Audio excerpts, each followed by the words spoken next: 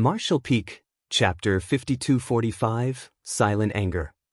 The moment old ancestor Xianxia appeared among the Black Ink clansmen who were located on the left side of the royal city, the territory lords and the 8th Order Black Ink disciples were horrified. Earlier, they had witnessed the moves that the old ancestor had used, so they were acutely aware of how powerful she was. Therefore, the moment she appeared, the Black Ink clansmen around her promptly ran away. However, it was too late. The world force swirled around her and turned into a violent storm. As it spread out, the Black Ink clansmen around her collapsed. Following her appearance, the yin-yang fish, which was supposed to be on the right side of the royal city, appeared and engulfed the Black Ink clansmen in this place. All the Black Ink clansmen felt as though they were suffocating.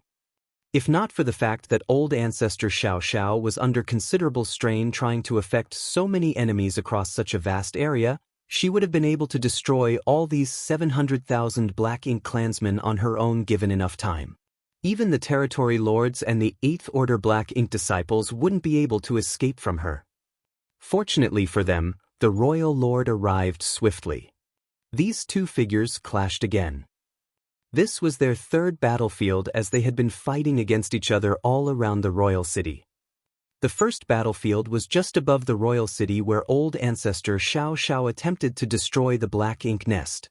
After her plan was foiled, she had no choice but to head to the right side of the royal city where she devastated the Black Ink clansmen stationed over there.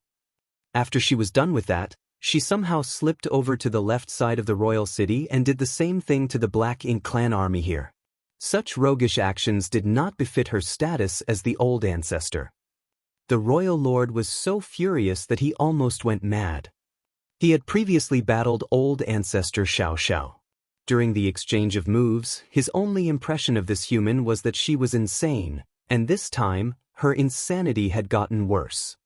This woman was aware that she would be at a disadvantage by fighting against the royal lord near the royal city, but she insisted on doing it just to destroy the Black Ink clan army.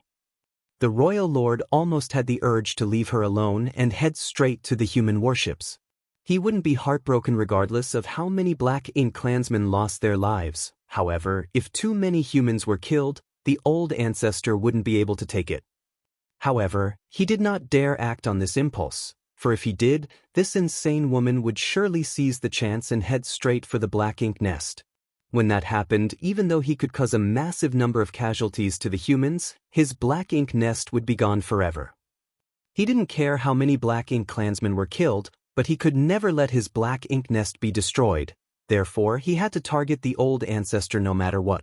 He could not allow her to move about freely. This put him in a passive position. Only 30% of the Black Ink clansmen were located on the right flank of the royal city, tasked with stopping the weaponized universe worlds from impacting the royal city, so it didn't require a lot of people. 30% would be enough.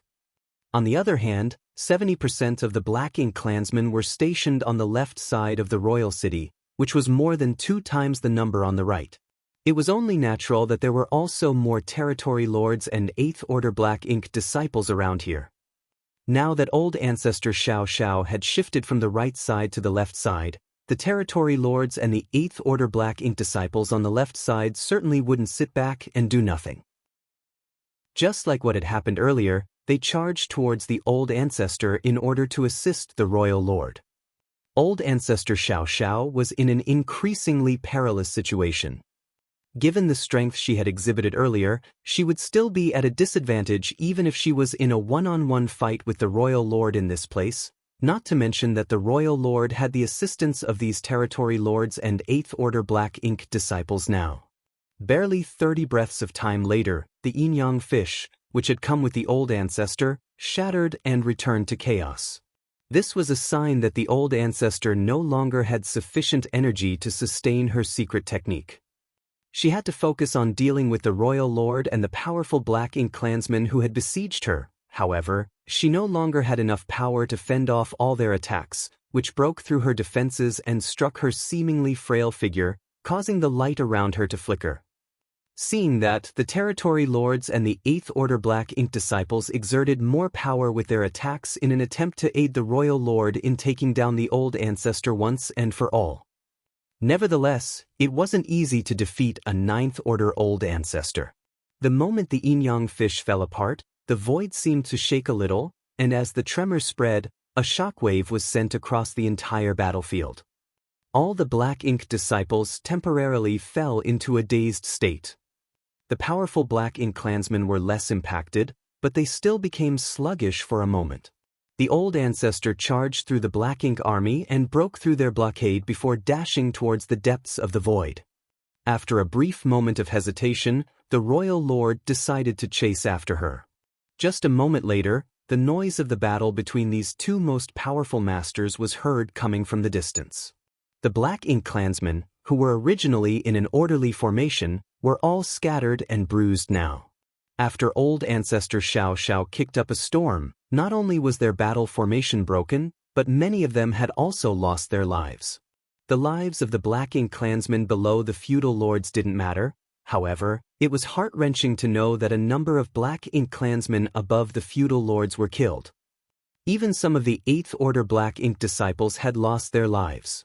Just now, 2 of them were killed by the old ancestor, and including the one from the right flank, she had slain 3 8th Order black ink disciples in total. Such casualties should never have happened.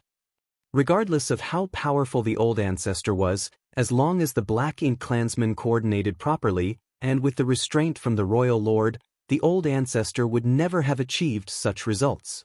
However, the royal lord wasn't concerned about the life or death of his subordinates at all. While the secret techniques and divine abilities used by the old ancestor were ferocious, those used by the royal lord were even more savage.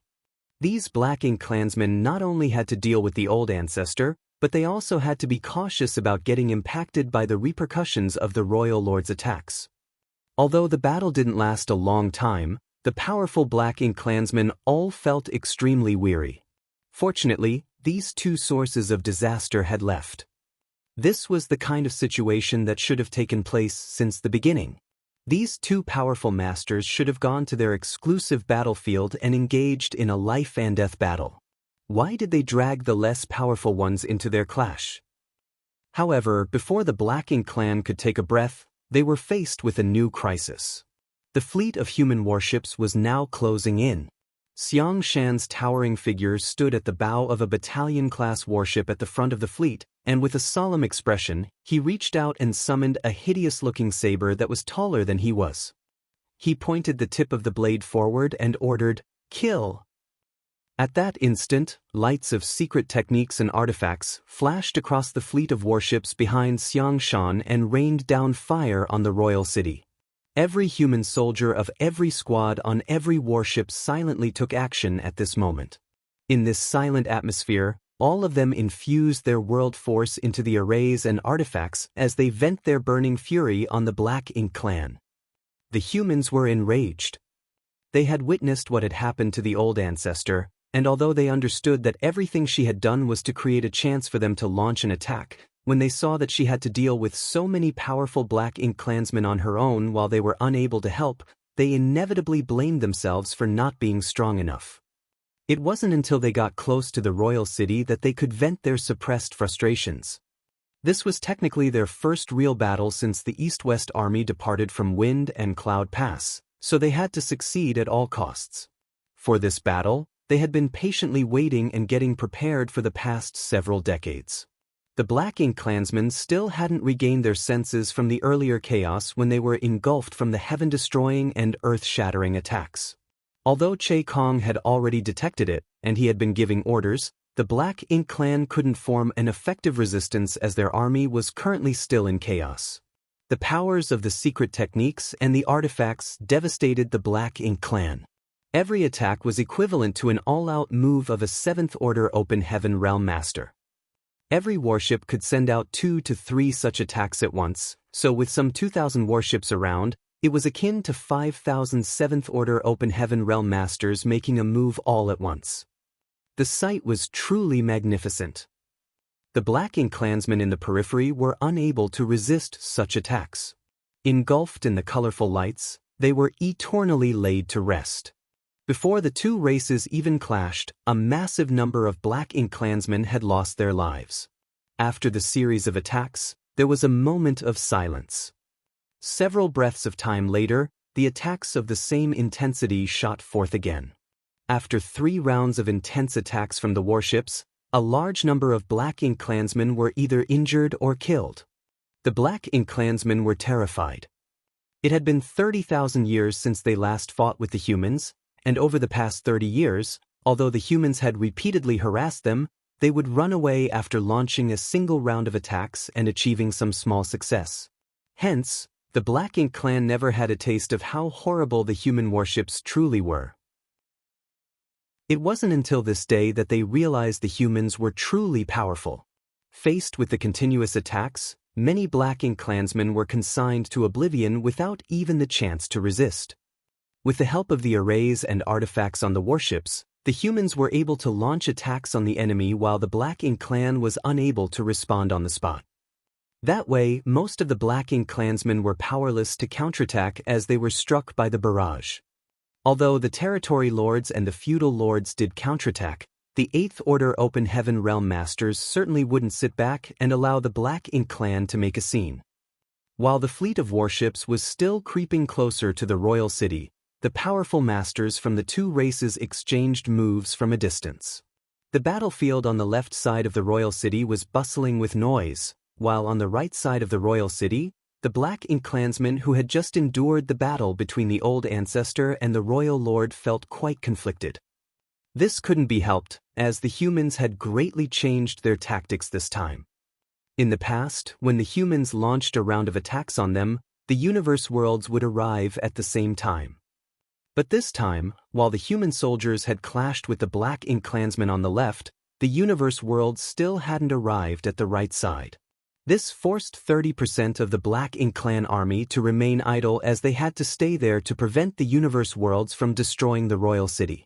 They could only watch as their clansmen on the left side were attacked, while there was nothing they could do to help.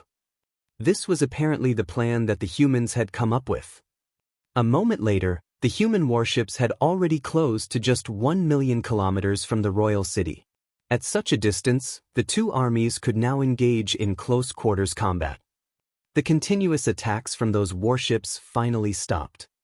This couldn't be helped, as the cultivators responsible for controlling the offensive arrays and artifacts on the warships were basically 5th Order and 6th Order Open Heaven Realm Masters.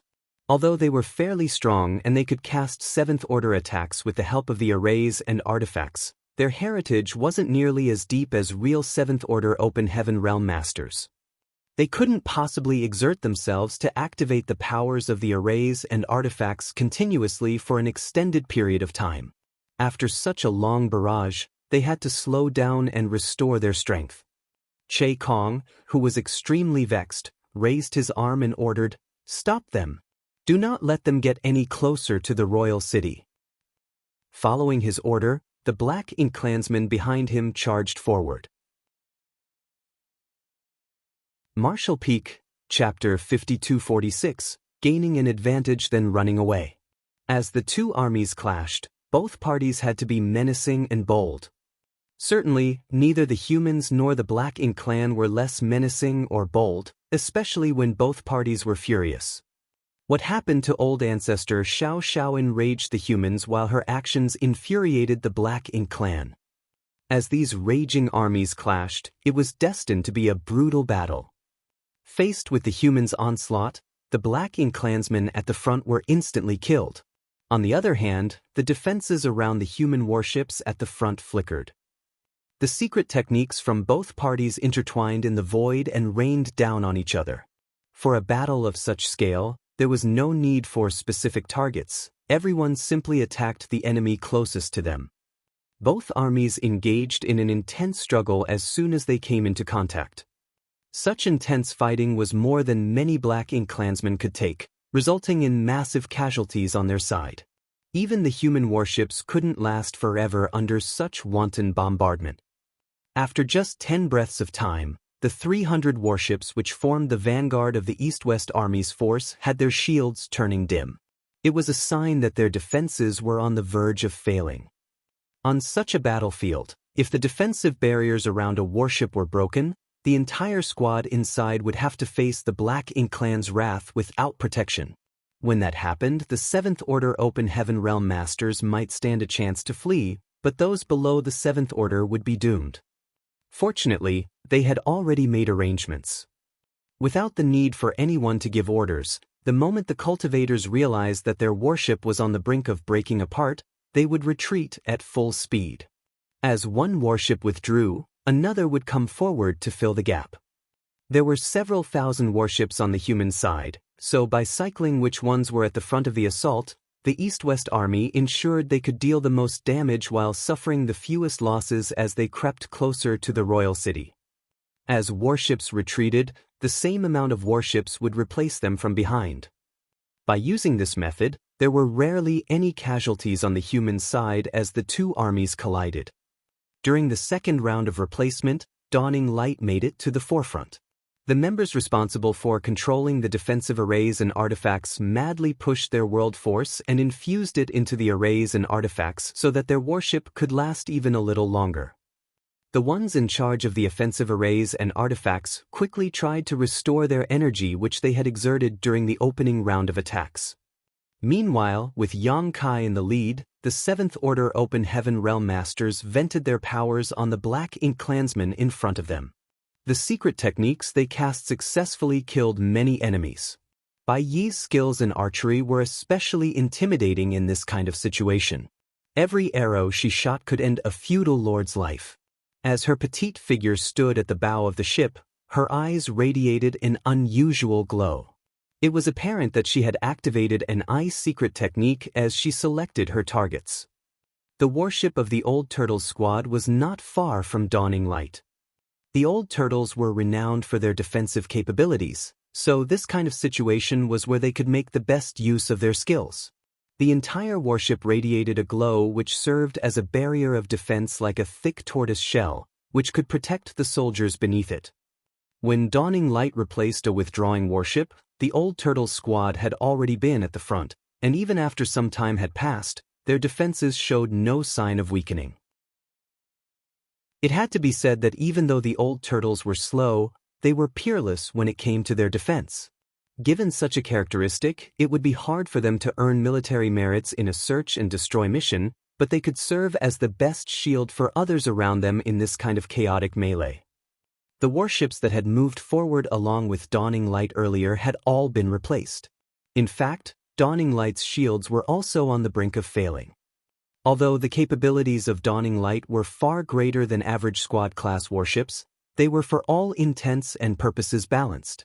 It was unlike the warship of the Old Turtles squad, which had outstanding defensive and offensive strength but greatly reduced speed and maneuverability. Dawning Light naturally reached its limit sooner than the older Turtles warship. Fortunately, both armies were already tangled up together, so Dawning Light didn't have to fully retreat. Like two torrents that collided, the universe seemed to have turned upside down as the void became destabilized. After the exchange of moves, with the battalion-class warships leading the way, the humans tore apart the defenses of the Black Ink Clan army. The warships from behind came forward and cast their attacks on the Black Ink Clansmen on both sides, further dividing up the enemy. Like a sharp blade, the human warships cut across the Black Ink Clan's lines and continued to move forward for several 100,000 kilometers until the enemy army had been split apart. Upon arriving at this spot, the battalion-class warship in the lead suddenly changed directions and charged forward. The other warships all followed it closely. The battalion-class warship was commanded by Xianxia. In order to carry out the plan on this day, this battalion-class warship was specially modified and its members were also carefully selected. Ordinary squads were not comparable to it when it came to their offense and defense capabilities. Such a battalion-class warship could serve as the tip of the spear. Meanwhile, the other battalion-class warships, all commanded by the 8th Order Open Heaven Realm Masters, were located on the sides of the fleet. That way, with the protection of the 8th Order Open Heaven Realm Masters, they could ensure that the fleet wouldn't be broken up, allowing them to move together as a cohesive force. However, the price that the East-West Army had to pay was that the 8th Order Open Heaven Realm Masters had lost their freedom to move around. It wasn't hard for the Black Ink Clan to resolve this problem, They just had to gather enough power and specifically target one point of the fleet to break up the formation.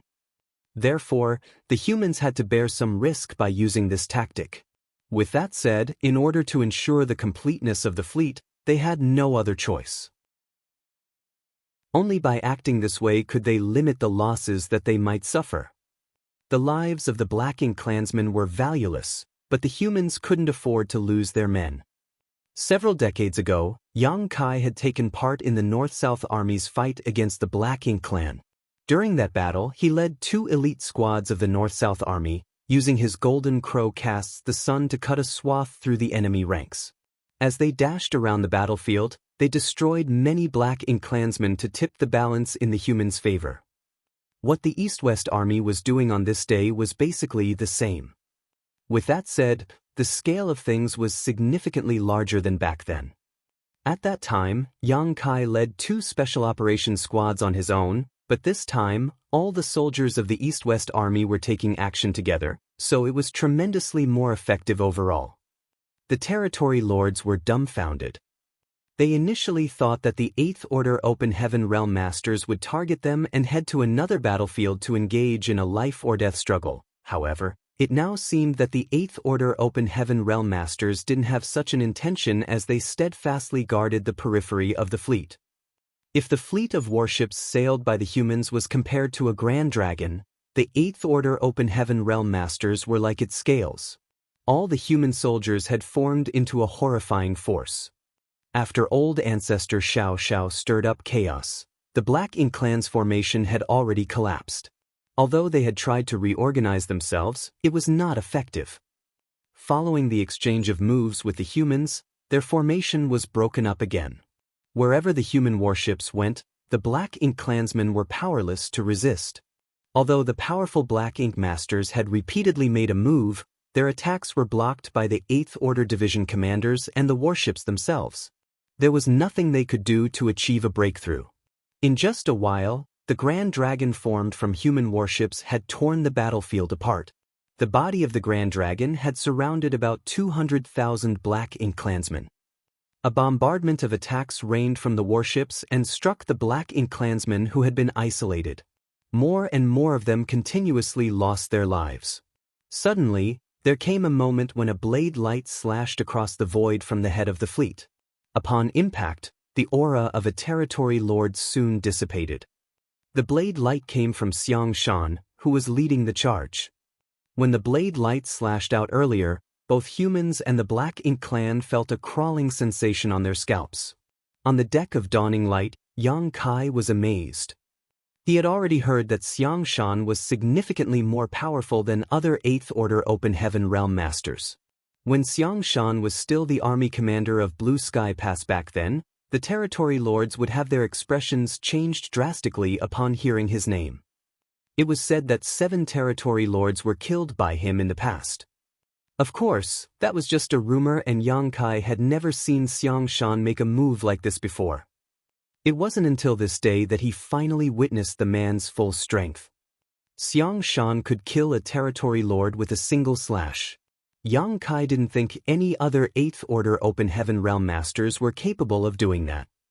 Although it clearly wasn't easy for Xianxia to use such an attack, and the territory lord, who was surrounded by the fleet of warships, must be flustered, it went to show that he was truly formidable.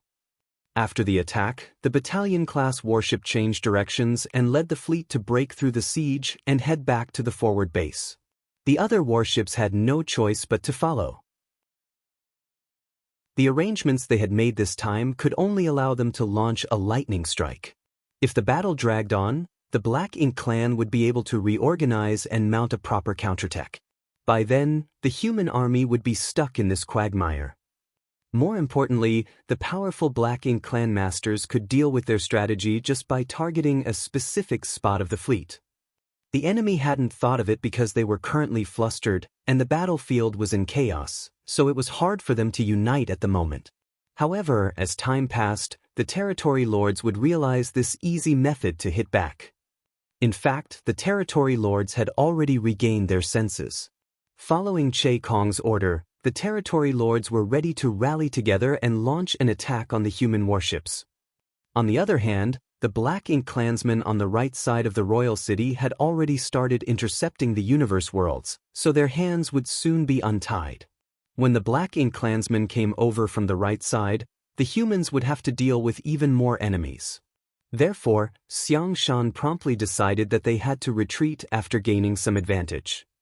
Perhaps the territory lords were wary of Xianxia's power, so it was easier than what the humans had imagined when they broke through the siege. Nevertheless, the Black Ink clan didn't seem to have the intention of letting the humans go so easily. As the warships retreated, the Black Ink clan relentlessly pursued them. However, the humans knew that they would be vulnerable when withdrawing, and after dealing such a blow to the Black Ink clan, the latter would surely be out for blood. The Black Ink clan soldiers raced after the humans and bombarded the warships with a series of attacks. Faced with the Black Ink clan's assault, the battalion-class warships circled back from the periphery to guard the rear of the fleet, forming a protective screen against the enemy's assault. It wasn't until the humans were 10 million kilometers away from the royal city that the Black Ink clan stopped pursuing them. Marshall Peak, Chapter 5247, you noticed? The Black Ink clansmen wouldn't dare to keep chasing after the humans, for they were not certain if they had any hidden trump cards to play. If the humans launched a sneak attack on the Black Ink nest when the Black Ink clansmen were not around, they would be doomed. Therefore, despite his unwillingness, Che Kong still ordered them to stop their pursuit. As he watched the human warships leave, his face contorted with fury. It was rare that a battle between the two races of such a scale had ended so quickly. The reason the humans could achieve it was that they had to obey the leader's command no matter what. Wherever Xianxia was, that was where the fleet of warships would be heading. Therefore, the moment his battalion-class warships started retreating, the other warships followed suit without hesitation. There hadn't really been any grand strategies used in this battle. They simply relied on the excellent leadership of their commanders, the collaboration between several tens of thousands of soldiers, and a bit of luck. Only 1 hour had passed from the time the two armies clashed to the time the humans withdrew 10 million kilometers from the royal city. However, in just 1 hour, the humans had managed to cause the same number of casualties to the Black Ink clan as the total number of casualties for the past 20 years. There were even more casualties if they included what the old ancestor had done to the Black Ink clan earlier. After all, 3 8th Order Black Ink disciples were killed by the old ancestor, and even more of them were injured. Although the Black Ink clan had suffered immense losses, it didn't mean no humans were killed. Under Xianxia's leadership, the fleet of warships had acted like a dragon that swam across the battlefield in an imposing manner. Nevertheless, the Black Ink clan was not weak. The defenses of some of the warships were shattered, and when that happened, the soldiers inside were instantly exposed to danger. While more and more Black Ink clansmen were killed on the battlefield, the sound of small universes collapsing was also heard.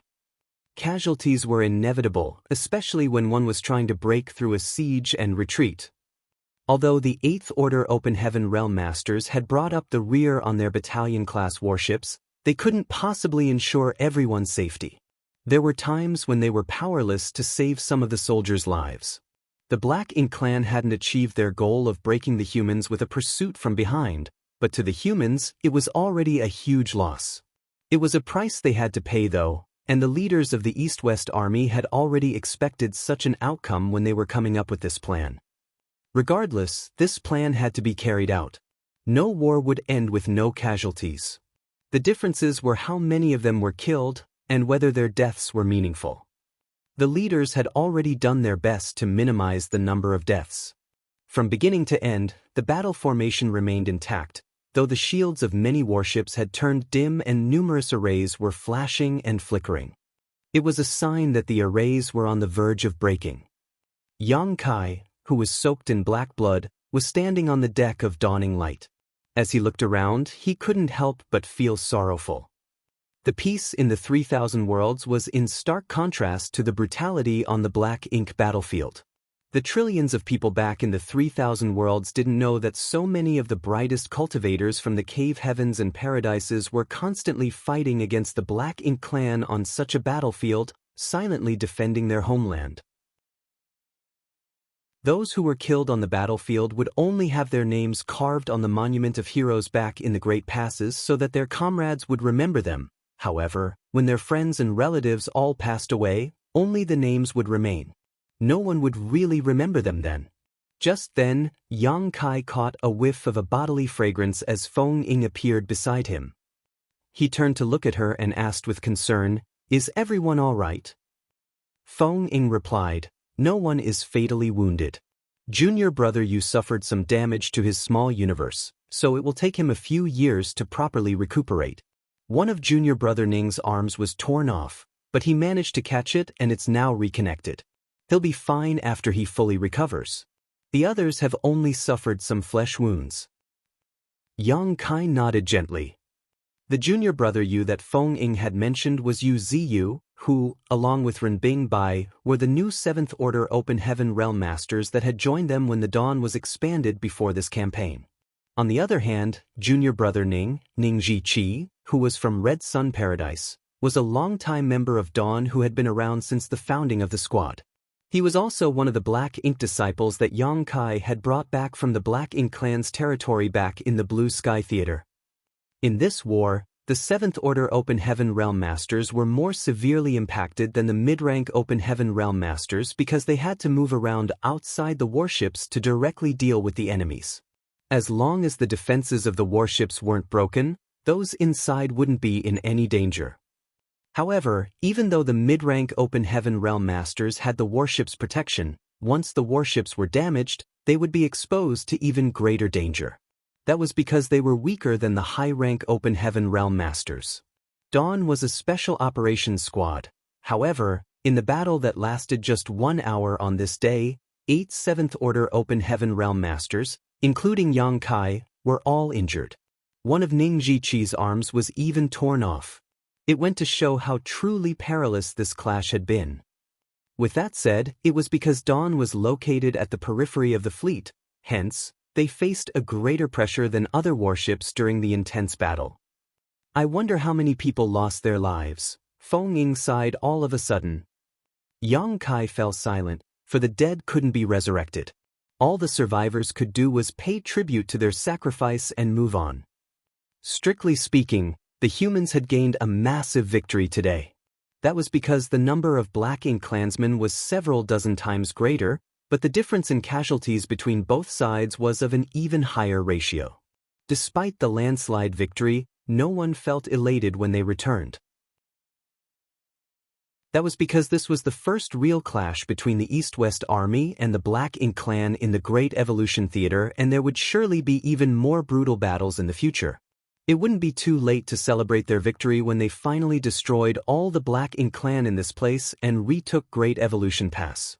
By then, they would also celebrate the occasion on behalf of the deceased. When they returned to the forward base, the injured started recuperating while the damaged warships were repaired. Yang Kai said a few words to the members of Dawn, then headed to the mountain valley on his own. After spreading out his small universe, he waited for the old ancestor's return. This place was a restricted area in the forward base, so other than the 2 army commanders, even the other 8th Order Open Heaven Realm Masters wouldn't come here. That was because this was the place the old ancestor would come to recuperate for many years to come. No one could disturb her. Violent energy fluctuations were still felt coming from the depths of the void, and it was apparent that the old ancestor and the royal lord were still fighting. More than 10 days later, the fluctuations suddenly stopped. Noticing this, Yang Kai just waited patiently. As he had expected, a figure descended from the sky half a day later and touched upon his small universe. A thought flashed through Yang Kai's mind, and the next instant, the old ancestor entered his small universe and landed beside him. The moment she landed on the ground, she almost lost her balance and fell. Yang Kai promptly supported her weight, only to see that her face was horrifyingly pale, and her clothes were soaked in blood. Some of the blood was red, while some was black. The red blood naturally belonged to the old ancestor, while the black blood was from the royal lord. Needless to say, they were mutually wounded again this time. With that said, it was the outcome that the old ancestor had deliberately tried to achieve. Here again, Old ancestor Xiaoxiao looked up and saw the familiar log house in front of her. 100 years ago, she arrived here in this small universe when she turned into a 3-year-old child. It was the hunter who picked her up from the log house. Yang Kai grinned. I was thinking that it might help with your recuperation when you recall the fond memories you had experienced here. That's why I've chosen this place. If you think it's not appropriate, we can go somewhere else. It's fine. I'll stay here. Old ancestor Xiaoxiao waved her hand. All right, I'll help you inside. Please relax your legs. Old ancestor Xiaoxiao couldn't help but shoot him a glare. Yang Kai's words seemed to suggest that she was a frail old person. Although she was indeed in a terrible state, she was still a 9th-order old ancestor. Regardless of how horribly injured she was, she didn't need him to carry her into the house. As she secretly cursed at this smelly brat, she tripped over the threshold at the door. After Yang Kai helped old ancestor Xiaoxiao take a seat on the bed, he hospitably walked to the side and poured her a cup of water. The old ancestor took the cup and chugged down the water, then asked with a frown, "Don't you have any tea leaves?" Yang Kai shrugged, "I'm too lazy to prepare some tea. Please make do with it." The old ancestor certainly wouldn't mind it. She tossed the cup back onto the table and let out a breath. "I was too negligent." Upon hearing that, Yang Kai furrowed his brows. "Did you suffer a setback?" Old ancestor Xiaoxiao shook her head. "Not really. It's just that there's something that surprised me." Yang Kai asked, "What do you mean?" With a worried expression, the old ancestor replied, "The royal lord with wings on his back can make use of his black ink nest to strengthen himself." The humans were not aware of this. Even Yang Kai, who had pretended to be a black ink disciple and lived in the Black Ink clan's territory twice, was unaware of this.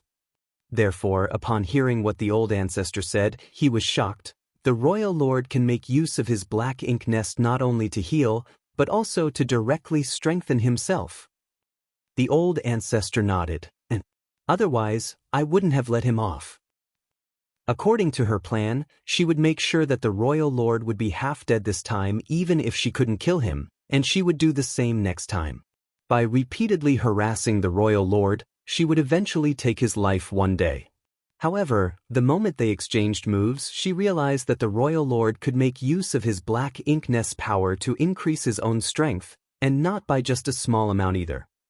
Yang Kai soon realized something. Is that why you suddenly fell into a disadvantage not long after you clashed with the royal lord, even though you initially had the upper hand? When the old ancestor exchanged moves with the royal lord, Yang Kai was on the deck of Dawning Light, so he could see what was going on above the royal city. Although he couldn't clearly see the battle as he was too far away from the royal city, he was aware that the old ancestor was at an advantage at the start of the battle. Old ancestor Xiaoxiao nodded.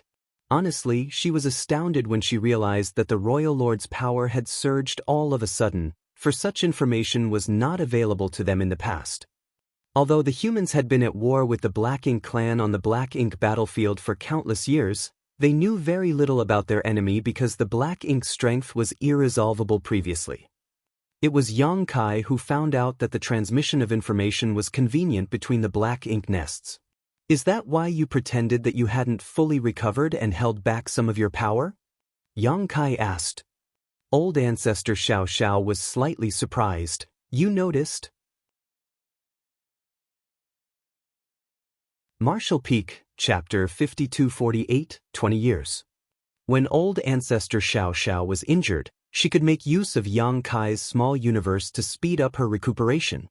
On the other hand, the royal lord had his black ink nest, so it could be said that both of them had an external aid in this regard. However, in comparison, the humans were already aware that the royal lords could use their black ink nests to help with their recuperation, while the Black Ink clan did not know that old ancestor Xiaoxiao had a similar advantage. This simple disparity of information could be used to trick the Black Ink clan. From the royal lord's perspective, it had only been some 30 years since he started using the black ink nest to help with his recuperation, and he hadn't fully recovered. Needless to say, the old ancestor had to be recuperating as well. However, on this day, old ancestor Xianxia appeared out of nowhere and launched an attack on the royal city. Moreover, she appeared to be at the peak of her power. This made the royal lord feel puzzled as he wondered how the old ancestor managed to recover so quickly. Therefore, the moment they exchanged moves, he was taken aback. Old ancestor Xiaoxiao's plan was simple, which was to make use of the fact that she had fully recovered to continuously suppress the royal lord. While she had fully recovered, the royal lord was still wounded. If nothing unexpected happened, she could exacerbate the royal lord's wounds after the fight. Then she would come back and seek Yang Kai's help. When her wounds had healed, she would look for the royal lord for their next fight. By repeatedly doing so, she believed that the royal lord wouldn't be able to take it anymore after 100 years, as his wounds would never heal properly. In the middle of his recovery, he would be injured by old ancestor Xiaoxiao again, which would exacerbate his condition as the days went by. In such a way, there would come a day when he would be defeated by her. By then, old ancestor Xiaoxiao could easily take him down without worrying that he would use some kind of secret technique that could drag her down with him. However, the moment she realized that the royal lord could make use of the black ink nest to strengthen himself, she knew that her plan wouldn't work. The royal lord indeed hadn't recovered, but with the black ink nest's help, he could still display stunning power. Old ancestor Xiaoxiao could even feel that as long as they fought near the royal city, she would be at a disadvantage even if she went all out. Hence, upon that realization, she decided to hold back some of her strength and pretend that she was still wounded. Such a sudden change might have exposed her real condition, but to the royal lord, that was the way it should be, so the risks were minimal. After the previous battle, they were mutually wounded. Only 30 or so years had passed, and he was still recuperating, so how was it possible that the old ancestor had fully recovered? Then, the old ancestor decided on the spot to raise chaos on both sides of the royal city. Since she was unable to kill the royal lord, she decided to deal with the Black Ink clan soldiers to create a chance for the East-West army to slaughter the enemy. In fact, in order to make a scene on both sides of the royal city, the old ancestor had to pay a huge price. When she was dealing with the third Black Ink disciple, she was directly struck by the royal lord's attack. For the rest of the battle, she had to suppress her pain to make sure that no one noticed. Then, she decided to lure the royal lord away so that the latter couldn't keep drawing energy from the black ink nest. When she reached the depths of the void and exchanged moves with the royal lord, she still held back some of her power to feign weakness and injury. In the end, the two top masters fought an intense, but not life-threatening battle. That was the reason she managed to retain her original form when she returned. One had to know that when she came back to the forward base previously, she immediately turned into a 3-year-old child, and it wasn't until much later that she regained her consciousness. It could be said that she was already in a better state this time. I thought I'd concealed it well. It never crossed my mind that you'd figured it out. The old ancestor thought that it was such a shame.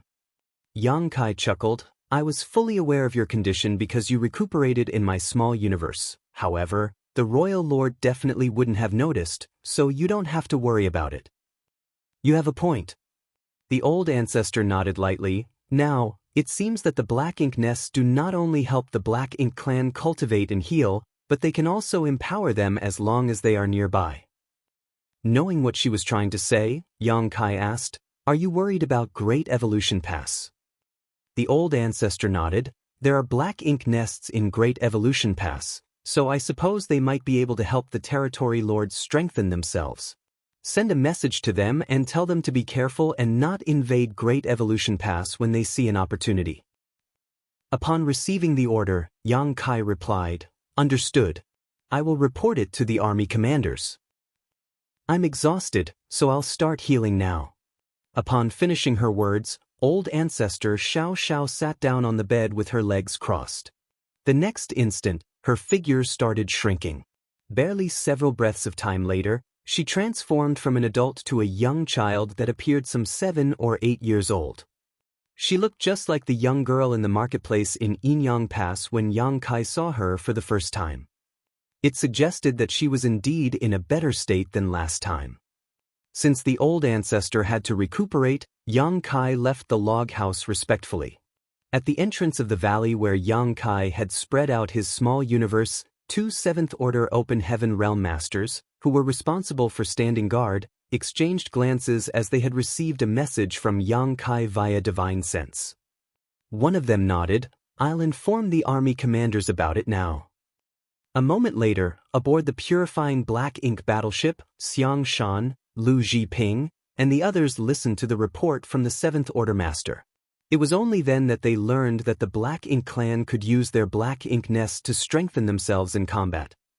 Then, they promptly told someone to head to Great Evolution Pass to share this piece of information with the North-South Army.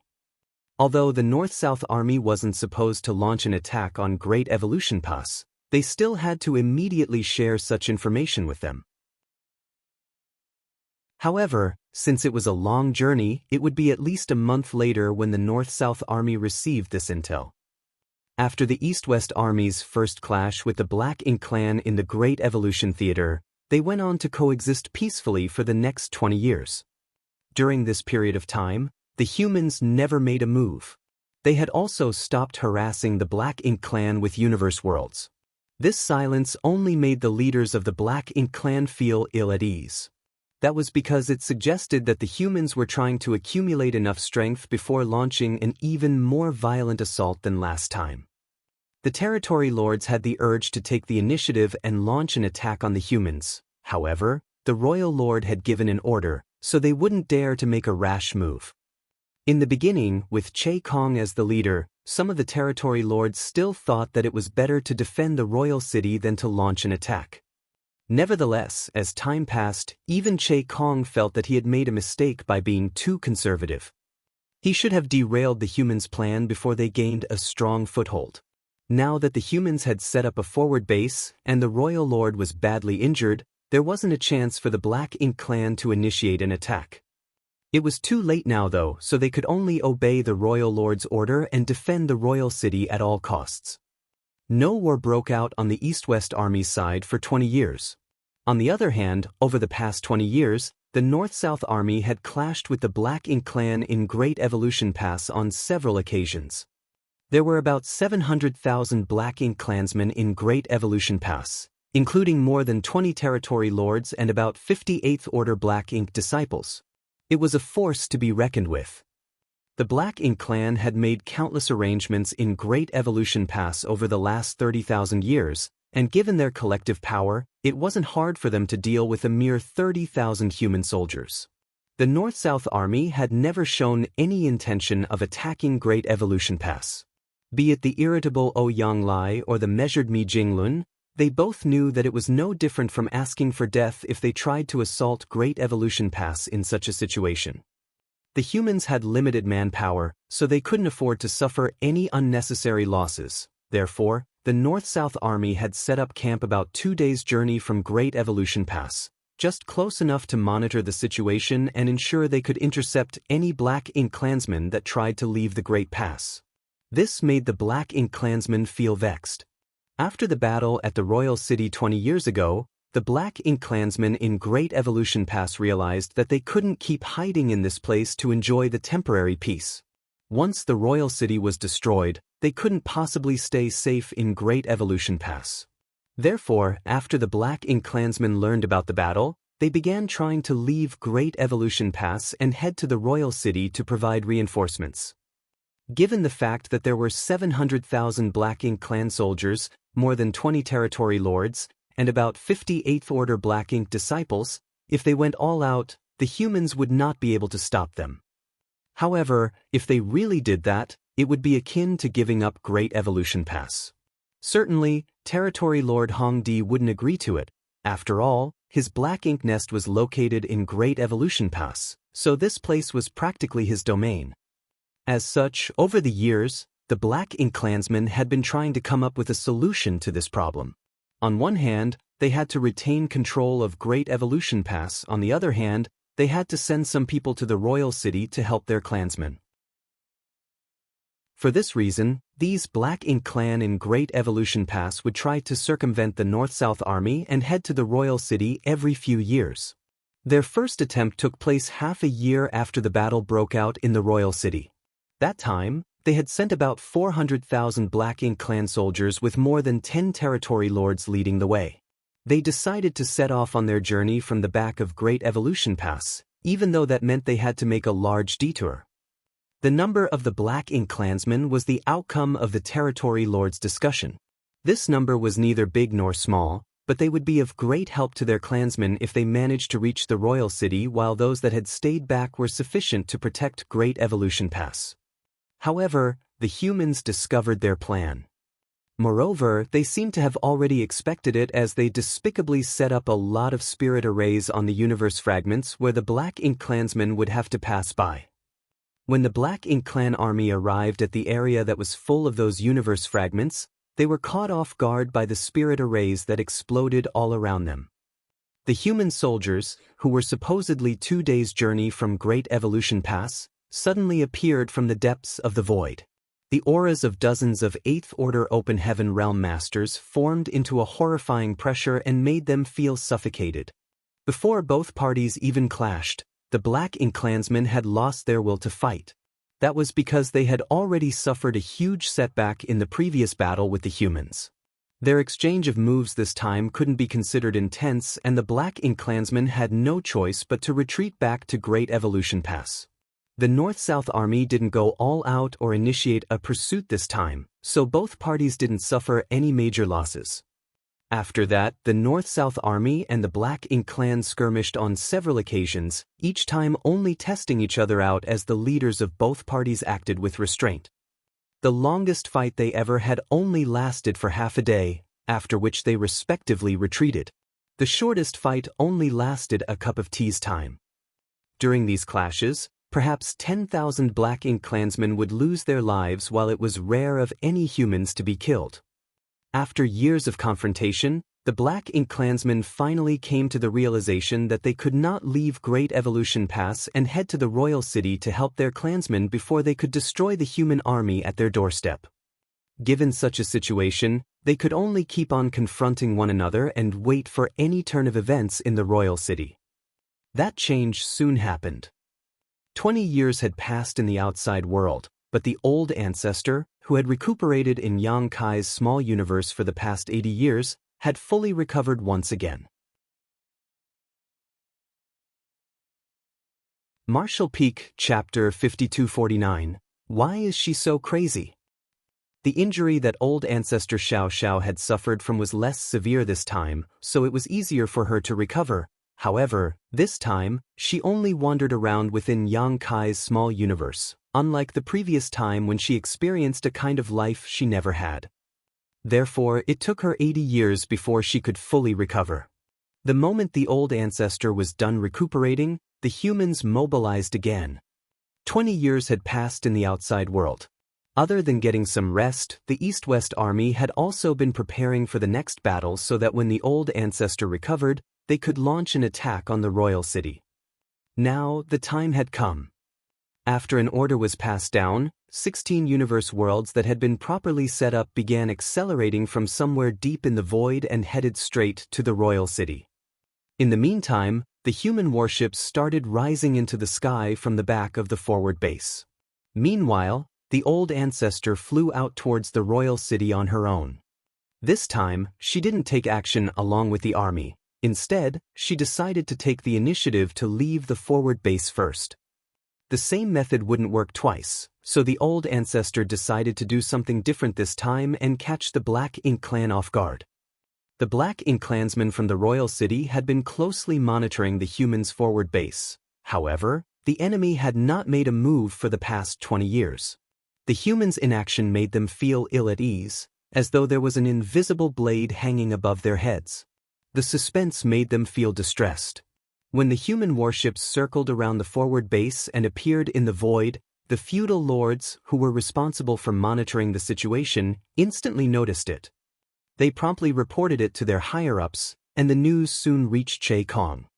He stepped out of the cabin of his large ship and looked out from the deck. The human warships were indeed approaching them from a distance. Without hesitation, he said to the female territory lord, who had been following him, "Keep monitoring the human soldiers. I'll return to the royal city to awaken the royal lord. The royal lord had previously suffered a loss because of the old ancestor's sneak attack. Therefore, when he returned, he told Che Kong that, when the humans invaded the royal city next time, the latter had to immediately wake him so that he wouldn't be caught off guard again. He wouldn't have given such an order if he had a choice, as no Black Ink clansman was willing to be forcefully awakened when they were recuperating, for this would be disruptive to their recovery. This was especially true for a royal lord. Nevertheless, such drawbacks were inconsequential compared to the possibility of the old ancestor launching a sneak attack on him again. After all, when the old ancestor struck, the royal lord would immediately awaken anyway. Hence, he would rather let his subordinate wake him up first so that he could get prepared. Certainly, Che Kong wouldn't dare to disobey the royal lord's order. However, since the human warships had just taken off, it would take them at least half a day before they would reach the royal city. Therefore, he reckoned that he wouldn't have to wake the royal lord in a hurry. After he spoke to the female territory lord, Che Kong immediately headed to the royal city. Nevertheless, not long after he left, he abruptly turned around. A dangerous aura was rapidly approaching, one that caused Che Kong and the female territory lord's expressions to change drastically. The old ancestor was already on her way.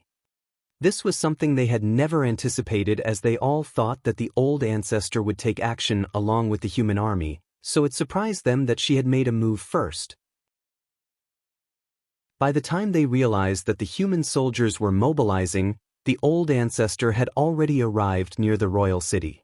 With no time to mull over what the old ancestor was up to, Che Kong roared, "Enemy attack!" The next instant, a phantom-like figure crashed into the Black Ink clan soldiers who were just outside the royal city. As her violent world force surged, the entire void seemed to be boiling as though a burning piece of iron had fallen into cold water.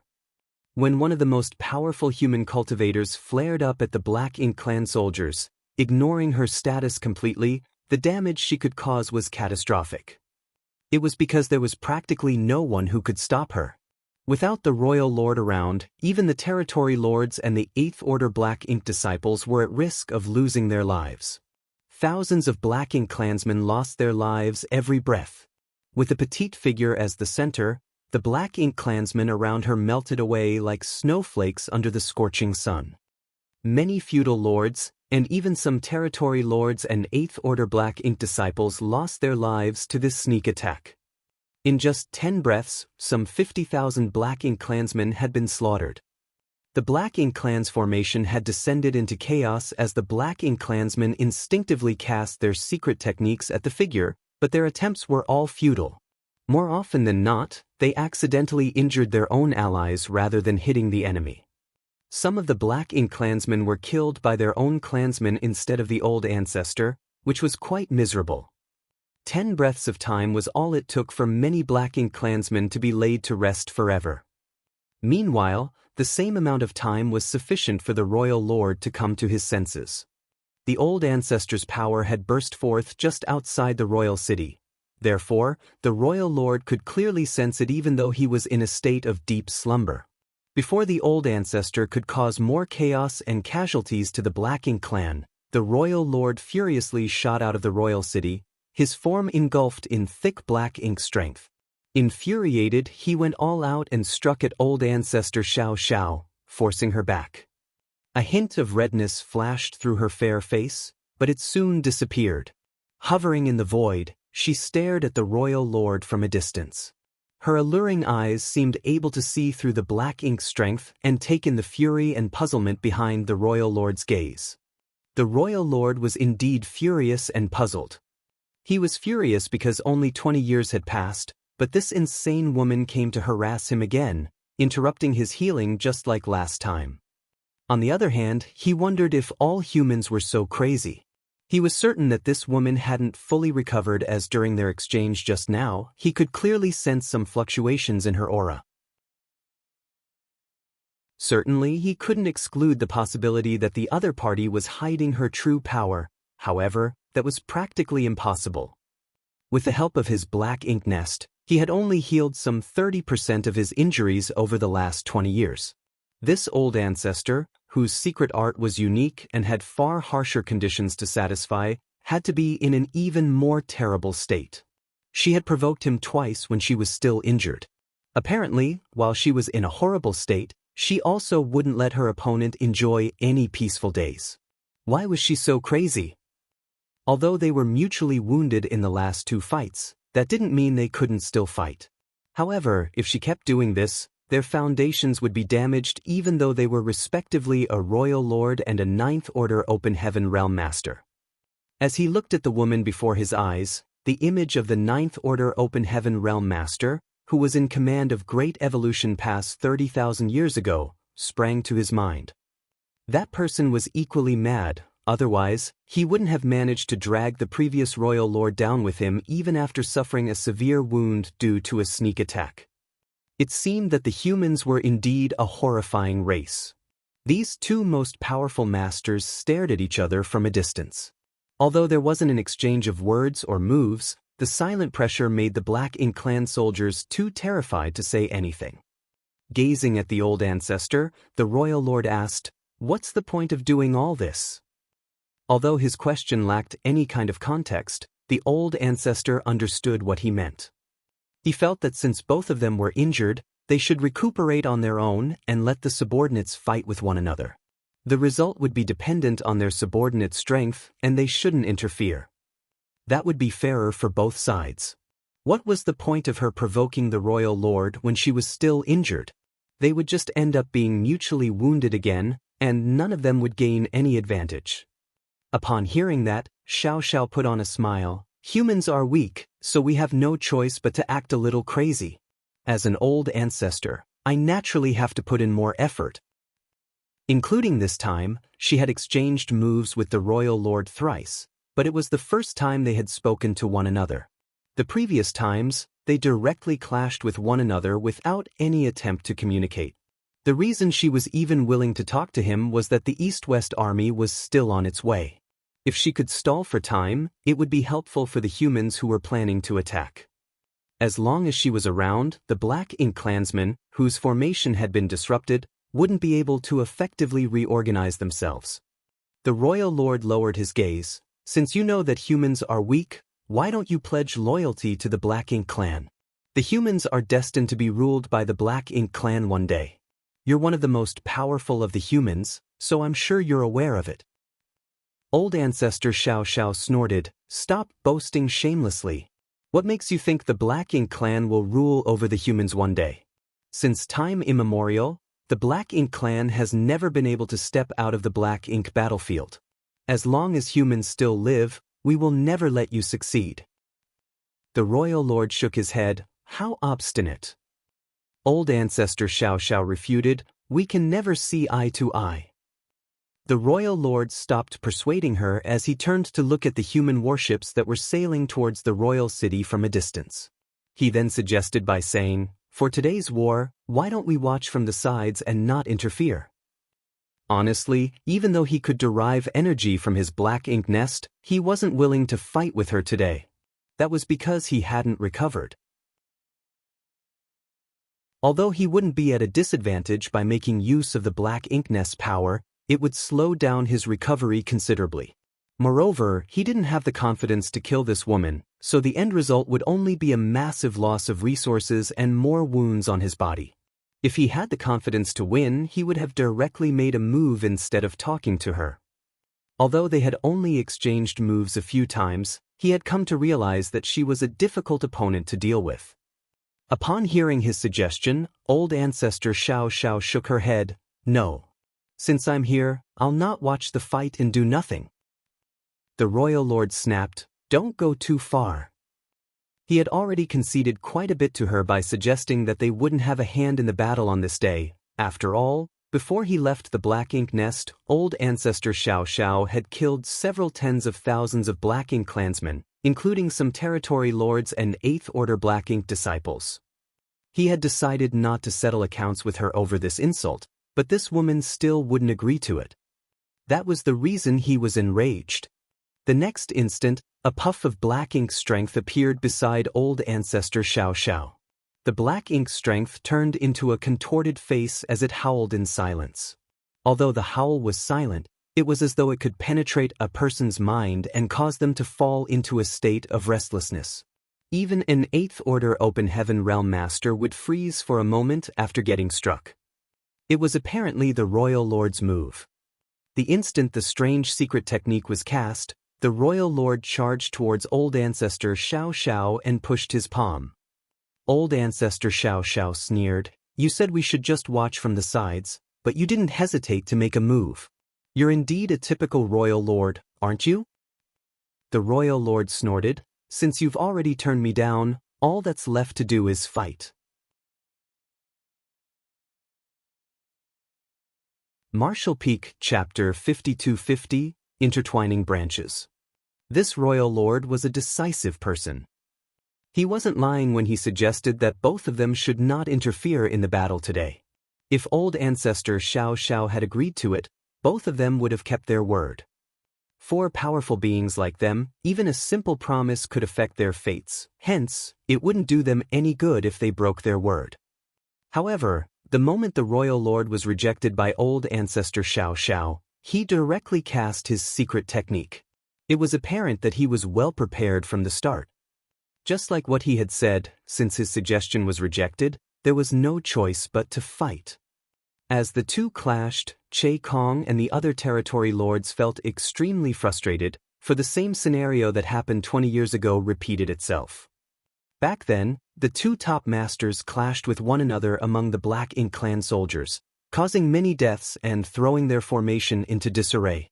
As a result, they were at a huge disadvantage when they were forced to deal with the human army immediately after. 20 years later, things were playing out exactly the same way. Fortunately, after the previous experience, the territory lords had come up with a plan to deal with this situation. After ordering their subordinates to back off, the more powerful Black Ink masters gathered together and charged the Old Ancestor in order to assist the Royal Lord. Again, Old Ancestor Xianxia cast the secret technique that brought forth yin and yang from chaos. The next instant, the void was covered with a giant yin-yang fish. Even with the help of this secret technique though, her momentum still appeared weaker than 20 years ago. Only a moment had passed since the beginning of the battle, but she had already been struck several times and her world force trembled as a result. Fortunately, those strikes were from the territory lords and 8th Order Black Ink disciples, which was still bearable for the Old Ancestor. If she had been struck by the Royal Lord, she would have fallen into a terrible state. This sight confirmed the Royal Lord's suspicions. This woman indeed hadn't recovered. In fact, her injuries had worsened after she repeatedly provoked him. As a result, she appeared weaker than she was previously. On the other hand, even though the Royal Lord was also still wounded, he could make use of his Black Ink nest to strengthen himself as long as he was still close to the royal city. Moreover, most of the burden had been lifted off his shoulders as he had the help of many territory lords and 8th Order Black Ink disciples. After exchanging moves for a while, Old Ancestor Xianxia concluded that this couldn't drag on, or her situation would grow increasingly perilous. Therefore, she launched a feint before dashing out of the battlefield and heading towards the depths of the void. The territory lords and 8th Order Black Ink disciples stopped in their tracks, but after hesitating for a moment, the Royal Lord decided to pursue her. He hesitated to give chase at first because his only real goal was to drive the Old Ancestor away. Since he had achieved this, he could just stay near the royal city. However, he knew that if he didn't keep an eye on that woman, she might launch a sneak attack on his army. To be safe, he decided to tie her down. That was because he was certain that if he didn't do that, this shameless woman would definitely target his subordinates who were guarding the right side of the royal city. When that happened, he would still have to confront her, so he figured it was better to just keep an eye on her from the start. Despite knowing that the Old Ancestor was intentionally trying to lure him away from the royal city so that he couldn't derive energy from his Black Ink nest, the Royal Lord had no other choice but to play along. In such a situation, he had the confidence to suppress the other party even without his Black Ink nest's help. After all, he had the advantage regarding recuperation. Nevertheless, he was annoyed by the woman who repeatedly provoked him. he decided that he would teach her a lesson this time even if he had to pay a steep price. Che Kong let out a breath, for the two menaces had finally left. With that said, the matter wasn't over. The human army was still closing in on the royal city. Although there wasn't any anomaly on the right side of the royal city, the Black Ink clan knew that universe worlds had to be coming at them based on past experiences. Therefore, the Black Ink clansmen on both sides of the royal city could only reorganize themselves and stay alert. When the humans were close enough to the royal city half a day later, the battle broke out. The humans still used the same tactic. With the 8th Order Open Heaven Realm Master's protection, the fleet of warships turned into a long dragon as the warships flew in tight formation. Under Xianxia's leadership, the dragon freely flew around the battlefield. The Black Ink clan soldiers performed better than the previous time. Che Kong had a talent for leading an army, especially when it came to defense. Although the Black Ink clan had suffered a setback previously, Che Kong racked his brain and finally came up with a way to resolve this tactic. In fact, he had already thought of this solution before the previous battle ended. However, before he could organize his troops, the humans had retreated. Despite having a solution, he was unable to destroy the human army. This was a good chance for him. If Che Kong could use this method to destroy the dragon formed from warships, the humans would be the ones who suffered a loss this time. The solution he had come up with exploited the biggest shortcoming of this tactic that the humans used. Because the fleet of warships was in such a close formation, all 8th Order Open Heaven Realm Masters had to scatter around the periphery, thus serving as the scales to provide the best protection. Since they were scattered around though, they were unable to gather their strength together. The Black Ink clan just had to come together and target a particular spot of this dragon in order to break up this formation. As long as a part of the dragon was cut off, the fleet of warships would no longer be able to sail smoothly across the battlefield. Just as the human warships cut across the battlefield as the dragon entrapped over 100,000 Black Ink clansmen and slaughtered them, several territory lords and more than 10 8th Order Black Ink disciples secretly moved to one side of the fleet, using thick black ink clouds to cover their tracks. Soon, the violent attacks from about 20 powerful masters burst forth in an instant and struck the battalion-class warship closest to them. A clean-cut woman was standing on the deck of the battalion-class warship, a razor-sharp sword in her hand. As she wielded her weapon, the Black Ink clansmen around her were instantly killed. She was the Great Evolution Western Army's 2nd Division Commander Army, Xu Yin. Despite being a woman, she was just as powerful as any man of the same order. The territory lords and 8th Order Black Ink disciples had stealthily approached her ship, and on such a chaotic battlefield, even an 8th Order Open Heaven Realm Master like Xu Yin was unable to detect them until they attacked. As she turned her head, she saw the heaven-destroying and earth-shattering attacks coming right at her. Generally speaking, an 8th Order Open Heaven Realm Master was more powerful than a territory lord, but there wouldn't be a huge gap between them. At this moment, Xu Yin was faced with attacks from nearly 20 masters in the same realm as her. Although she had the battalion-class warship's protection, she was unable to ward off such an assault. The warship being destroyed and all the people aboard being killed would be the only outcome possible, unless she immediately escaped. If she disregarded the lives of the human soldiers aboard the warship, she would stand a chance to survive. A territory lord might run away if they found themselves in such a situation, but an 8th Order Master would never do that. With that said, Xu Yin remained unperturbed. Faced with the fatal attacks, she stabbed her sword down and shouted, "Bind!" However, the sword didn't penetrate the deck. Instead, it had mysteriously disappeared into the void. As the sword dissipated, a grand array suddenly appeared beneath her feet. The grand array almost covered the entire deck as its patterns lit up. At the same time, all 8th Order Open Heaven Realm Masters aboard the battalion-class warships around the Long Dragon seemed to have detected something, and they promptly formed different hand seals as world forces surged around them. Grand arrays with the same patterns as those aboard Xu Yin's warship illuminated these 8th Order Open Heaven Realm Masters. All these 8th Order Open Heaven Realm Masters shouted, "Set!" At that instant, dozens of these battalion-class warships around the dragon became linked to one another through a mysterious force. With a dispassionate expression, Shu Yin stood at the bow of the warship like a flag. Faced with the horrifying attacks from the enemies, she remained calm and collected. As the Territory Lords and Eighth Order Black Ink disciples watched in shock, the attacks, which should have reduced the battalion-class warship to dust and torn apart the human formation, did not yield any meaningful results. A brilliant light barrier condensed around Shu Yin's battalion-class warship, one that appeared delicate, as though it would be shattered with a single touch. However, the moment the attack struck the barrier, only a series of ripples were formed while the shield held strong.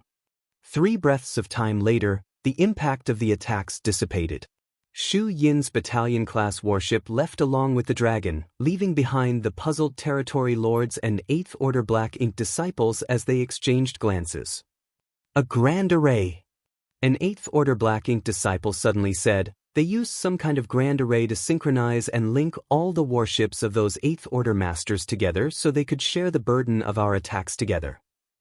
Another Eighth Order Black Ink disciple lamented, "It seems that the humans have invented some new things over the past 30,000 years. Before they were corrupted by Black Ink strength, they had never heard that the humans could use such a grand array. This was clearly invented after they became Black Ink disciples." The defensive strength of this grand array was all but impenetrable. Although some 20 masters had joined forces, they still couldn't break the shield. It seemed that only the Royal Lord would be able to achieve that. The battalion-class warships of those Eighth Order Open Heaven Realm Masters already served as the dragon scales of the fleet, capable of fending off most of the Black Ink clan's attacks independently. With such a grand array connecting them now, their defense had become even sturdier. Faced with such a fleet of warships, the Black Ink clansmen had no idea what they could do. Stop dawdling and come up with a solution. A Territory Lord harshly snapped at them. Although Eighth Order Black Ink disciples were fairly powerful, they were no different than slaves in front of these Territory Lords. The Eighth Order Black Ink disciple who was the first to speak earlier bent his back. "Don't worry about it, sir. The more powerful the array is, the more restrictions it has. If I'm not mistaken, those Eighth Order Masters are no longer able to easily make a move after activating such a spirit array. In other words, they can only defend, but not attack." "Are you serious?" The Territory Lord's eyes brightened when he heard that. In that case, it would be very good news to the Black Ink clan as a lot of casualties on their side could be avoided. One had to know that those Eighth Order Open Heaven Realm Masters could easily kill a massive number of Black Ink clansmen. As the Territory Lord looked up, he saw that the Eighth Order Masters were indeed standing on the decks without showing signs of making another move. He reckoned that the Black Ink disciple didn't lie to him. It seemed that the humans couldn't have the cake and eat it too, as there was a serious drawback to this new grand array.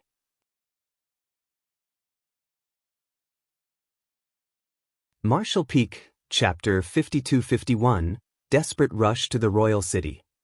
The drawback to the humans was good news to the Black Ink clan.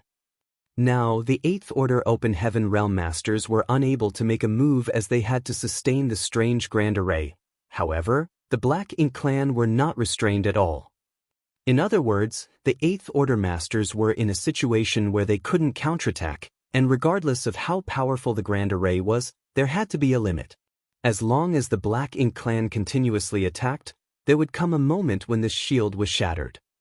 Upon that realization, the Territory Lords and Eighth Order Black Ink disciples stopped hesitating as they chased after the dragon and cast their secret techniques.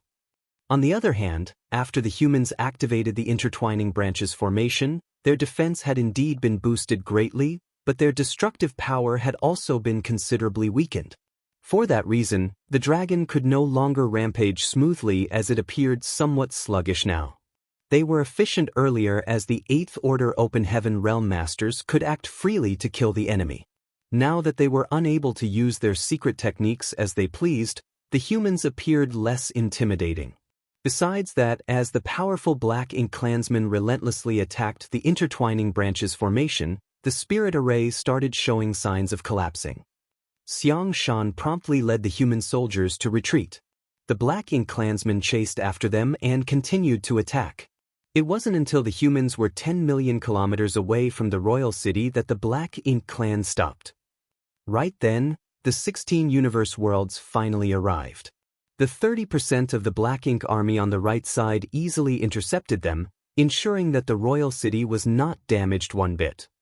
The Black Ink clan had suffered fewer losses this time than the previous battle, mainly because they were caught off guard by the humans 20 years ago.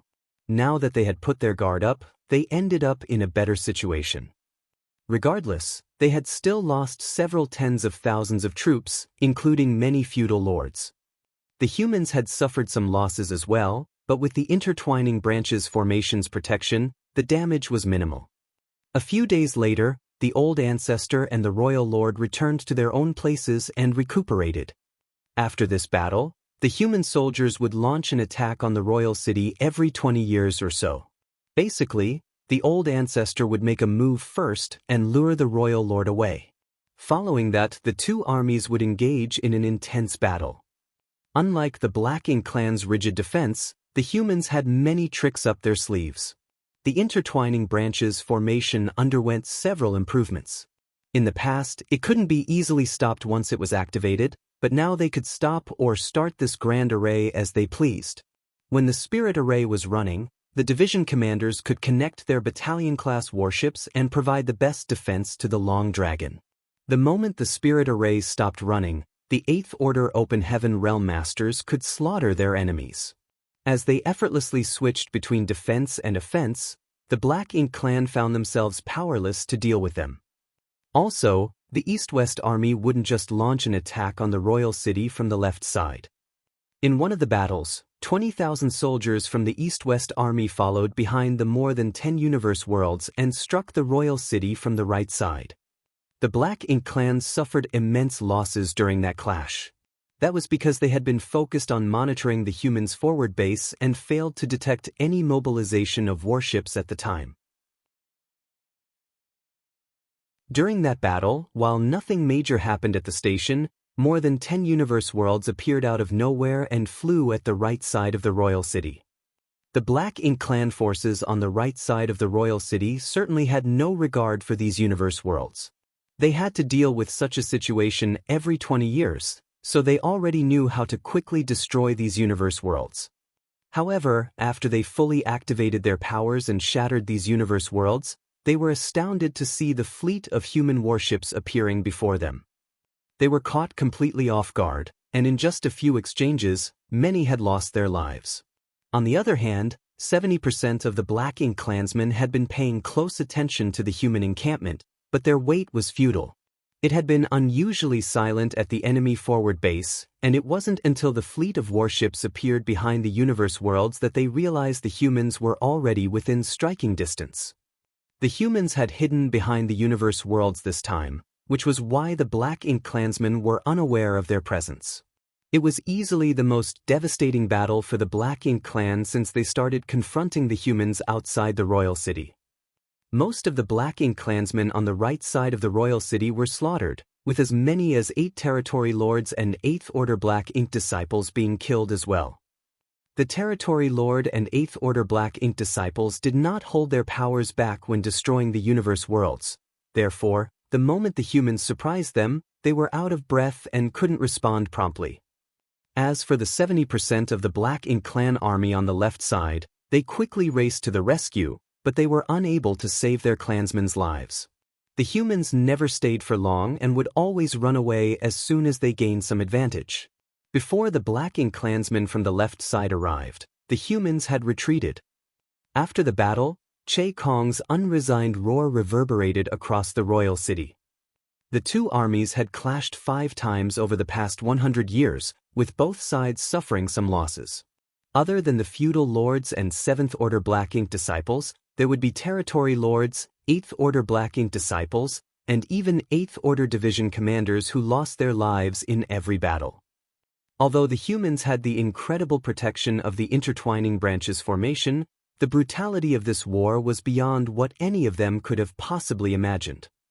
As the war that the East-West army was embroiled in intensified, things were similarly heating up on the North-South Army side. When the East-West Army originally set up their forward base outside the royal city, there were already 1 million Black Ink clan soldiers lying in wait. After years of war, there were still 1 million Black Ink clan soldiers. In fact, instead of a decrease, there had actually been an increase in their numbers. The reason they were able to achieve this was that they had a way to replace the dead Black Ink clansmen. However, the new soldiers were not comparable to the original Black Ink clan army. The Black Ink clansmen originally outside the royal city were the territory lord's elite subordinates, so they were all fairly powerful. On the other hand, the new Black Ink clansmen were the weaker ones who didn't get to be selected back then. Many elite Black Ink clansmen would be killed in every battle. As time passed, there were still 1 million Black Ink clan soldiers, but their collective power was no longer comparable to that in the beginning. It could be proven by looking at the number of casualties on the Black Ink clan side after every battle. As the Black Ink clan clashed with the humans, the number of casualties they suffered increased with every fight. It wasn't that the humans had become stronger, it was because the Black Ink clan's collective strength had become weaker. The humans' collective power had weakened as well. That was because there would be people who lost their lives in every war. However, they still managed to gain an increasingly bigger advantage. How was Che Kong supposed to stay calm and collected in such a situation? The royal lord had told him to defend the royal city. With 1 million Black Ink clan soldiers under his command, he didn't even need to launch an attack. All he had to do was protect the royal city at all costs. If he couldn't even achieve that simple task, how was he supposed to face the royal lord again? Nonetheless, it was an undeniable fact that the collective power of the Black Ink clan was on the decline. In order to change that, he had to get more elite Black Ink clansmen to come to the royal city. Where was he supposed to get those elites from? In the entire Great Evolution Theater, other than the 1 million Black Ink clansmen outside the royal city, there were only those who were stationed in Great Evolution Pass. Other than hundreds of thousands of elite soldiers, there were also over 20 territory lords and about 50 8th Order Black Ink disciples at Great Evolution Pass. If those soldiers could come to the royal city, the humans would certainly be defeated. It wasn't until this moment that they realized how much of a mistake it had been to leave many Black Ink clansmen in Great Evolution Pass.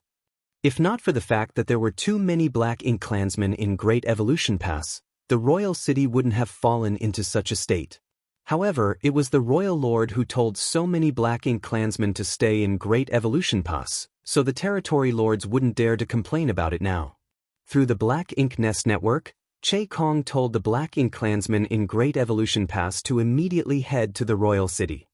Upon receiving the order, Hong Di hurriedly started taking action.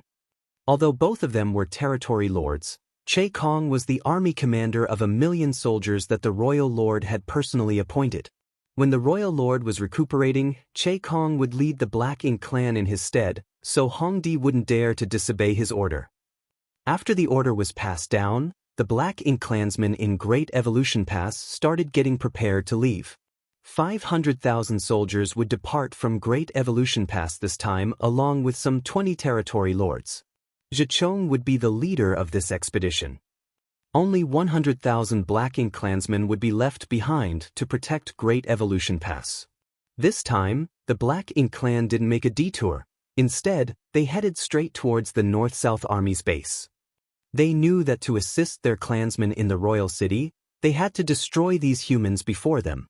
If they were ambushed by the humans on their way to their destination, a battle would be inevitable, and they might even fall into the humans' trap. This was exactly what Ouyang Lai and Mi Jingluan hoped would happen. In fact, the moment Cha Pu brought the news from the East-West Army with him, Mi Jingluan started making arrangements for this very scenario. He knew that as the East-West Army kept on using the same tactic, the Black Ink clansmen in the royal city wouldn't be able to persevere forever. Once the royal city fell into a perilous situation, they would seek help from their allies in Great Evolution Pass. By then, regardless of whether they were willing to or not, the Black Ink clan here would have to head to the royal city. The North-South Army had been getting prepared for almost a century for this moment. Over the past 100 years, other than clashing with the Black Ink clan from Great Evolution Pass, the North-South Army spent their time extracting resources from everywhere instead of resting and cultivating.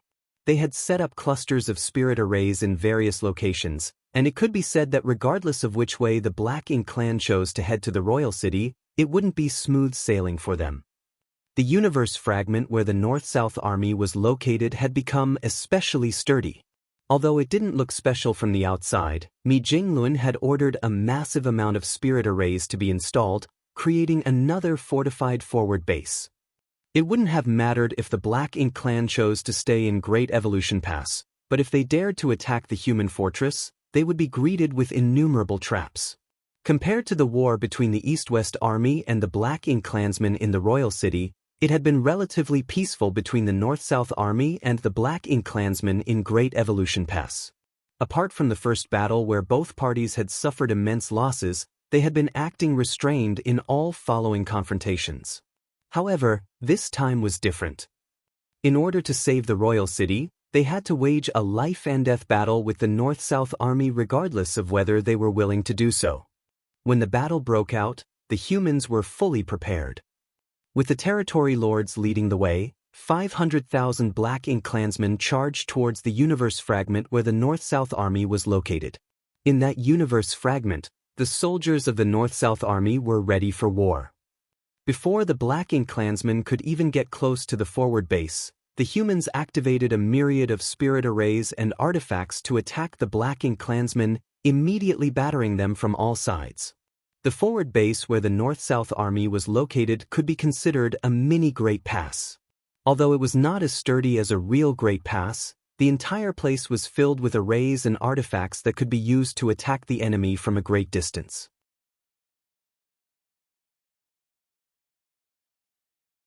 Martial Peak, Chapter 5252, Decisive Battle. 500,000 Black Ink clansmen were just 5 million kilometers away from the universe fragment when they were struck by the storm of attacks from the arrays and artifacts. Under normal circumstances, such a barrage would be enough to drive these Black Ink clansmen off, but this time was different. All the territory lords were aware of the severity of the situation with the royal city at risk of being destroyed. Therefore, regardless of the price they had to pay, they had to head to the royal city. Shichong took the initiative by leading the territory lords and 8th Order Black Ink disciples to open up the way for the rest of the army. Faced with the intense bombardment, they steadfastly drew closer to the humans' base. The Black Ink clansmen were still 5 million kilometers away from the forward base, but several tens of thousands of them had lost their lives in a short time. They were practically stepping on the corpses of their clansmen to advance, while the territory lords and 8th Order Black Ink disciples at the vanguard were all injured. This time, the Black Ink clan exhibited unwavering resolve. Faced with the continuous attacks from the arrays and artifacts, none of the territory lords and feudal lords backed down. Although the clansmen around them continued to pass away, they were determined to continue forward. That was because the territory lords knew that it was a price they had to pay. As long as they could get close to the humans and force them into a melee, they would gain the upper hand as they had numbers on their side. Although the skirmishes between both parties over the years had been intermittent and relatively tame, the Black Ink clansmen were fully aware of the humans' true power. The humans numbered 30,000 when they first arrived outside Great Evolution Pass, but that number included several thousand specialists such as artifact refiners, array masters, and alchemists. Furthermore, after years of war, the humans had naturally suffered a number of losses. Now, the combat force they could mobilize totaled about 20,000. On the other hand, there were 500,000 soldiers on the Black Ink clan side, with the number of top masters being equal to that of the humans. Therefore, even though the humans had their warships to rely on, they didn't have any kind of significant advantage. These 500,000 Black Ink soldiers sacrificed many of their comrades before finally getting close to the forward base. However, the moment they landed on the universe fragment, they were dumbstruck. That was because this forward base, which was full of humans before, was completely empty now. Regardless of where they looked, they couldn't find a single human on this large universe fragment. Besides that, The artifacts that served as the array cores were gone as well. What was left behind were the large number of arrays that couldn't be taken away.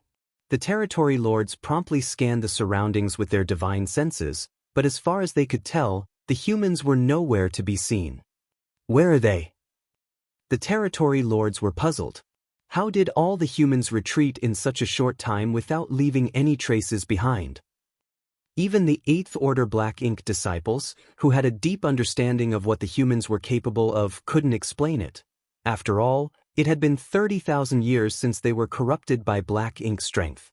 Purifying Black Ink battleships and universe arrays only appeared after Xianxia arrived, so how were they supposed to know the secrets behind them? Damn it! One of the territory lords roared and stomped his foot on the ground. As his violent force burst forth, the entire universe fragment shook a little. Don't! Xichong quickly tried to stop him, but it was too late. A dangerous aura suddenly engulfed the entire universe fragment. Following that, the arrays that remained lit up and connected with each other. After just a moment, the universe fragment was covered in a massive grand array.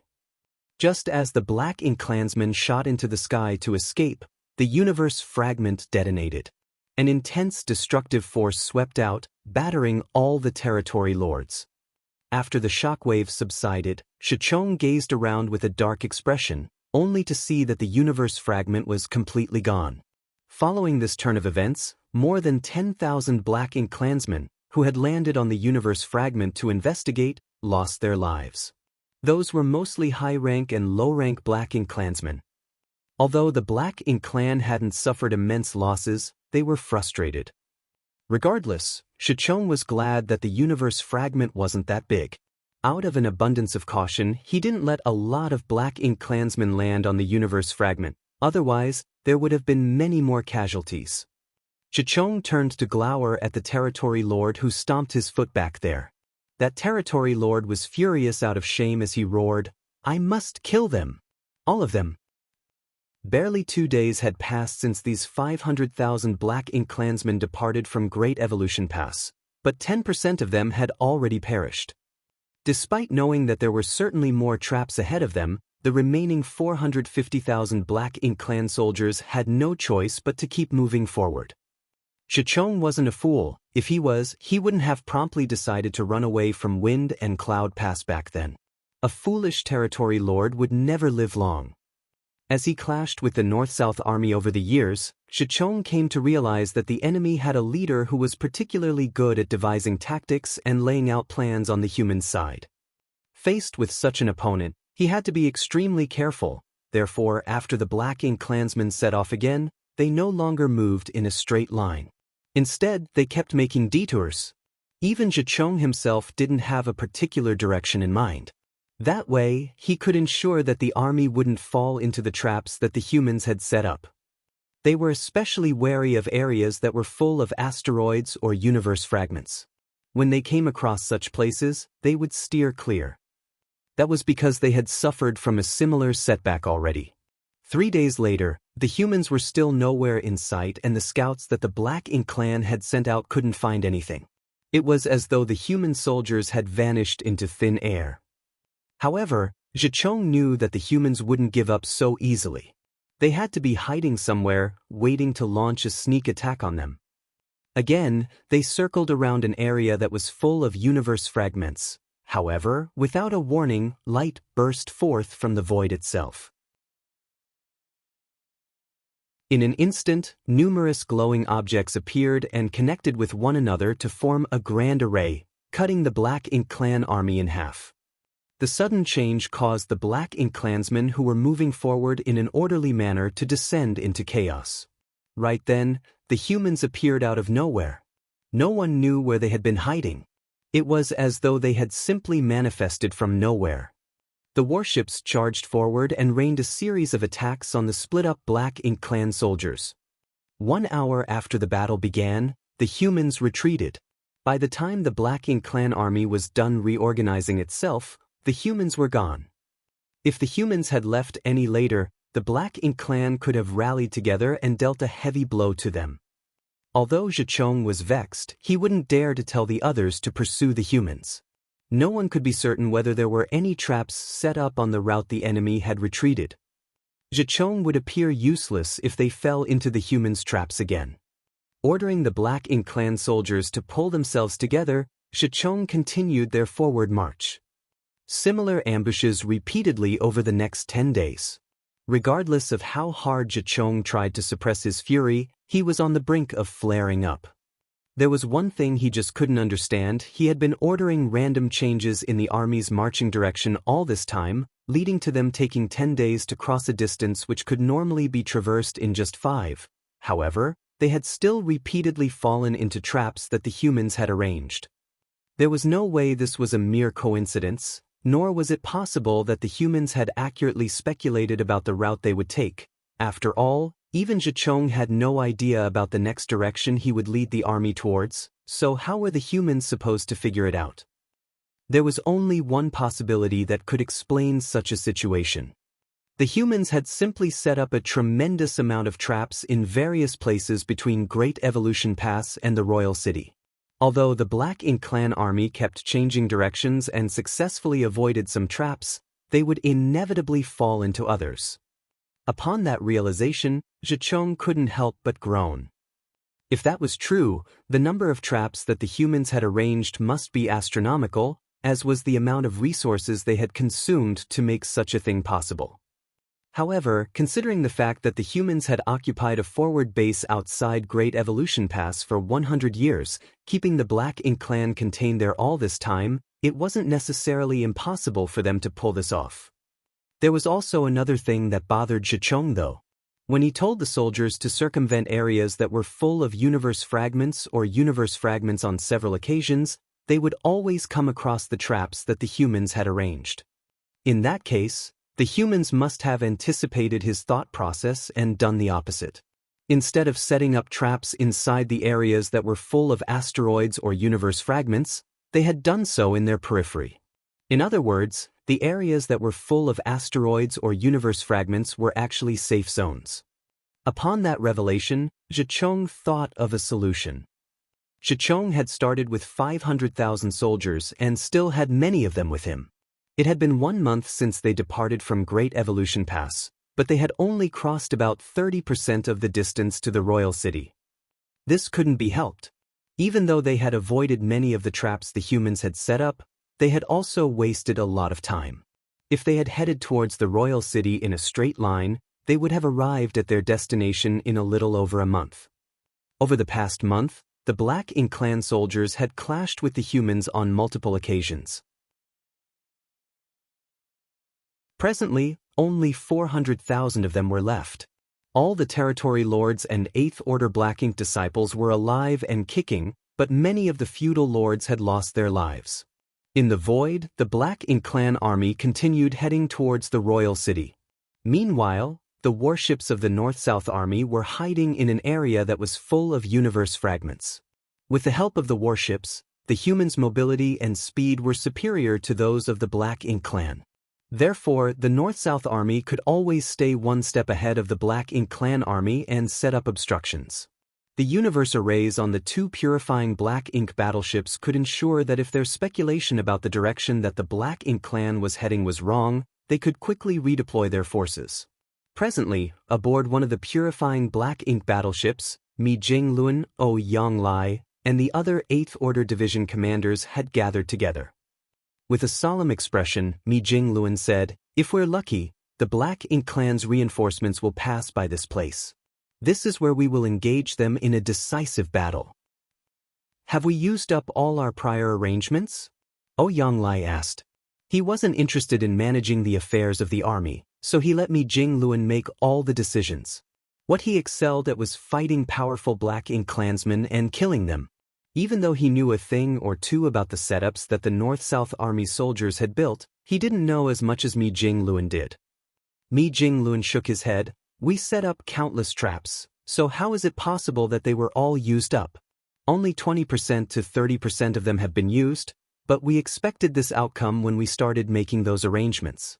However, there's nothing else beyond this point. This couldn't be helped. Although the North-South Army had spent 100 years and consumed a massive amount of resources to set up innumerable traps in the void, they couldn't possibly build traps all the way from Great Evolution Pass to the Royal City in such a short amount of time. This was already the best they could do. If the Black Ink Clan army successfully crossed this point, there would no longer be any dangers ahead of them.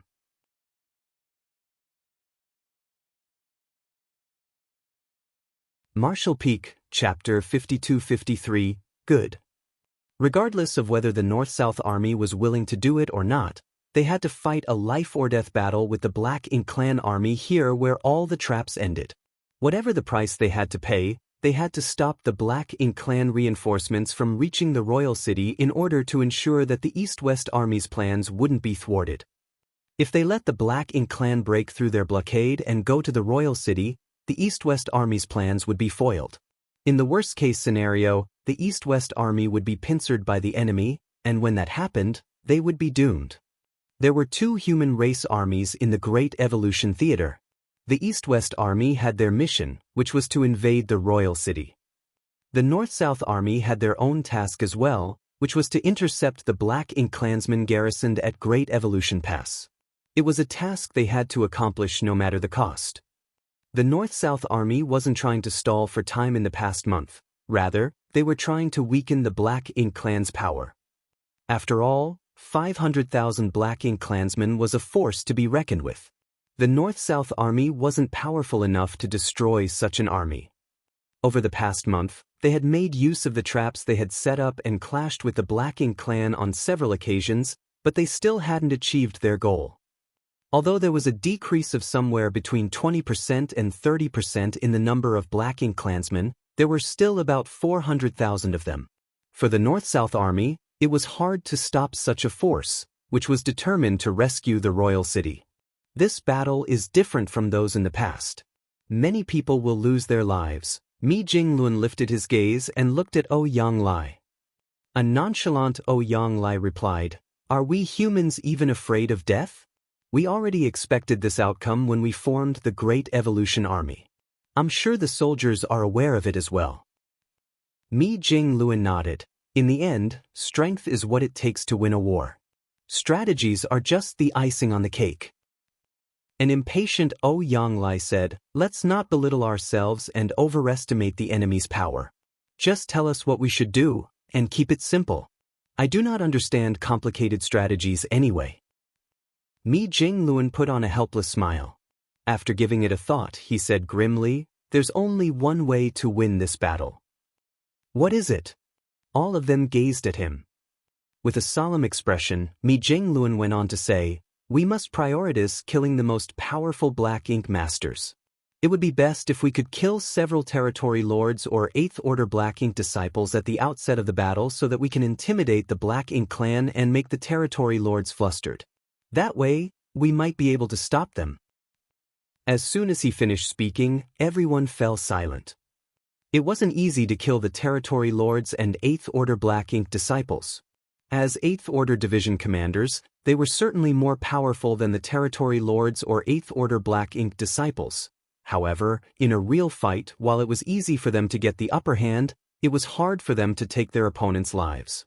In order to accomplish this, they would also have to pay a huge price. Mi Jinglun didn't say it clearly, but everyone present knew what he meant.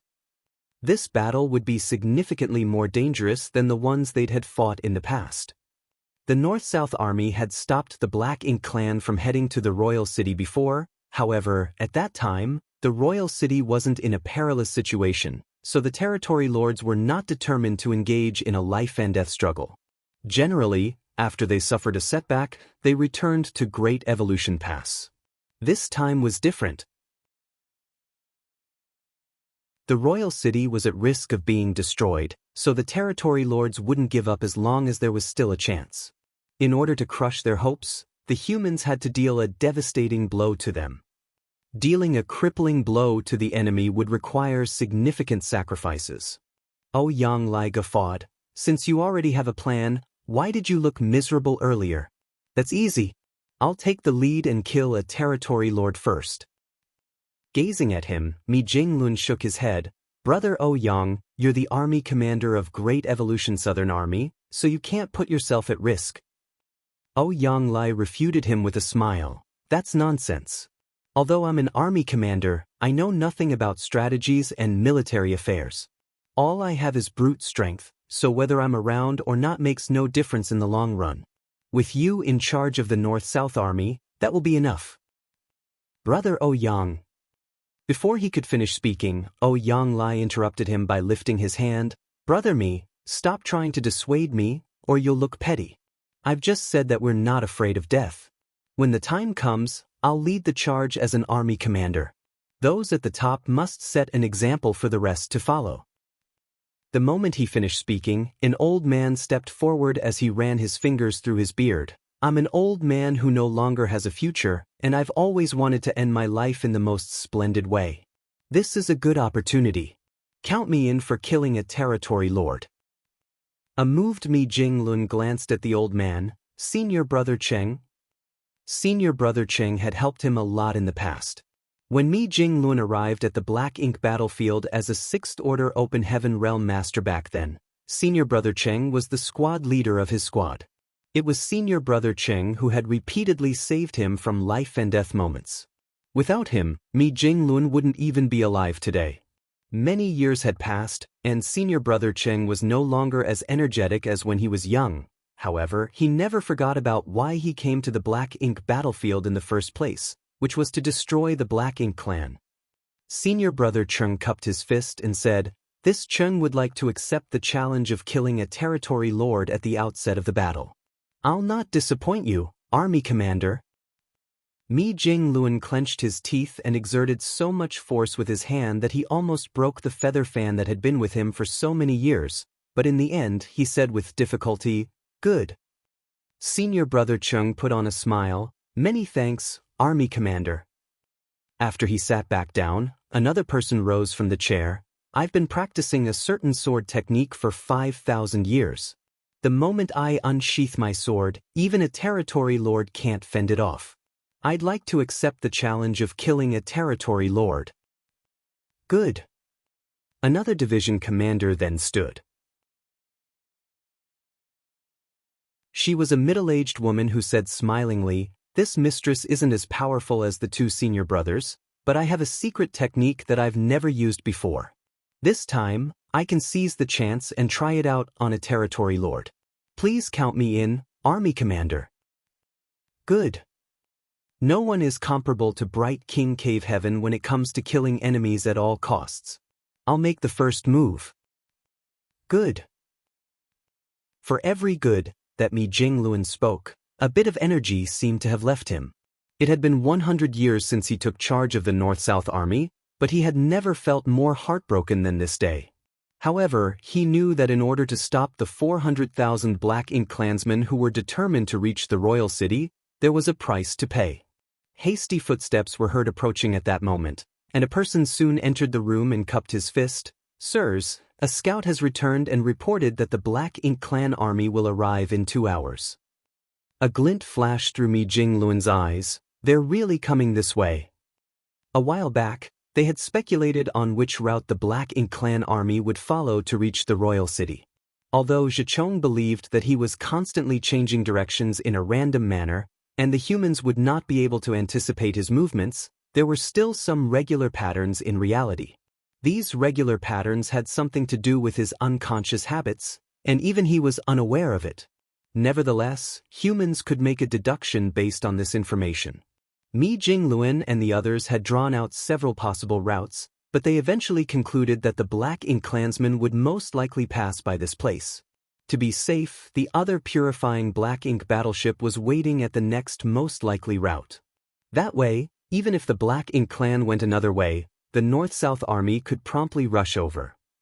If the Black Ink clan didn't head in either direction, the humans would have no choice but to fight with them head-on. Now, it seemed that the humans were in luck. "Tell those from the other side to return," Mi Jinglun ordered. "Yes." The person respectfully left to carry out his orders. Mi Jinglun glanced at the other 8 Order Open Heaven Realm Masters. "The battle is about to take place, and you know all the arrangements there are. There's only one thing I'd like to remind you of. After sweeping a glance over them, he cupped his fist and said solemnly, "Please take good care of yourself." Xianxia grinned. "Don't worry about it. Killing some Black Ink clansmen is no big deal." Mi Jinglun parted his lips, but he didn't know what else he should say. Xianxia patted his shoulder and left the room. Since the battle was only 2 hours away, he had something to say to his good-for-nothing disciple. The other 8th Order Division commanders left one by one, until eventually Mi Jinglun was left alone on the purifying Black Ink battleship. The following 2 hours were quiet as the scouts at the front line kept sending information back. What surprised Mi Jinglun was that the Black Ink clan didn't circumvent the region where the humans were located, despite it being an area filled with universe fragments. Instead, they were coming straight in this direction. It seemed that the commander of the Black Ink clan army had realized something, which was why such a bold decision was made. That was actually a wise decision, as in truth, the North-South Army had set up traps all around the periphery of many regions filled with asteroids and universe fragments. Regardless of which way the Black Ink clan army passed by, they would inevitably fall into some traps. Only by directly passing through the asteroids and universe fragments would they avoid them. However, the North-South Army happened to be hiding in this area of universe fragments. With the help of these universe fragments, the human soldiers could perfectly conceal themselves, then emerge from their hiding spots and attack the Black Ink clan soldiers when the time was right. Other than that, they could also make use of the complicated terrain to deal with the enemies. It could be said that as the humans had to face the Black Ink clan, who had significantly more people on their side, this area of universe fragments was the best possible battlefield. Now, the Black Ink clan soldiers were coming to this place. Although they could avoid the traps that the humans had set up in advance, they had inadvertently selected a terrible battlefield. The concealment arrays on the warships were activated, and with the help of the universe fragments, the humans hid themselves in preparation. On the ship's deck, Mi Jinglun watched as the Black Ink clan scouts entered the region of universe fragments. Although they were supposedly just scouts, there were close to 100,000 of them. The rest of the Black Ink clan army followed closely behind them. Apparently, the leader of these Black Ink clansmen knew that if the humans were really hiding in this place, the scouts would be doomed if there were too few of them. In that case, a large number of them should directly barge into the place to intimidate the enemy. The formation of several 100,000 soldiers was very long, so it took them an hour before all of them entered the universe fragment field. Although the scouts had been looking around, they found nothing. Mi Jinglun closed his eyes and waited patiently. Finally, there came a moment when he suddenly opened his eyes and waved his feather fan. He didn't seem to have exerted any force with his hand. However, the moment the feather fan pointed forward, the silent region filled with universe fragments suddenly erupted with noise. The arrays on the warship started running, and all kinds of lights started shining as various secret techniques and artifact attacks shot towards the Black Ink clan soldiers. Xianxia, who was leading the army forward, was stunned. Based on his speculation, an area that was full of asteroids and universe fragments should be safe, so he hadn't anticipated stepping right into a place where the humans were hiding.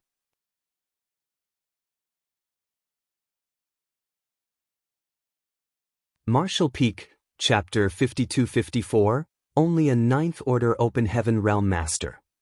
The shock only lasted for a brief moment, though, as Xianxia soon grit his teeth and focused. Since they departed from Great Evolution Pass 1 month ago, they had gone through a lot of hardships because of the humans. They would always fall into a trap, after which the humans would appear out of nowhere and attack them. By the time they managed to reorganize themselves, the humans would have retreated. The Black Ink clan had suffered a lot of setbacks, but they had nowhere to vent their anger. There were no traps this time, but the humans had taken the initiative to come at them. Rather than falling into the humans' ambush, the Black Ink clan army had actually barged into their hiding place. After all, it wasn't like 20,000 humans could encircle and besiege them. Xianxia was determined to make the humans pay the price for what they had done on this day. He thus roared, "Kill!" The moment he gave the order, he felt a ferocious aura locking onto him. He was astounded by the aura that was filled with murderous intent. Both armies had been fighting against each other for the past 100 years, and the territory lords and 8th Order Division commanders had gotten into several fights, so they knew a thing or two about each other. Xianxia instantly felt a sense of familiarity when the aura locked onto him. If he wasn't mistaken, it belonged to an extremely powerful 8th Order Open Heaven Realm Master. It seemed that the other party had realized Xianxia was the leader of this army, so he directly targeted him. Xianxia had exchanged moves with this man before and had no choice but to admit that he was no match for him if they were in a one-on-one fight, so the moment he detected this aura, Xianxia promptly retreated. At the same time, the Black Ink clan soldiers charged forward to protect him. Xianxia wasn't a fool, so he wouldn't directly clash with the other party at this point. The biggest advantage the Black Ink clan had was the large number of people they had on their side, so he certainly would make use of it to deal with this opponent. With the help of the soldiers around him, Xianxia would be safe for a while. Even if they couldn't stop this enemy, they would be able to weaken him. By then, Xianxia would have a way to deal with this powerful opponent. When he looked up, he saw that there was a man with red hair charging towards him. The person's world force had been pushed to the limit, and his entire figure was aflame. Even the space around him warped as he flew forward. Besides this man, there were also other 8th Order Open Heaven Realm Masters that dashed out from the human side in a menacing manner, all of them exuding a thick murderous intent with determination written all over their faces. Xianxia felt his heart clenching as he wondered what was going on with the humans today. One of them was covered in a layer of golden blood mist, which was a sign that he was drawing on his vitality to boost his strength beyond its normal limits. One figure was engulfed in brilliant sword light as he shot forward. Another figure appeared to be sauntering casually across the void, but he had already appeared among the Black Ink clansmen after taking only one step. There was another figure that dashed out with a thin smile on her face as she formed a complex set of hand seals, flower petals swirling around her. There wasn't any delay at all. The moment the humans launched an attack, the figures that exuded 8th Order Open Heaven Realm auras instantly appeared among the Black Ink clan soldiers. Wherever these figures went, the Black Ink clan soldiers collapsed. Although there was a massive number of people on their side, they were unable to stop these figures' rampage. The thousands of Black Ink clansmen in front of Xianxia formed a fairly powerful screen as they included about 20 feudal lords. Such a group should supposedly be able to ward off an 8th Order Open Heaven Realm Master for at least a short time. However, the moment the man with red hair whose figure was burning arrived, these thousands of Black Ink clansmen were simply unable to stop. The red-haired man didn't even make a move as just the flames around his figure were enough to destroy any Black Ink clansman that got too close. It wasn't certain what the secret behind these flames were, but the moment any Black Ink clansman came into contact with them, they started burning and howling in pain. The next instant, the red-haired man reached Xianxia and realization struck him. "Are you insane?" Xianxia exclaimed. This couldn't be helped, as he finally figured out what was wrong. The red-haired man was burning his own blood essence. This was a technique that was unique to human cultivators, and Xianxia had heard about it from the Black Ink disciples before. The blood essence of a human cultivator was precious as it was the foundation of their vitality that had been accumulated over a very long time. No human would burn their blood essence if they had a choice. They would only do so during a life-or-death moment. Even though the cultivator could significantly increase his or her strength for a short time by burning their blood essence, the drawbacks of doing so were immense. It was certain that this man would be seriously weakened, and in the worst-case scenario, his foundation would be damaged, causing his cultivation to drop. The battle had just begun, but the 8th Order Open Heaven Realm Master before his eyes had already started burning his blood essence. What else could it be if he wasn't out of his mind?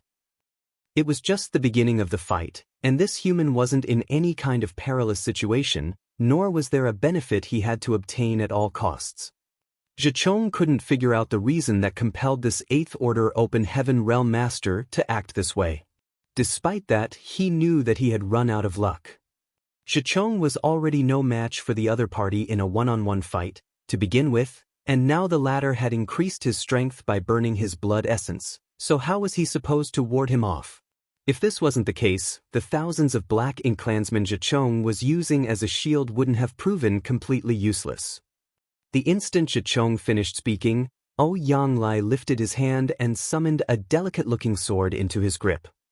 It was hard to imagine that a masculine man like him would be using such a delicate-looking sword, but that was indeed the case. This sword was his natal artifact, so he wouldn't show it to others unless it was necessary to do so. That was because he too felt that this artifact didn't match his image. It was somewhat of a mismatch for a burly man with flaming red hair like him to hold such a delicate-looking sword. In fact, he hadn't used this sword for a very long time. The reason he even summoned this sword now was that he had to kill his enemy no matter the cost. Ouyang was a completely different person when he had a sword in his hand. As he was holding his sword, the aura around him became extremely sharp. His entire figure seemed to have transformed into a sword that was about to be unsheathed. The intimidating sword intent caused Xicheng to feel a chill running down his spine. The flame around Ouyang soon engulfed his sword. The next instant, sword chi burst forth and engulfed Xicheng. The red-haired man didn't hold back anything as he unleashed a series of fatal attacks in quick succession. Xicheng felt his soul leaving his body. He could feel that this 8th Order Open Heaven Realm Master was set on killing him. This red-haired man had already started burning his blood essence the moment he appeared, and he didn't seem to have the intention of defending himself. It was apparent that he was determined to kill his opponent regardless of the costs. What was the point of him doing this? Xicheng had no idea how horrifying an 8th Order Open Heaven Realm Master who was determined to kill could be in the past, but he knew now. Although Xicheng fully pushed his own power, he was still no match for the other party. In just several breaths of time, he fell into a complete disadvantage. Faced with the opponent's attacks, he could only defend himself in a fluster. Battered, he continuously lured the 8th Order Open Heaven Realm Master to the surrounding weaker black ink clansmen in the hopes that these soldiers would help him turn things around. Ouyang followed closely behind him. The flickering sword lights caused Xicheng's black blood to scatter across the void. However, Ouyang was also impacted by the attacks that were coming at him from all directions. His clothes were dyed red with blood. Just then, a menacing sword intent pervaded a particular area of the battlefield. The sword intent was unimaginably powerful. As the sword intent spread out, a dazzling sword light emerged. The next instant, a person's voice reverberated across the place. Butterfly transformation. Instantly, the aura of a territory lord rose up wildly before fading away forever. Aboard the purifying black ink battleship, Mi Jinglun stood on the deck as he watched the sword light that had exploded. It was the strongest sword technique he had ever seen in his life. The sword technique had surpassed the 8th Order Open Heaven realm and almost reached the threshold of the 9th Order. It was a sword technique that an 8th Order Open Heaven realm master had practiced for 5,000 years, and the moment it was cast, only a 9th Order Open Heaven realm master could ward it off. It was the most splendid light in the world. Mi Jinglun bent his back to salute the person. The moment the terrifying sword light exploded, the aura of a territory lord disappeared. The next moment, a large number of black ink clansmen lost their lives. Following that, the death of an 8th Order Open Heaven realm master was felt. Xicheng, who was bombarded with Ouyang attacks, felt his face turning pale in an instant. The territory lord who had just lost his life was as powerful as he was. In fact, due to his rather unique constitution, he was even slightly stronger. However, just 10 breaths after the 8th Order Open Heaven realm masters had launched their attacks, that territory lord had already lost his life. He was probably the first territory lord who had lost his life so quickly after the beginning of a battle between the two races. Xicheng wouldn't even dare to imagine what would have happened to him if he were the one who had to deal with that sword attack. All of a sudden, he realized that the red-haired man before his eyes wasn't so savage after all. The sword light seemed to be even more oppressive. Following that, it was as if a chain reaction was set off on the battlefield. All sorts of profound and powerful secret techniques burst forth. Forget the Black Ink clan, even the humans had never seen such a wide display of powerful and abstruse secret techniques before. These were the secret techniques that one would only use in life or death moments, so they wouldn't easily show them to others. One could take in everything from the purifying Black Ink battleship, so Mi Jinglun could clearly see all the secret techniques that exploded on the battlefield. Somewhere on the battlefield, a gigantic blood-colored flower suddenly blossomed and covered the void. A familiar aura exuded from the blood-colored flower. It was transformed from the blood essence of an 8th Order Open Heaven Realm Master. The moment the blood-colored flower petals closed up, not only did it entrap thousands of Black Ink clansmen, but also a territory lord. When the blood-colored flower reopened half a cup of tea's time later, there was no one that was alive inside, only warm corpses lying on the flower's stamen. In another place on the battlefield, the 8th Order Open Heaven Realm Master from Bright King Cave Heaven summoned his divine manifestation and transformed into a giant. His vitality surged as he rampaged around the battlefield, slaughtering the enemy. On the other hand, Senior Brother Cheng actually spread out his small universe and trapped 10,000 Black Ink clansmen inside of it. As his world force undulated, he battled a territory lord and an 8th Order Black Ink disciple all on his own. In a different place, Yanglai was besieged by the Black Ink clan soldiers, but he was still able to gain the upper hand over the territory lord with his flaming sword in hand.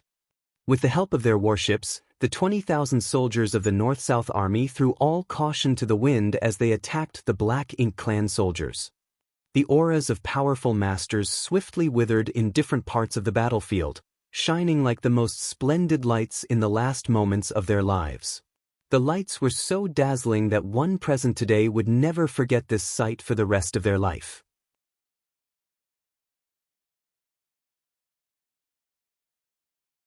Martial Peak, Chapter 52-55, Seeing Them Off. Overwhelmed by a heart-wrenching feeling, Mi Jinglun gently closed his eyes. When his eyes reopened, the world force around him surged. As he stomped his foot on the deck, he drove the gigantic purifying Black Ink battleship towards the battlefield. There wasn't a need for him to stay outside of the battlefield and give orders. The North-South Army, from the weakest of soldiers to the 8th Order Open Heaven Realm Masters, were not afraid of death, so how was it possible that they would lose this battle? He also had to leave his own mark in this war. As an 8th Order Open Heaven Realm Master, he wasn't just an army commander who was good at strategizing, but also a fighter who could kill the enemy. From the outset of the battle, the Black Ink clan army had descended into chaos. None of them could have expected that the humans would be so resolute this time. A territory lord was killed by an 8th Order Open Heaven Realm Master barely 10 breaths after hostilities broke out. That was a territory lord, not an insignificant low-rank Black Ink clansman. How was it possible that he was killed so soon? Although the 8th Order Open Heaven Realm Master also lost his life moments later, he still managed to kill thousands of Black Ink clansmen before his death. Powerful territory lords and 8th Order Black Ink disciples subsequently lost their lives. The brutality and intensity of the battle this time was far beyond the Black Ink clan's imagination. It was the same case for the humans. There had never been a battle where they had suffered such immense losses so quickly. Even when the North-South Army arrived at the Great Evolution Theater for the first time more than 100 years ago and stopped the Black Ink clan reinforcements from leaving Great Evolution Pass, there were not so many casualties. During that battle, only a small number of 8th Order Open Heaven Realm Masters lost their lives, and even then it happened gradually over several days. This time was different. It had only been 2 hours since the start of the battle, but 7 8th Order Open Heaven Realm Masters had fallen. If the war dragged on, there would surely be even more casualties. Those 7 fallen 8th Order Masters brought 7 territory lords, 3 8th Order Black Ink disciples, and several tens of thousands of Black Ink clan soldiers down with them. Those who lost their lives on the battlefield were the seniors and elders of the soldiers still fighting. They had taken good care of them and taught them invaluable lessons in the past. Now that they were gone, the young had to take up the responsibility. The human soldiers were so furious that their eyes had reddened. The death of the Eighth Order Open Heaven Realm Masters changed the situation on the battlefield. All humans, regardless of their cultivation and status, went all out to destroy the enemy, not caring about their own safety at all. 20,000 humans had to face some 400,000 Black Ink clansmen. Despite the huge difference in numbers on both sides, the humans were still able to get the upper hand over the Black Ink clan army. That was because the Eighth Order Open Heaven Realm Masters had sacrificed themselves to intimidate the enemy, and all the human soldiers were united as one. More and more territory lords and Eighth Order Open Heaven Realm Masters lost their lives on the battlefield while many warships were shattered and engulfed in flames. Universe fragments exploded into dust as the battlefield descended into mayhem. These several 100,000 Black Ink clan soldiers had entered this field of universe fragments in an orderly manner, but as the Eighth Order Open Heaven Realm Masters emerged and dealt a heavy blow to them, their formation immediately collapsed. Suddenly, there came a moment when a huge commotion broke out. That was because Zhichong was killed. He was the de facto leader of the Black Ink clan army, so when he was around, the territory lords would obey his orders. Now that he was gone, none of the territory lords had the necessary authority to command the rest of the Black Ink clan army. Every territory lord had their own thoughts. In such a situation, those Eighth Order Open Heaven Realm Masters were like starving wolves. Their powerful auras had locked onto the territory lords, and they were determined to kill them at all costs. This was no laughing matter. The Eighth Order Open Heaven Realm Masters had proven their determination already. Faced with these flares, the territory lords felt chills running down their spines. They could only tell their subordinates to surround them and protect them from the crazed Eighth Order Masters. With more Black Ink clansmen becoming defensive, there were fewer people fighting back. On the battlefield, the human warships charged around as secret techniques and artifacts were continuously shot off, each attack killing more enemies. The number of Black Ink clan soldiers was rapidly decreasing, and it was the same case for the human warships. In this battle, both parties had paid an almost unbearable price. The battle lasted for 3 days. Finally, there came a moment when the noise on the battlefield died down. Both parties backed down and confronted each other with a distance of several 100,000 kilometers between them. Most of the universe fragments were gone, shattered by the fallout of the clash between the two armies. With the shattered universe fragments as the background and the purifying Black Ink battleship boldly situated at the front of the fleet, the surviving humans formed up with their warships. Smoke billowed from those warships, and the arrays were heard crackling and exploding. Some of the warships looked so dilapidated that it was as though they would break apart with just a touch. Despite that, these warships that had gathered together were intimidating to the enemies. Several 100,000 kilometers away, the territory lords and their subordinates had also come together. There were still significantly more people on their side, but faced with the humans' intimidation, the Black Ink clan soldiers were engulfed in wariness and fear. After this battle, the Black Ink clansmen became truly afraid. They finally had a taste of how mad and fearless the humans could be. Even the Eighth Order Masters, whose lives were incredibly precious, were willing to drag the territory lords down at the cost of their own lives, so what wouldn't the humans dare to do? These humans were simply insane. The reason that the remaining territory lords survived wasn't that they were stronger than the territory lords who were killed, it was just that they were luckier as they hadn't been targeted by those crazed Eighth Order humans. None of the territory lords who were targeted by the Eighth Order Open Heaven Realm Masters for death had survived. After the unimaginably intense battle, the survivors from both sides confronted each other from a distance. In such a tense atmosphere, they greedily enjoyed the rare peacefulness. The territory lords secretly communicated with each other using their divine senses. The humans had no idea what they were talking about, but it was apparent that they were discussing whether they should fight or retreat.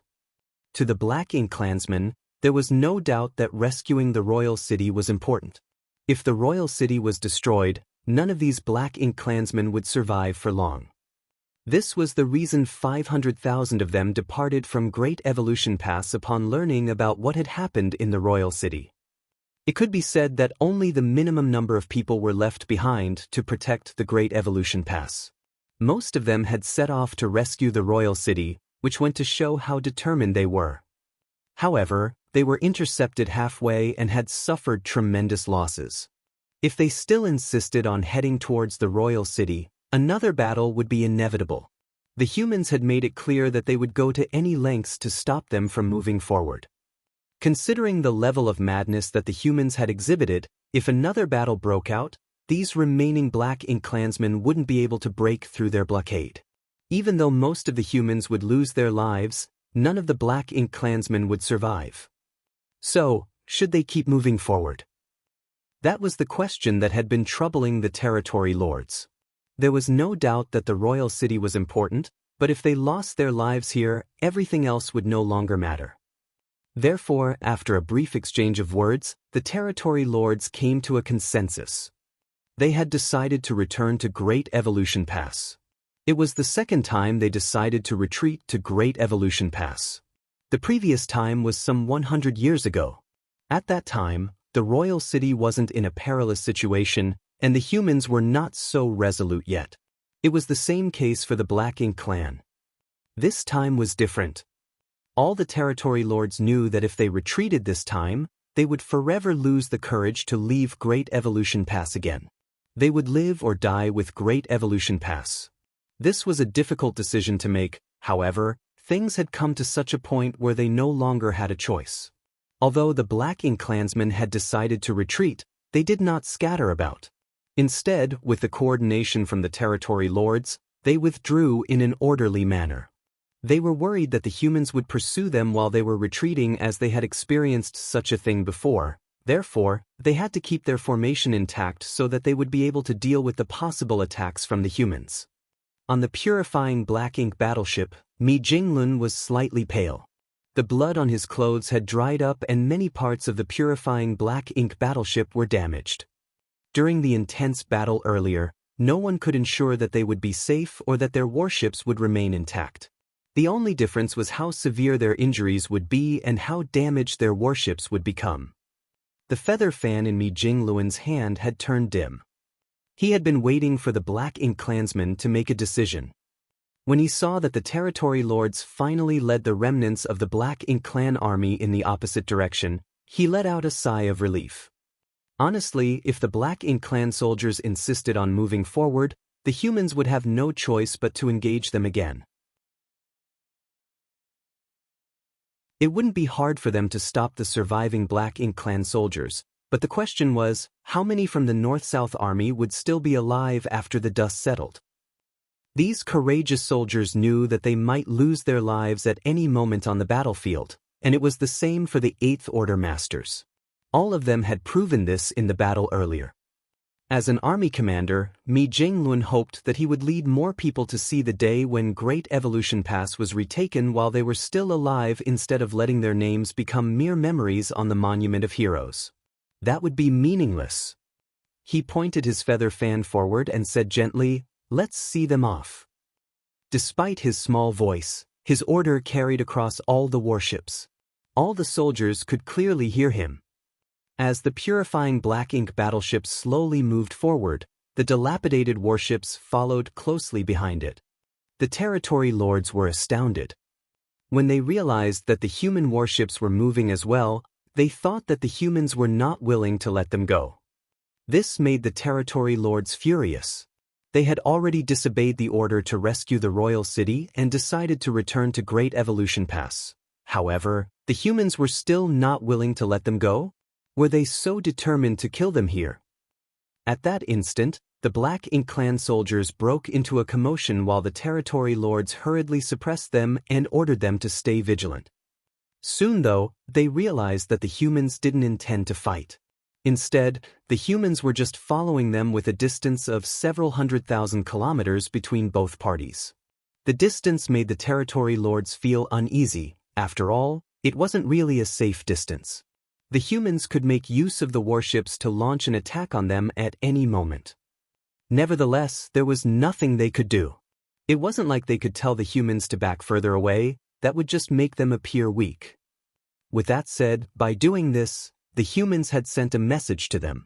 They would watch them return to Great Evolution Pass, so they shouldn't even think about making a detour and heading to the royal city. Upon that realization, the territory lords were torn between tears and laughter. They wondered who the army commander of the human soldiers was. That person was just too cautious.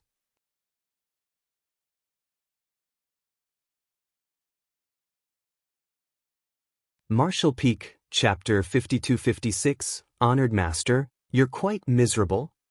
Since the humans wanted to watch them return to Great Evolution Pass, there was nothing that the Black Ink clan could do other than tacitly agree to it. So what if they don't agree? It wasn't like they were willing to fight with the humans again either. In such an awkward atmosphere, these two surviving armies slowly moved towards Great Evolution Pass. Under Xianxia's leadership, it took the Black Ink clansmen 1 month to arrive at this place, but it wasn't so troublesome when they returned. They just had to go back in a straight line, so it only took them 10 days to arrive at their destination. With that said, it wasn't smooth sailing on their way back. Over the past 100 years, the North-South Army had set up a massive amount of traps around Great Evolution Pass in all directions. Under Xianxia's leadership, the Black Ink clan soldiers kept changing directions, so they had only triggered some 25% of the traps. In other words, there were still at least 70% of the traps still left behind. By going back to Great Evolution Pass in a straight line, the Black Ink clan soldiers were bound to trigger some of those traps. Every time they triggered these traps, some of them would lose their lives. Although the territory lords had been vigilant, it was impossible for them to avoid these things. Nevertheless, they were relieved that when they were caught by these traps, the humans didn't show any intention of attacking them. They only watched from behind in silence. It could be said that the journey back to Great Evolution Pass was paved with blood and tears for the Black Ink clansmen. When the Black Ink clan retreated, some of the humans remained behind at the site of the battle. Mi Jinglun had told some of them to stay so that they could clean up the mess and look for any survivors. Gong Lian was one of the people who stayed. That was because Mi Jinglun didn't sense Yanglai dying in the battle. After he killed Zhichong, Yanglai's aura indeed disappeared all of a sudden, but that wasn't the same as him being killed. Therefore, Mi Jinglun had a reason to believe that Yanglai was still alive. Perhaps he was just badly injured, so he didn't even have the strength to return to the purifying Black Ink battleship. He had most likely played dead and was now hiding somewhere. Gong Lian was the best person to handle this matter because he was Yanglai's legacy disciple. No one in the world was more familiar with Yanglai than he was. The area of shattered universe fragments was now filled with the debris of warships, broken limbs, and hashed meat. The entire void was also full of Black Ink clouds. Gong Lian agilely moved around the shattered rocks and debris. When he found human soldiers who were still alive, he would pull them out and send them to a safe place. Eventually, there came a moment when he saw a headless corpse. It was the corpse of a territory lord. An aura that was familiar to Gong Lian had been left behind on the wounds. It was the trace of Yanglai's sword chi. Since this territory lord was killed by Yanglai, he should have been the commander of the Black Ink clan army. After staring at the corpse for a while, Gong Lian became at ease and let out a breath. He then said, "Please come out, honored master. You're no longer a child, so please stop hiding." However, no reaction was felt coming from the corpse. Gong Lian frowned. Suddenly realizing something, he hurriedly moved forward and activated his power before slashing across the corpse with his palm. Although the territory lord's corpse was still sturdy, it couldn't possibly bear Gong Lian's attack. A big cut was formed on the corpse's stomach, after which a battered figure fell out of it. Gong Lian promptly supported this figure, only to see that Yanglai's face was as pale as a white sheet. His eyes were dyed black, and no part of his skin was intact. His aura was extremely weak, like a candle amidst the storm that might go out at any moment. Although Yanglai had managed to kill Zhichong by burning his blood essence during the battle, his opponent wasn't a weakling. He was injured by Zhichong's final desperation move. Furthermore, he was struck by the backlash of burning his blood essence. Surrounded by Black Ink clansmen, Yanglai didn't even have a chance to return to the purifying Black Ink battleship. Therefore, he promptly decided to activate a secret technique to conceal his figure and actually hid inside Zhichong's corpse. That was how he managed to keep himself alive. It was also thanks to Zhichong's huge figure that he could actually hide inside it. "Honored master, you're quite miserable," Gong Lian exclaimed. Glaring at this good-for-nothing disciple, Yanglai snapped, "Brat, if you had come any later, I would have killed myself." Gong Lian chuckled, "Since you still have the strength to curse at me, it shows that you're just fine." Yanglai's eyes became a shade darker as he hurriedly said, "Bring me back to the purifying Black Ink battleship right now." As soon as he finished speaking, he activated a secret technique and passed out, his head slumping to the side. With a solemn expression, Gong Lian released his divine sense and sent a message to his companions, who were looking for survivors nearby. Then he lugged the unconscious Yanglai with him and flew towards the fleet of warships. He could feel that his honored master was in a perilous situation. Other than the fact that Yanglai had been struck by the backlash of burning his blood essence, he was also invaded by Black Ink strength. He might turn into a Black Ink disciple at any moment. Hence, he wasn't joking when he said that he would kill himself. Yanglai would definitely commit suicide before he was completely corrupted by Black Ink strength. Although the humans now had a way to dispel Black Ink strength, he knew that his disciple would be the one looking for him, so he was worried that he might accidentally kill his disciple after he lost his mind. Fortunately, Gong Lian came to his rescue in time. Gong Lian moved forward at the speed of lightning. After all, he was a 7th Order Open Heaven Realm Master. Although he was also injured during the battle, his foundation hadn't been harmed. Barely one day later, the pair reached the fleet of warships and Gong Liang brought his honored master to the inner hall of the purifying Black Ink battleship. Mi Jinglun breathed a sigh of relief upon receiving the news. Many 8th Order Open Heaven Realm Masters had lost their lives during the battle.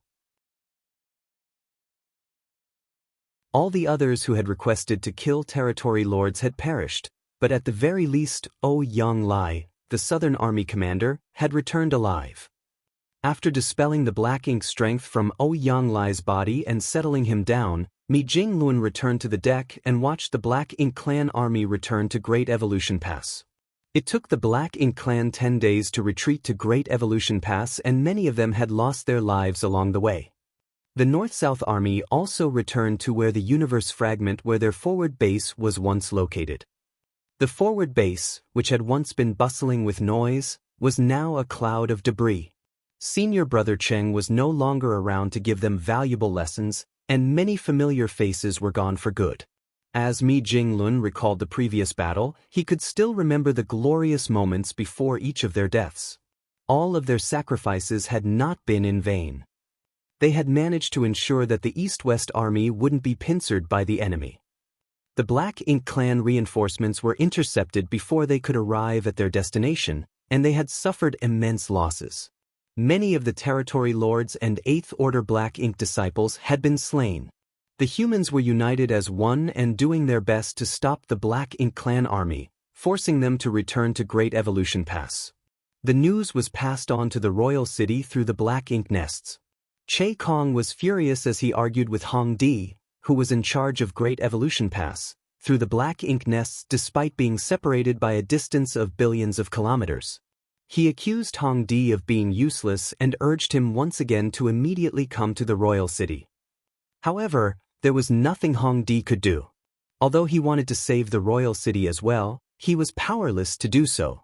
After the previous battle, their collective might had been significantly weakened, and about half of the Black Ink clan soldiers had lost their lives.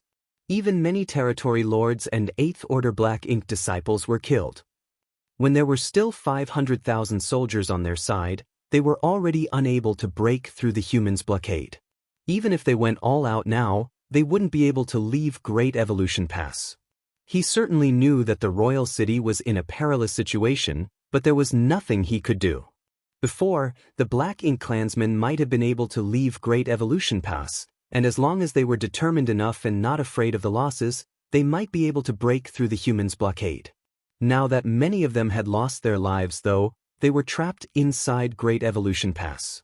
There was no way out for them other than defending Great Evolution Pass. However, could they really keep Great Evolution Pass? That was the question every territory lord had in their mind. There had only been 30,000 soldiers on the human side, but they had managed to toy with and repel nearly 1 million Black Ink clansmen for over 100 years. While the Black Ink clansmen were not aware of it, their strength was gradually weakened, and when they finally came to that realization, it was already too late.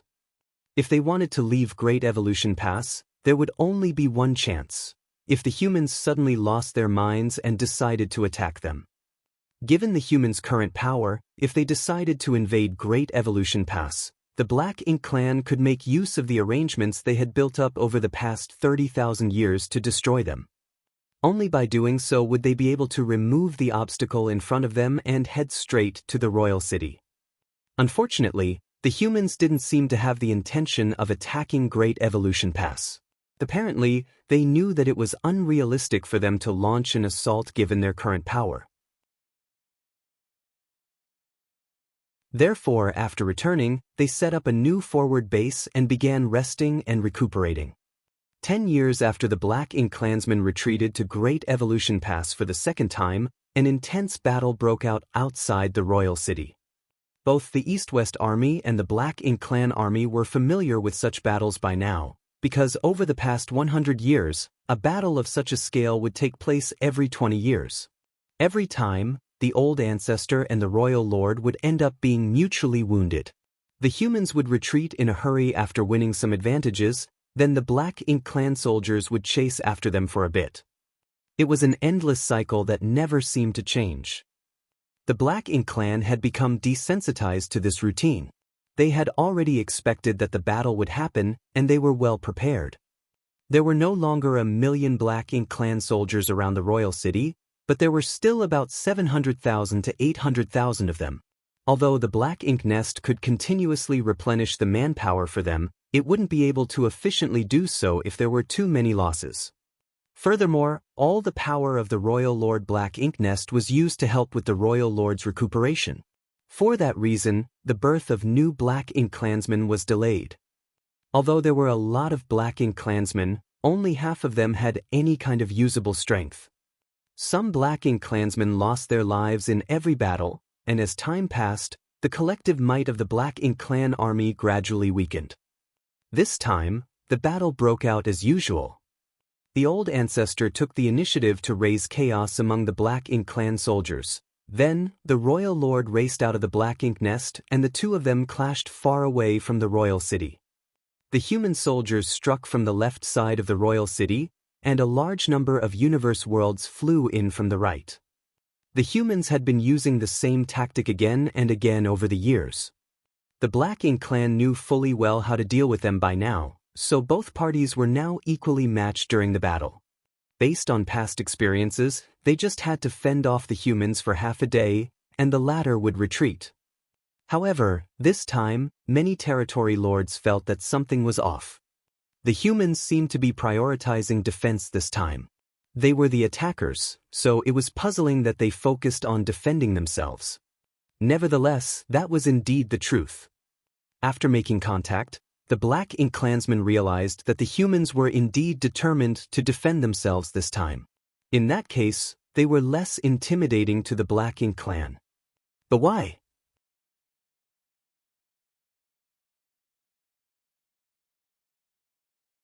Martial Peak, Chapter 52-57, Accumulated Advantages. While the Black Ink clansmen were puzzled, an unusual energy fluctuation was felt coming from the depths of the void. The direction was where the two top masters were clashing. Although they had gone to a battlefield that was far away from the royal city, the fallout of their battle was still transmitted to this place clearly. Therefore, both the Eighth Order Open Heaven Realm Masters and Territory Lords could sense what was going on over there. Basically, the two top masters were equally matched every time they fought, and neither of them could gain the upper hand. They would always end up being mutually wounded. However, something was different this time. Suddenly, the old ancestor's aura spiked and the strength and the intensity of her attacks increased dramatically. On the other hand, the royal lord's aura weakened by the breath. The realization horrified the territory lords. The outcome of the old ancestor and royal lord's battle would critically impact the outcome of the entire war. The two of them had always been equally matched, so why was the royal lord suddenly at such a massive disadvantage today? His weakening aura proved this point, and it was not a good sign for the Black Ink clan. Initially, the territory lords prayed that the royal lord was simply caught off guard somehow and found himself temporarily at a disadvantage. After all, when these two masters fought, there were naturally times when one of them appeared stronger. Every now and then, one of the two would use a powerful secret technique, granting them a slight edge in momentum. However, this kind of situation never lasted long and they would soon return to a state of equilibrium. Nevertheless, as time passed, the territory lords realized that something was terribly wrong. The royal lord's aura continued to weaken, and there were no signs of him turning things around. There was no doubt that he was being completely suppressed now. On the other hand, the old ancestor's aura stopped surging as it had already reached its peak, a kind of pinnacle that the Black Ink clan had never felt before. The territory lords had no idea what was happening between these two top masters, nor did the Eighth Order Black Ink disciples understand what was going on. However, the difference between the two auras made it clear who was winning. Compared to the old ancestors' dominance, the royal lord's performance was the exact opposite. All the human warships were connected as one, and all their defensive arrays were fully activated. With the help of the intertwining branches formation, the entire fleet was wrapped in a powerful defensive barrier. As a result, the human army's attacks were weak, but their defense was impenetrable. Furthermore, they maintained a high degree of mobility, so the bombardment of attacks from the Black Ink clan could not harm the humans at all. The anomalies such as the humans' unusual tactics, the old ancestors' sudden dominance, and the royal lord's weakening aura threw the Black Ink clan into a fluster.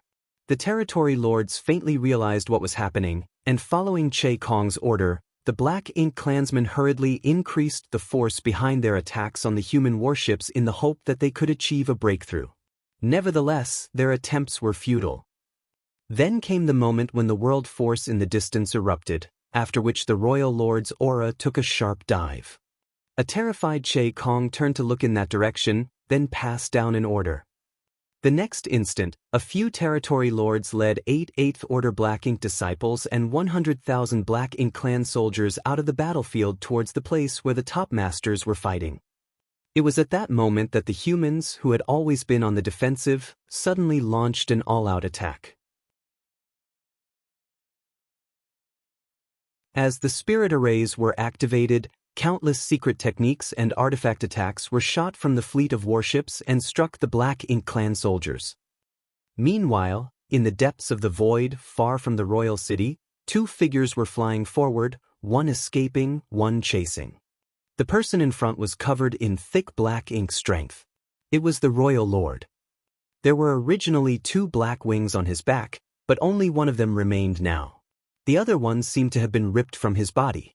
The wound was still splattering out black blood, with raw flesh being exposed to the void. He looked extremely miserable.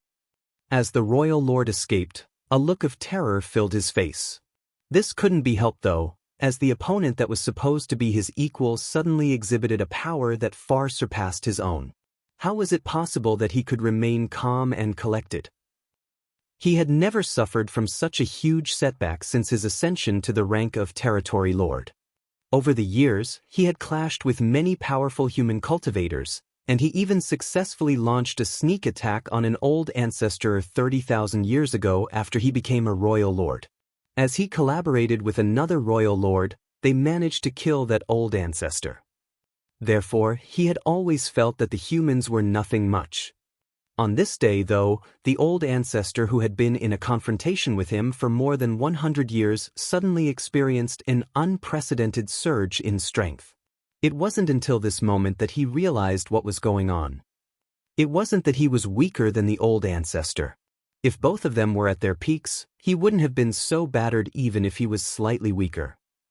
However, since he was injured by this old ancestor for the first time back then, his wounds had never properly healed.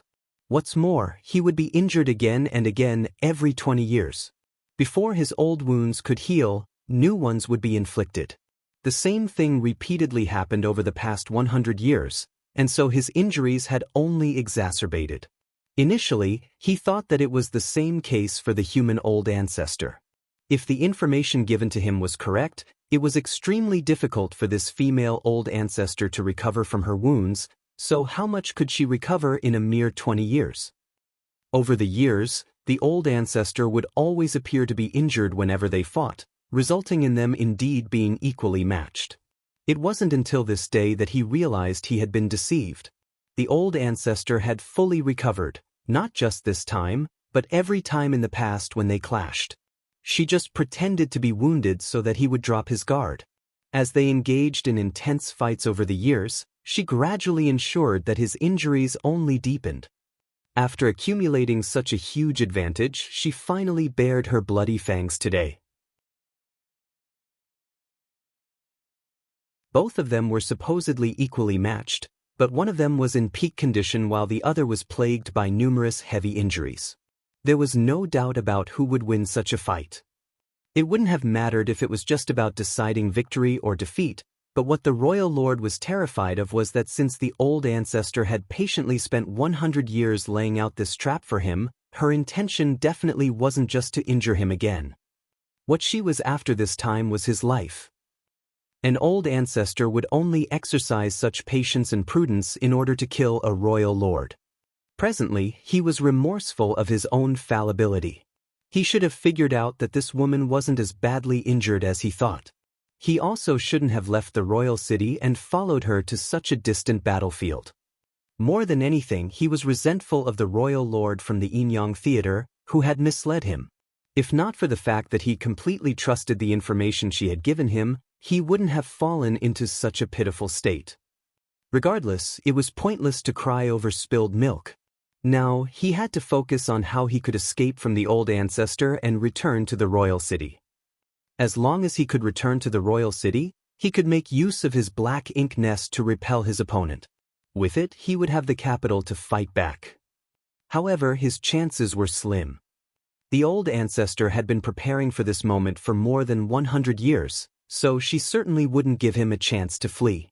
Proof of this was that at the start of the fight, she had lured him somewhere much further away from the royal city than normal.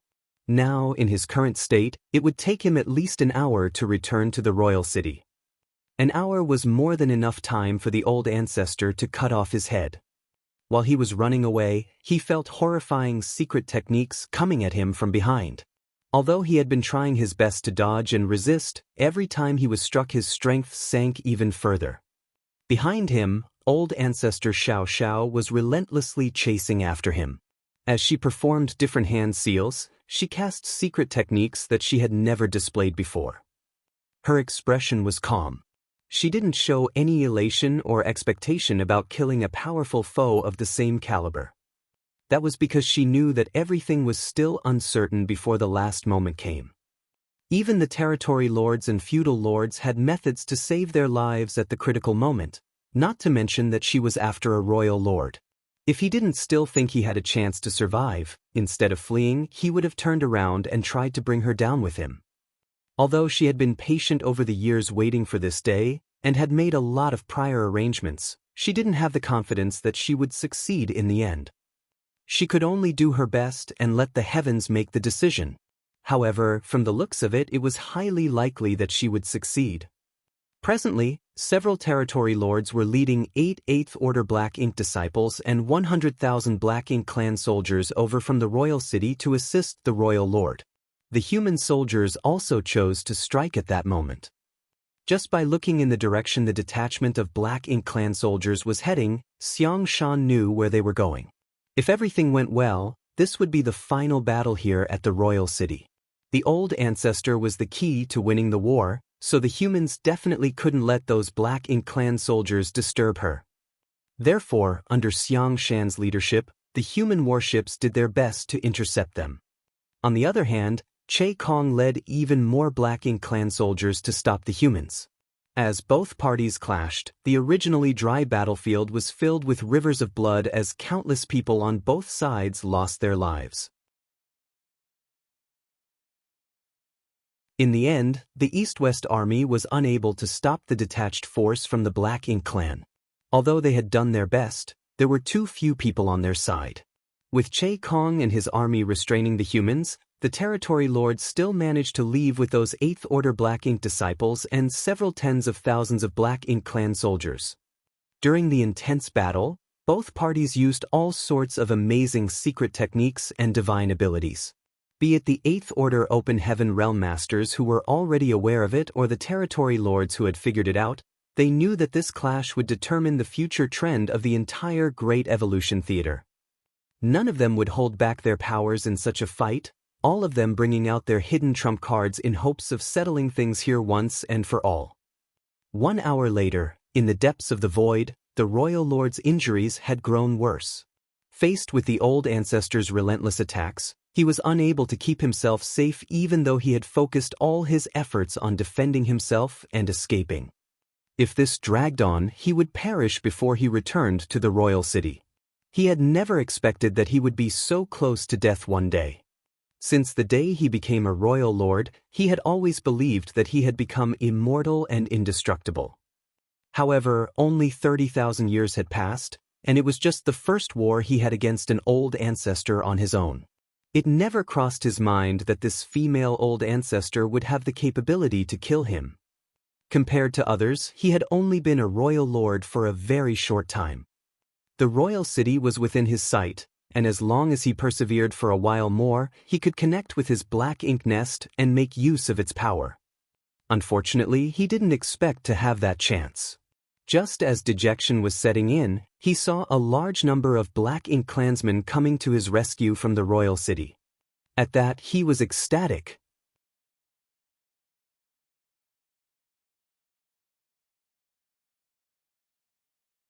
Martial Peak, Chapter 5258, Miserable Royal Lord. The human language was an art. Both races had been in a confrontation with each other for countless years, and although the Black Ink clan looked down on humans, thinking that they should become their subordinates and slaves, they were constantly being influenced by the human race. For example, the humans' habits and sayings had subtly influenced the Black Ink clan over the years. The royal lord had heard an 8th Order Black Ink disciple say that every cloud has a silver lining, and there's always a way out. At that time, he dismissed it, thinking that it was something only a loser would say, and it was complete nonsense. However, he finally realized that there was some truth in the saying after all. At the most critical moment, some territory lords and several tens of thousands of Black Ink clan soldiers were coming to his rescue. It seemed there was a silver lining for him. Behind him, the old ancestor's attacks became even more aggressive. It was apparent that she had spotted those Black Ink clansmen as well.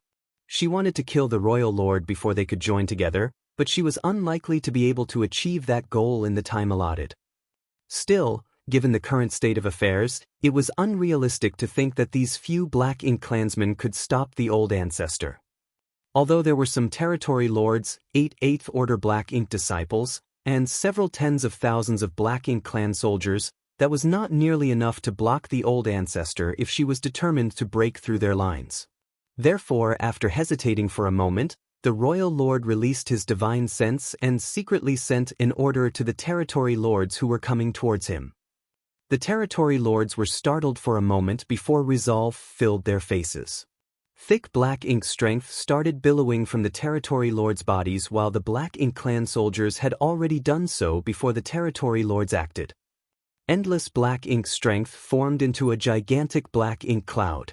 As Black Ink strength rapidly left their bodies, the territory lords and their subordinates felt their vitality weakening by the breath. To Black Ink clan, Black Ink strength was their foundation, just like what World Force was to Open Heaven Realm Masters.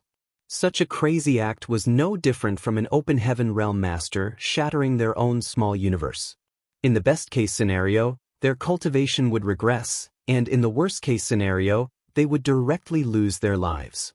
Usually, no Black Ink clansman would be willing to do such a thing. However, since it was the Royal Lord's order, the Territory Lords could only oblige, not to mention the Black Ink clansmen below the Territory Lords.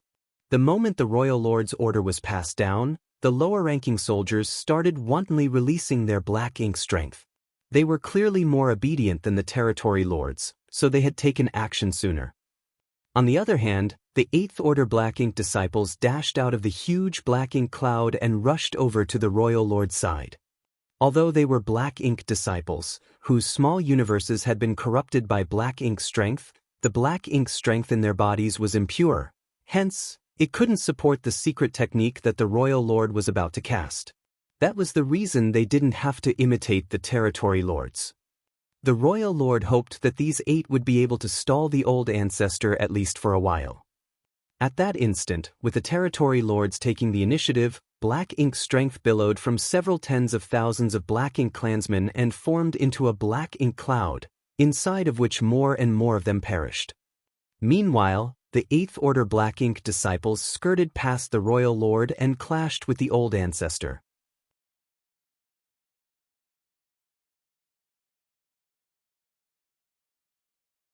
If there was a chance, she would rather bring these Black Ink disciples back and dispel the Black Ink strength from their bodies instead of killing them. However, she knew these Black Ink disciples could no longer be saved even if they were brought back to the human side. Without the Black Ink strength support, their small universes couldn't accommodate their cultivation and they would inevitably explode. Perhaps death was the best release for them. A glow radiated around the old ancestor's figure, and her world force surged madly. She directly broke the first small universe that served as the cage, then the second, then the third. When she broke through their blockade, the 8th Order Black Ink disciples behind her, who were seated with their legs crossed, had become extremely frail. The illusory phantoms of their small universes were broken, and their world forces were madly escaping from their bodies. Their small universes had been shattered by the old ancestor. When their world forces were gone for good, they would lose their lives unless they had a way to repair their small universes before that.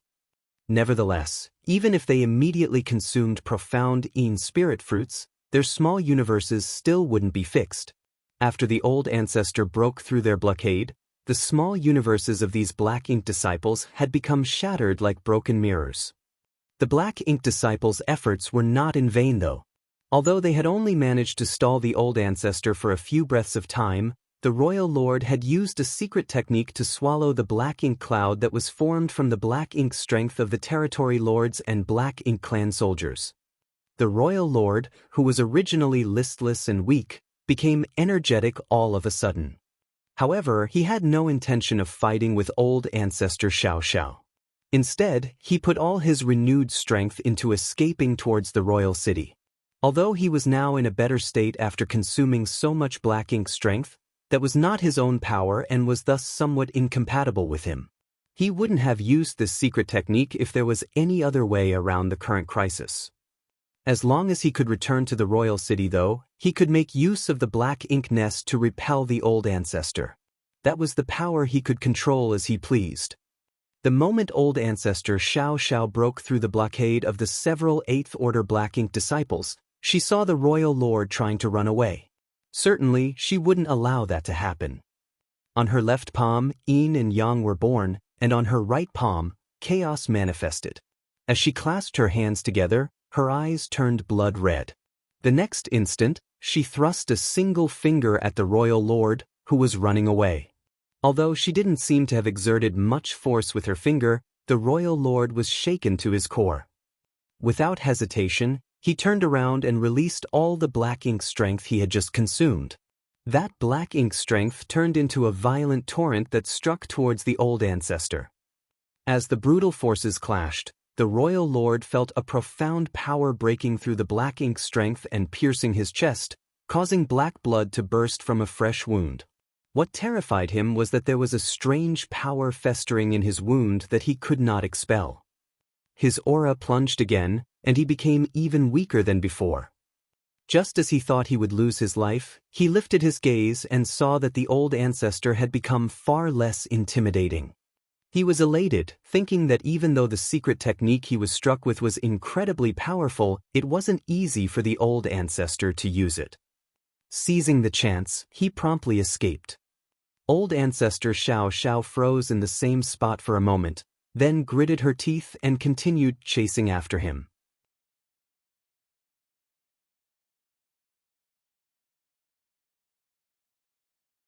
The next instant, old ancestor Xiaoxiao's figure appeared and the two top masters clashed above the royal city.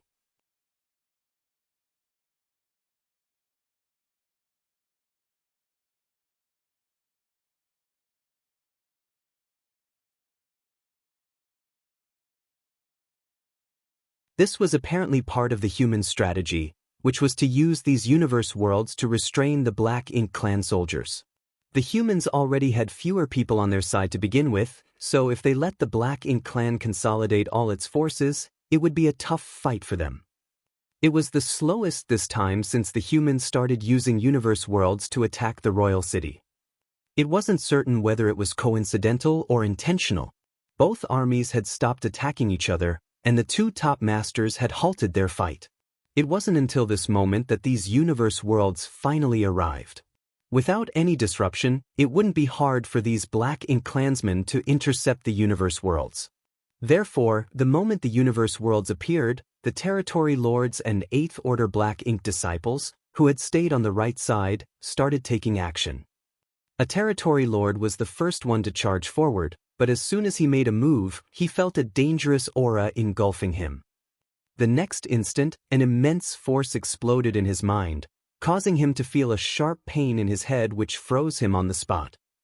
Knowing that he had been attacked, the territory lord was astounded. Moreover, the attacker was none other than the old ancestor, who had remained unmoving and silent while hovering in the void. The territory lord didn't understand why the old ancestor had used her spiritual energy to attack him as her opponent was supposed to be the royal lord. The two top masters were confronting each other in silence, so supposedly, when one of them made a rash move, the other would surely react. Therefore, even though the territory lord was astounded, he wasn't afraid. That was because he believed that the royal lord would save him. Unfortunately for him, he was wrong. The royal lord just stood there and stared at the old ancestor in silence. The next moment, she charged towards the territory lord who had been affected by her soul secret technique and extended her hand, after which she easily beheaded him. Black blood started spurting out of the territory lord's neck while old ancestor Xianxia swiftly returned to her original spot with a head in her hand. The widened eyes of this head suggested that the territory lord was unresigned before his death. In the blink of an eye, a powerful territory lord had lost his life.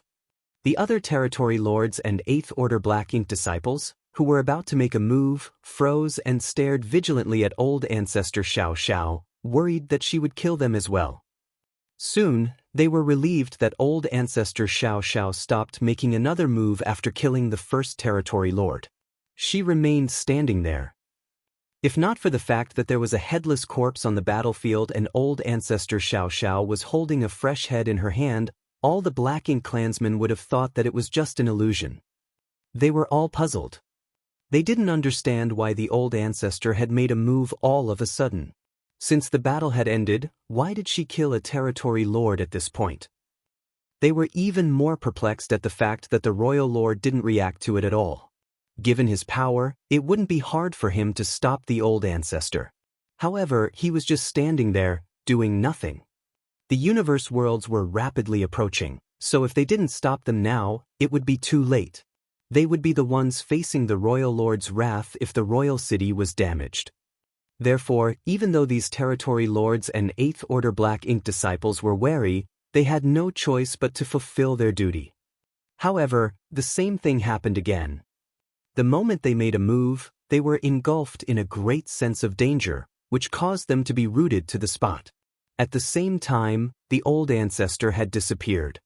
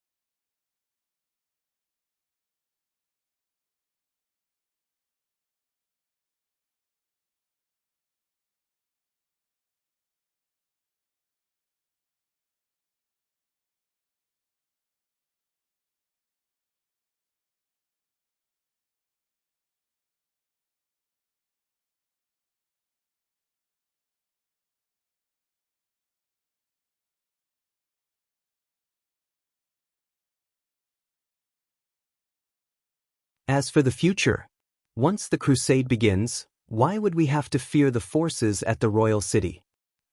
The reason they had to retake Great Evolution Pass was to prepare for the crusade which would take place in the future. The Eighth Order Open Heaven Realm Masters were aware of it, and they also knew that the humans had a trump card to use against the Black Ink clan.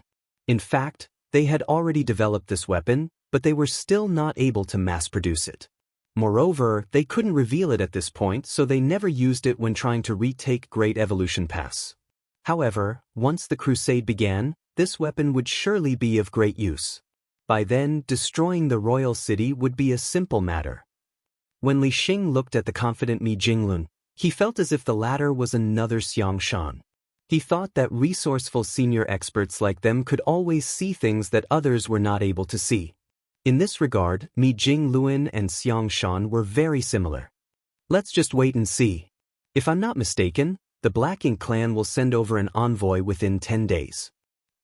The Eighth Order Open Heaven Realm Masters were astounded upon hearing that, as they had no idea why Mi Jinglun had made such a judgment. Li Xing was equally puzzled. The blood feud between the two races had been ongoing for countless years, and every time they clashed, both sides were determined to annihilate each other. There had never been a reason to send envoys to another side before. However, since Mi Jinglun had said so, he must have a reason to come to this conclusion. After passing on Xianxia's words, Li Xing was supposedly free to return to the East-West Army at any time. Nevertheless, he decided to stay out of curiosity. He wanted to find out if Mi Jinglun, who was so highly regarded by Xianxia, had accurately predicted the future. It would be an eye-opener if the Black Ink clan really sent an envoy to this place. In the East-West Army's forward base, the reorganization was completed within 10 days.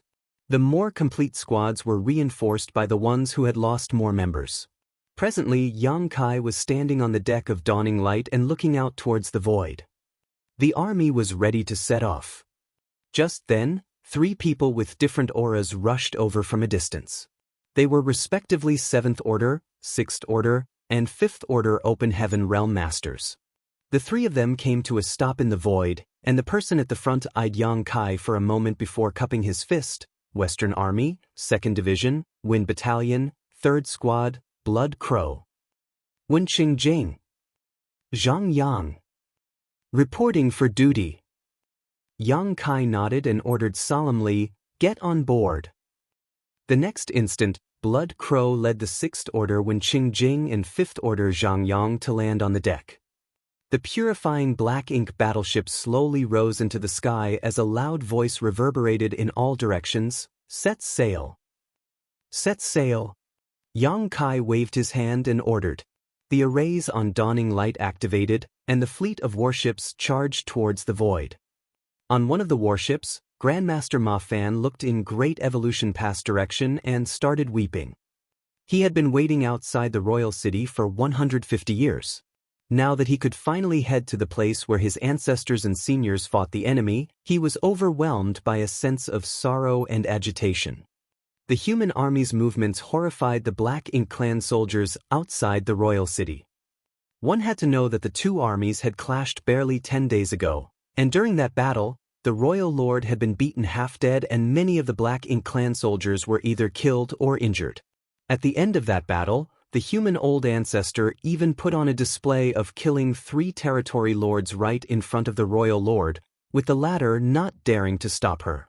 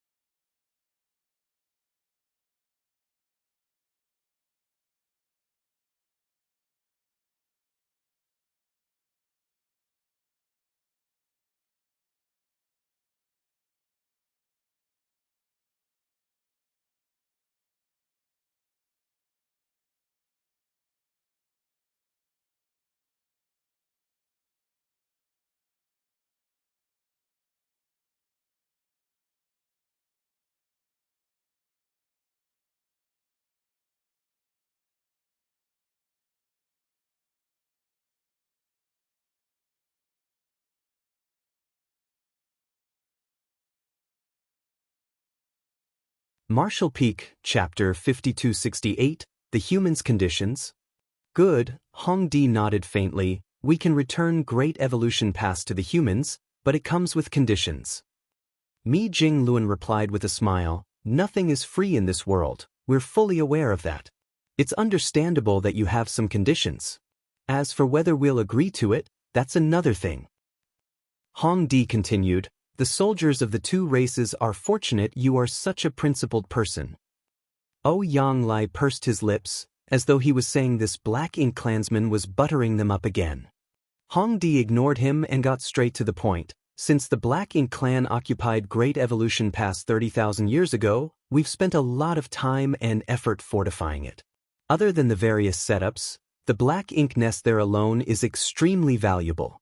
If we leave, there's no way we can keep the Black Ink nest, so we expect those losses to be borne by the humans. Therefore, we can give Great Evolution Pass back to you, but you must give us sufficient resources as compensation. Mi Jinglun kept a smile on his face. That's understandable. Is there anything else? Hong Di was startled, as he had never expected this human to be so approachable. He thought that the humans would haggle over everything with him.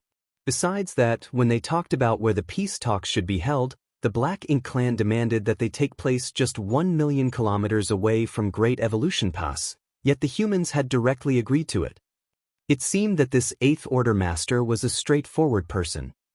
Additionally, we were repeatedly intercepted by the humans when we tried to leave the Great Pass in the past. We had no choice but to engage in life-or-death battles with you and eventually were forced to return to the pass. In order to prevent this from happening again, we request your army to withdraw a 10-day distance either to the left or right of Great Evolution Pass. Only then can we leave without any worries. What do you think? A reasonable request, Mi Jing Luan nodded. Will you send some people to monitor us? Hong Di nodded. Yes, I will. If they weren't monitored, there was no guarantee that the humans would stay 10 days distance from Great Evolution Pass. If the humans blocked their way again, a battle would be inevitable. Do you have other conditions? Mi Jing Luan asked with the same inscrutable smile on his lips. Hong Di had no idea what other conditions he should come up with. Getting resources from the humans was more like a way to show that the sacrifices of the Black Ink clansmen who were killed in the battle were not in vain. Other than that, the humans had to stay far away to ensure that the Black Ink clan wouldn't be ambushed. These two conditions were enough. It was pointless to bring up other conditions. It wasn't like they could tell the humans to apologize for the death of the Black Ink clan soldiers. The humans would never agree to such a ridiculous demand. As such, Hong Di shook his head and said, if the humans agree to these two conditions, we will return Great Evolution Pass to you. Mi Jing Luan put on a smile. You're a frank person as well. In that case, we should be straightforward with each other. Since you've mentioned the conditions you have, I'll now talk about the conditions we humans have. Hong Di frowned. The humans have some conditions. Mi Jing Luan said, since this is a negotiation, why can't the humans propose some conditions? Hong Di was rendered speechless, but reckoning that he should hear him out, he nodded. In that case, please go ahead. After a nod, Mi Jing Luan waved his feather fan and said grimly, the first condition is that the Black Ink clan can leave Great Evolution Pass, but all the resources, including all fortifications and arrangements the Black Ink clan has installed, must stay behind.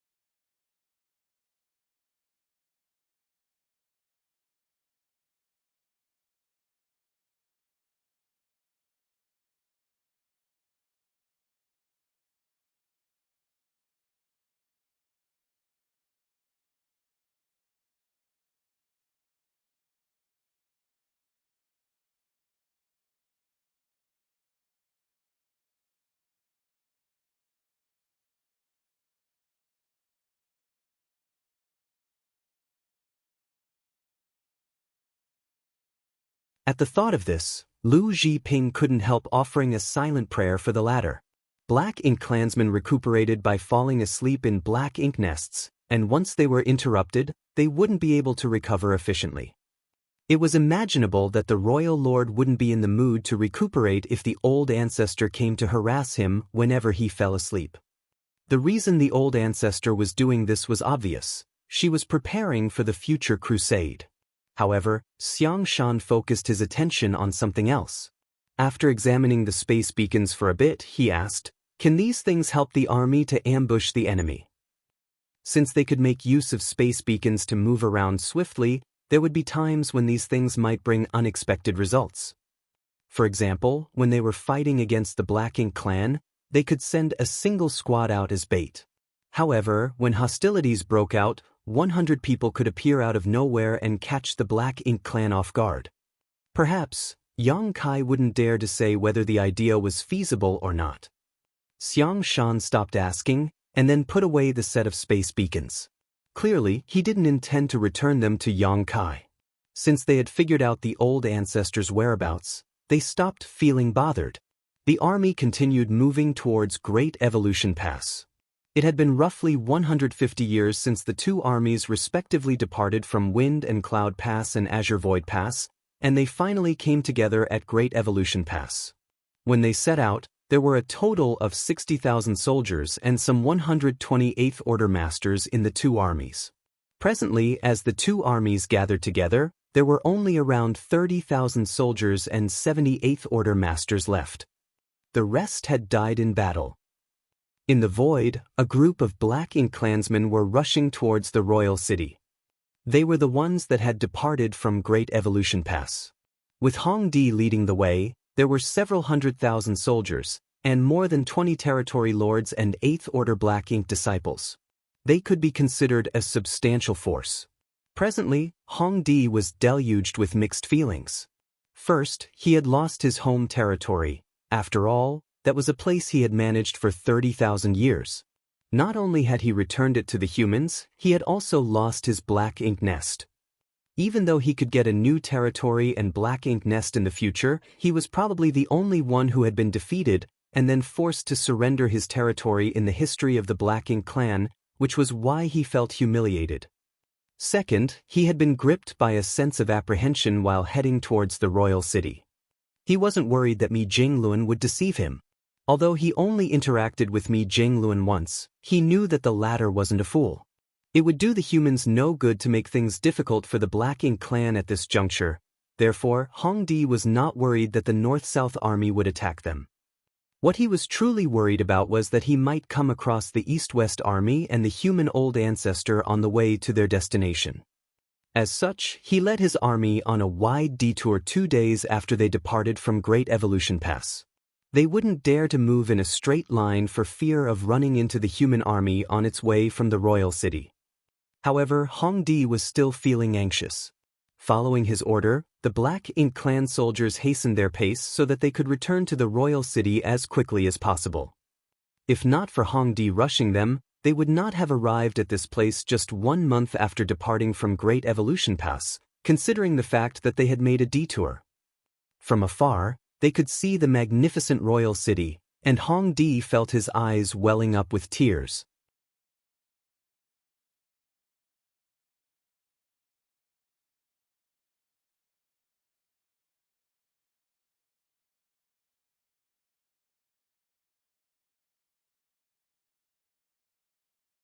After they occupied Great Evolution Pass, they started constructing huge and weirdly shaped buildings. Since the humans had retaken Great Evolution Pass, these buildings certainly wouldn't be kept. There were also those spirit arrays and artifacts that were installed on the walls of the Great Pass. They would refurbish what they could and replace what they couldn't. There was a lot of work to do. Nevertheless, these weren't urgent matters. The foundation of the Black Ink clan in the Great Evolution Theater had been severely damaged, so they wouldn't come over to harass Great Evolution Pass in the near future. The humans had ample time to make repairs. That was the reason Xianxia targeted the royal city first instead of heading straight to Great Evolution Pass when devising the overall strategy. Now, his plan had proven to be effective. The Black Ink clan were in a half-dead state, so the humans could focus on rebuilding Great Evolution Pass and not worry about being disturbed. Many of the things in Great Evolution Pass had been destroyed or modified, with the only original buildings still standing being the main conference hall. The main conference hall was already enormous to begin with, so the Black Ink clan didn't bother changing it after occupying Great Evolution Pass. At this moment, Grandmaster Ma Fan wept while kneeling in front of the throne made from bones in the Grand Hall. The throne was made from the bones of the human masters the Black Ink clan killed when they conquered Great Evolution Pass 30,000 years ago. Every bone in the throne belonged to an Open Heaven Realm master who was in the 7th Order at the very least. The throne was huge, which went to show just how many high-rank Open Heaven Realm masters had lost their lives in the war 30,000 years ago. At that time, Grandmaster Ma Fan had just joined the sect, and Great Evolution Paradise was still considered powerful. He had guidance from his senior brothers and care from his honored master, so it had been smooth sailing in his cultivation journey. One day, though, a catastrophe befell his sect. All the powerful masters had to leave, down to the 4th Order and 5th Order Open Heaven Realm masters. In the end, only the weakest disciples and juniors were left in Great Evolution Paradise. All the Open Heaven Realm masters had gone off to battle. At that time, Grandmaster Ma Fan knew that his sect was in dire straits, but he had no idea what had happened. However, after the senior brothers, senior sisters, and elders all left the sect, they never returned. It wasn't until a long time later that Grandmaster Ma Fan learned the truth through various means. Great Evolution Pass had been conquered, so all the masters from Great Evolution Paradise had to rush over to provide help. In the end, they were all killed. 30,000 years had passed, and Great Evolution Paradise gradually became insignificant and was replaced by a rising sect. However, Grandmaster Ma Fan had always yearned to come to the battlefield where his seniors had fought and retake Great Evolution Pass one day. That day had finally come. None of the other soldiers in Great Evolution Pass now could understand how he truly felt at this moment. It was because of the war 30,000 years ago that the humans realized the downside of having one sect guard each great pass. Before that, every cave heaven or paradise had been responsible for protecting its own great pass. After they lost Great Evolution Pass, the humans employed a different strategy to deal with the Black Ink clan. Masters from all the cave heavens and paradises would be gathered together in each great pass. By doing so, they could complement each other's abilities and better position themselves to deal with the enemy. Since then, none of the great passes had been lost again. Just like everyone else, Yang Kai was swamped with work and was currently tinkering with something in a certain grand hall. While he was working, Lu Zhiping stepped inside. Seeing her, Yang Kai saluted, "Senior Lu." Lu Zhiping nodded gently and asked, "How is it going here?" Yang Kai replied, "It's better than what I'd expected." The Black Ink clan seemed to have had the intention of making use of the space array here to ambush the other human great passes. So, after conquering Great Evolution Pass, they didn't damage it. Instead, they actually tried to repair it. However, due to their lack of expertise, they did a sloppy job. There was a similar grand hall in every great pass, and it was also the most important place in a great pass.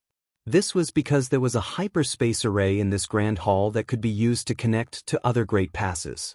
It was with the help of these space arrays that the great passes could communicate with each other. Otherwise, it would be extremely difficult for the great passes to exchange information, for it would take an ordinary soldier years to travel from one great pass to the adjacent one in the expansive Black Ink battlefield. The space array in Great Evolution Pass was damaged, but it was apparent that it was the humans who did it, not the Black Ink clan. In other words, 30,000 years ago, the moment the soldiers in this place realized that Great Evolution Pass was lost, they promptly destroyed the space array so that the Black Ink clan wouldn't be able to use it to cause trouble. However, the person who made a move only damaged the space array instead of destroying it. Apparently, he had envisioned that the humans would retake Great Evolution Pass one day in the future, and they would have to repair the space array. If he directly destroyed it, the humans might not be able to rebuild it in the future. After occupying Great Evolution Pass, the Black Ink clan tried to repair the space array, but it wasn't like just anyone could repair this thing. Their 30,000 years of effort didn't yield any meaningful results and instead turned this place into a mess. In the entire Great Evolution Army, Xianxia was the only one who was an expert in the Tao of space. Since he was able to arrange space arrays, there was no reason that he couldn't repair this one.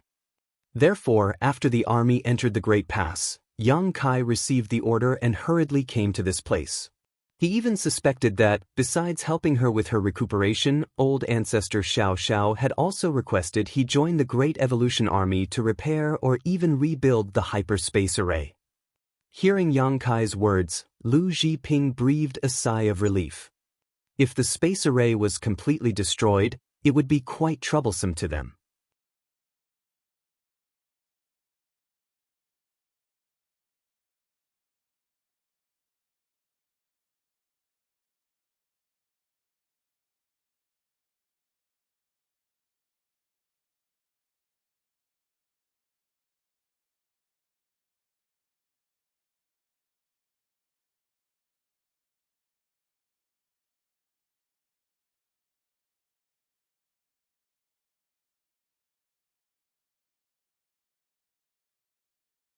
Martial Peak, Chapter 5274, Old Ancestor and Old Ox.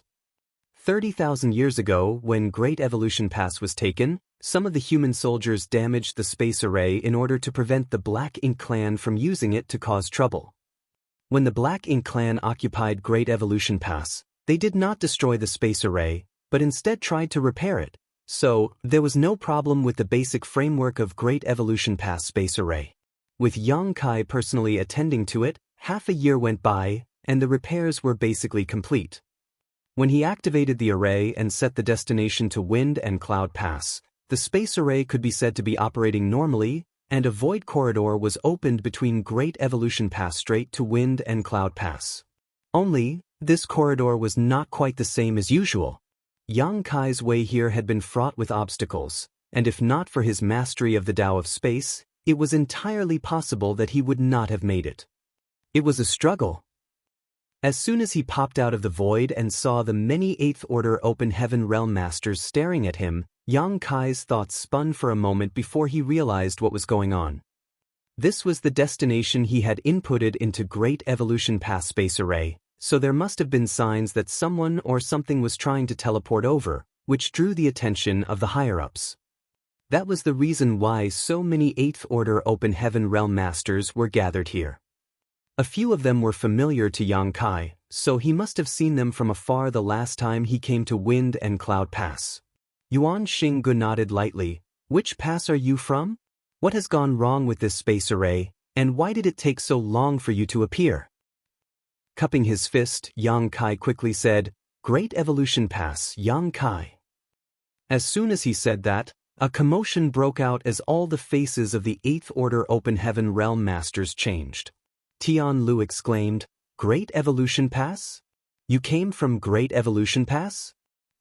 What is the situation at Great Evolution Pass? If you came from Great Evolution Pass, does that mean that it has been retaken? One after another, the Eighth Order Open Heaven Realm Masters asked their questions.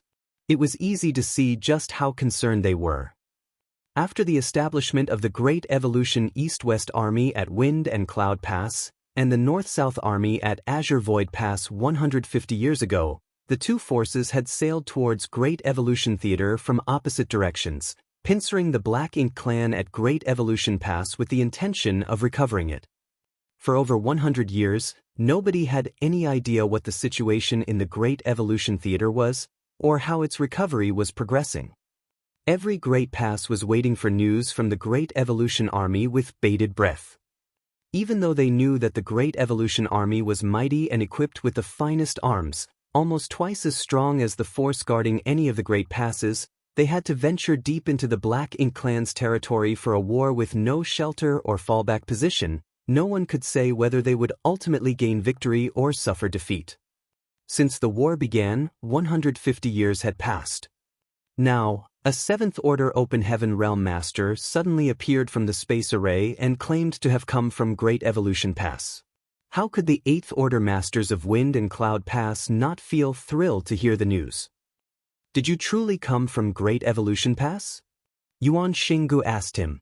This matter was far too important for them to take lightly. Yang Kai answered, "Sir can verify it easily." An eighth order open heaven realm master on the sidelines suddenly spoke up, "Yang Kai, this name. Could you be the Yang Kai who can use purifying light?" "It is this Yang." Yang Kai nodded. Everyone immediately understood.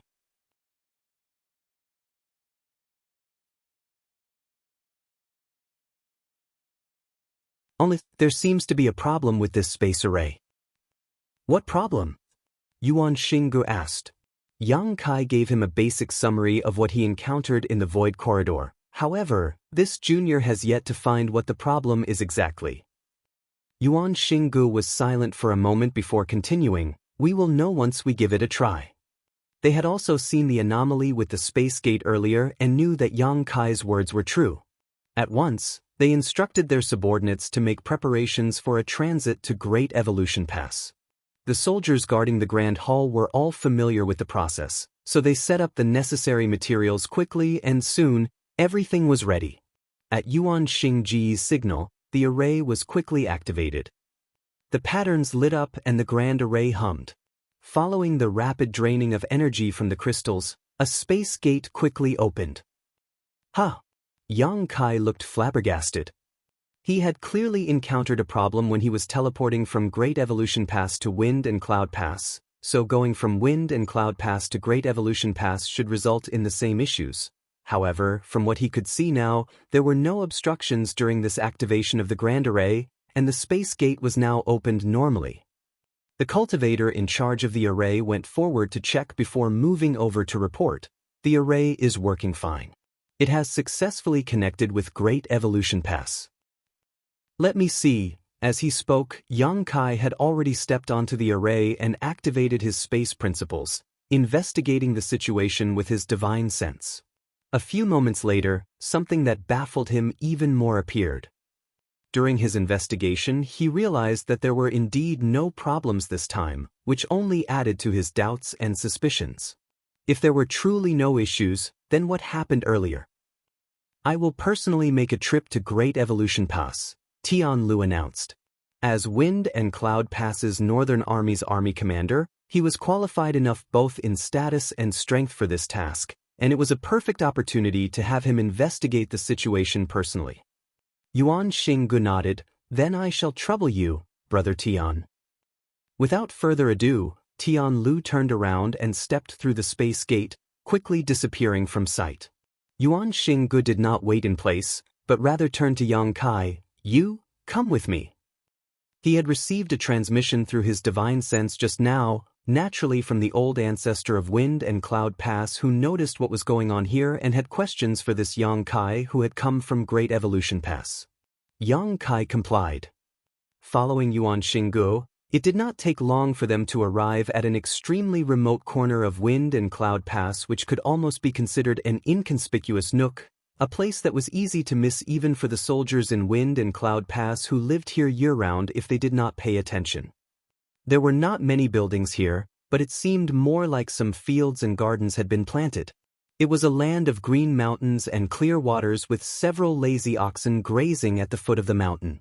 Upon arriving here, Yang Kai noticed that this was not truly a part of Wind and Cloud Pass, but rather the small universe of a high-rank open heaven realm master. Everything one could see before them was the scenery inside that small universe.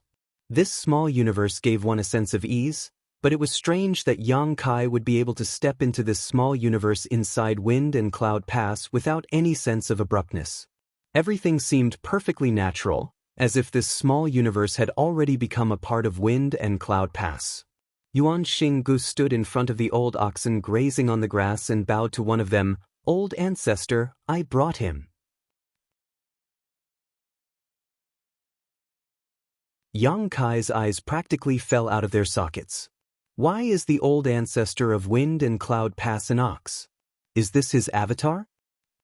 He had never met the old ancestor of Wind and Cloud Pass before. Though, when he had stopped by Wind and Cloud Pass 150 years ago, and Yang Kai had felt the power of the old ancestor and the royal lord during their confrontation, that was only from a distance. Surprisingly, the old ox that was grazing on the grass could even speak human words. "So this is the boy? I have some impression of him. That little girl from Yinyang Pass told me about him last time." The little girl from Yinyang Pass that he was talking about should be old ancestor Xiaoxiao. They were both similarly old ancestors, but there was still a huge difference between them in seniority. The old ancestor of Wind and Cloud Pass was clearly much older than old ancestor Xiaoxiao. Yang Kai did not dare to dally and quickly bowed to the old ox. "Great Evolution Army's Yang Kai greets old ancestor." A wrinkled face suddenly peeked out from behind the ox, glancing at him with an obscure smile on his lips. He passed the tender blades of grass in his hand to the old ox, feeding it leisurely. Yang Kai immediately felt embarrassed. He thought that the old ancestor was the old ox, but it never occurred to him that he was actually just hidden behind the cow. The reoccupation of Great Evolution Pass is a joyous event. Inform the rest of the Great Passes, this is a matter worth celebrating for all of us, the old ancestor said. However, this old master is more interested in the matters of the fight between the Great Evolution Army and the Black Ink Clan. This old ancestor has called you over for no other reason than to find out about what the Great Evolution Army has encountered over the years, so please speak casually. Yes. Yang Kai answered respectfully. Even though the old ancestor said that he could speak casually, Yang Kai did not dare to take him up on his word. At once, he told him of the Great Evolution East-West Army's encounter with the Black Ink Clan Army shortly after their departure from Wind and Cloud Pass, and about how Xianxia had deliberately let a territory lord escape to lure the tiger from the mountain, as well as about the puppet army numbering in the tens of thousands without sparing any resources while they were on the march, which were then released as they approached Great Evolution Pass to draw the Black Ink Clan's attention, while their army went straight into the Black Ink Clan's territory to attack. The whole army at that time seemed like a long dragon, eliminating everything in its wake.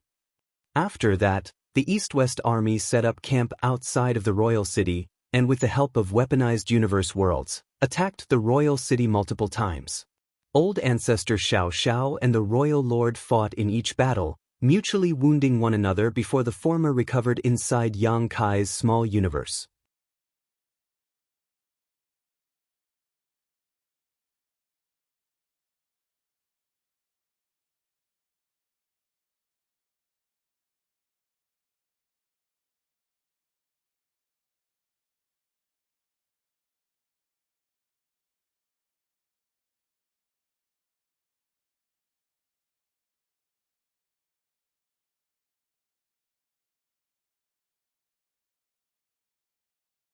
Marshall Peak, Chapter 5276, Steady Stream of New Recruits. 10 Peak Emperor Realm cultivators were all gathered in the Void Dao Temple. They had long received Yang Kai's divine sense transmission that asked them to get everything prepared. Some of them had been waiting for this day for many years. In the Void Dao Temple of today, it was no longer a secret that one could advance to the Open Heaven Realm after the Emperor Realm. It was also no longer a secret that this entire void world was the small universe of the Dao Lord. There were even statues of Yang Kai erected in the Dao Temple for the disciples to worship day and night.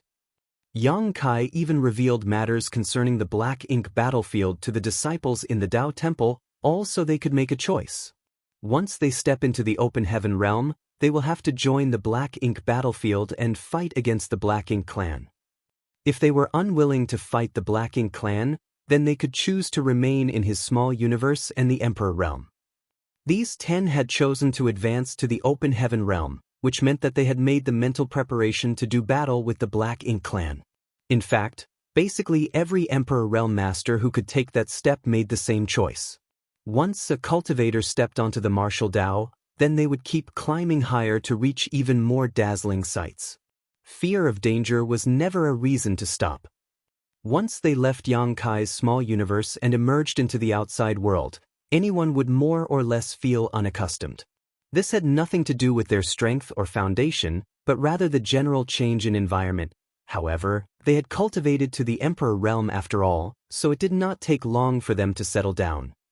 In the next instant, everyone revealed looks of pleasant surprise and saluted respectfully. Disciples, greet the Tao Lord. The disciples paid respects to Yang Kai's lifelike statue inside of the Void Tao Temple at the beginning of each day and night, so they were naturally incomparably familiar with this face.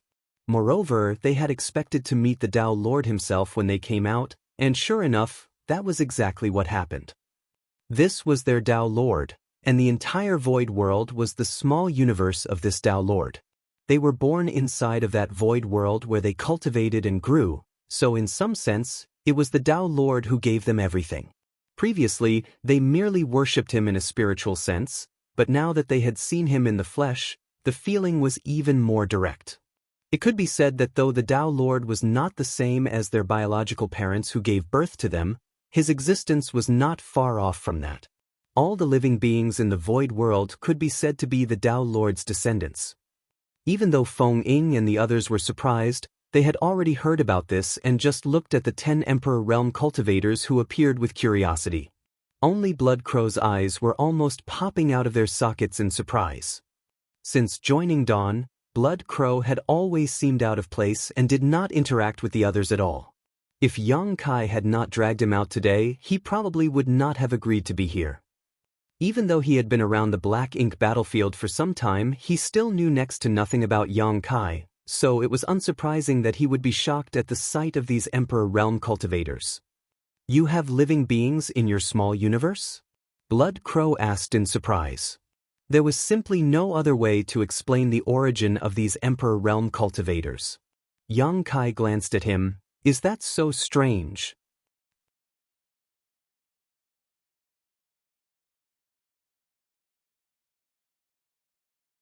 Blood Crow tried to recall for a moment before saying, I've heard of it.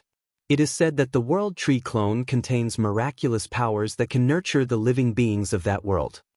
After escaping from the Blood Monster Cave Heaven, he went straight to the Shattered Heaven and stayed there for some time before finally being scooped up and jailed by Bright King Cave Heaven. During his days in the Shattered Heaven, he had indeed heard rumors about the World Tree and the Star Boundary, but he did not know too much about it since he did not pay much attention to it. Yang Kai nodded. That is exactly right, and there is one in my small universe right now. Blood Crow could not help but gape in awe, speechless for a long time. What kind of luck does this brat have? To be able to bring even a World Tree clone into his small universe. Did the high-ranking members of the human race really allow him to do such a thing?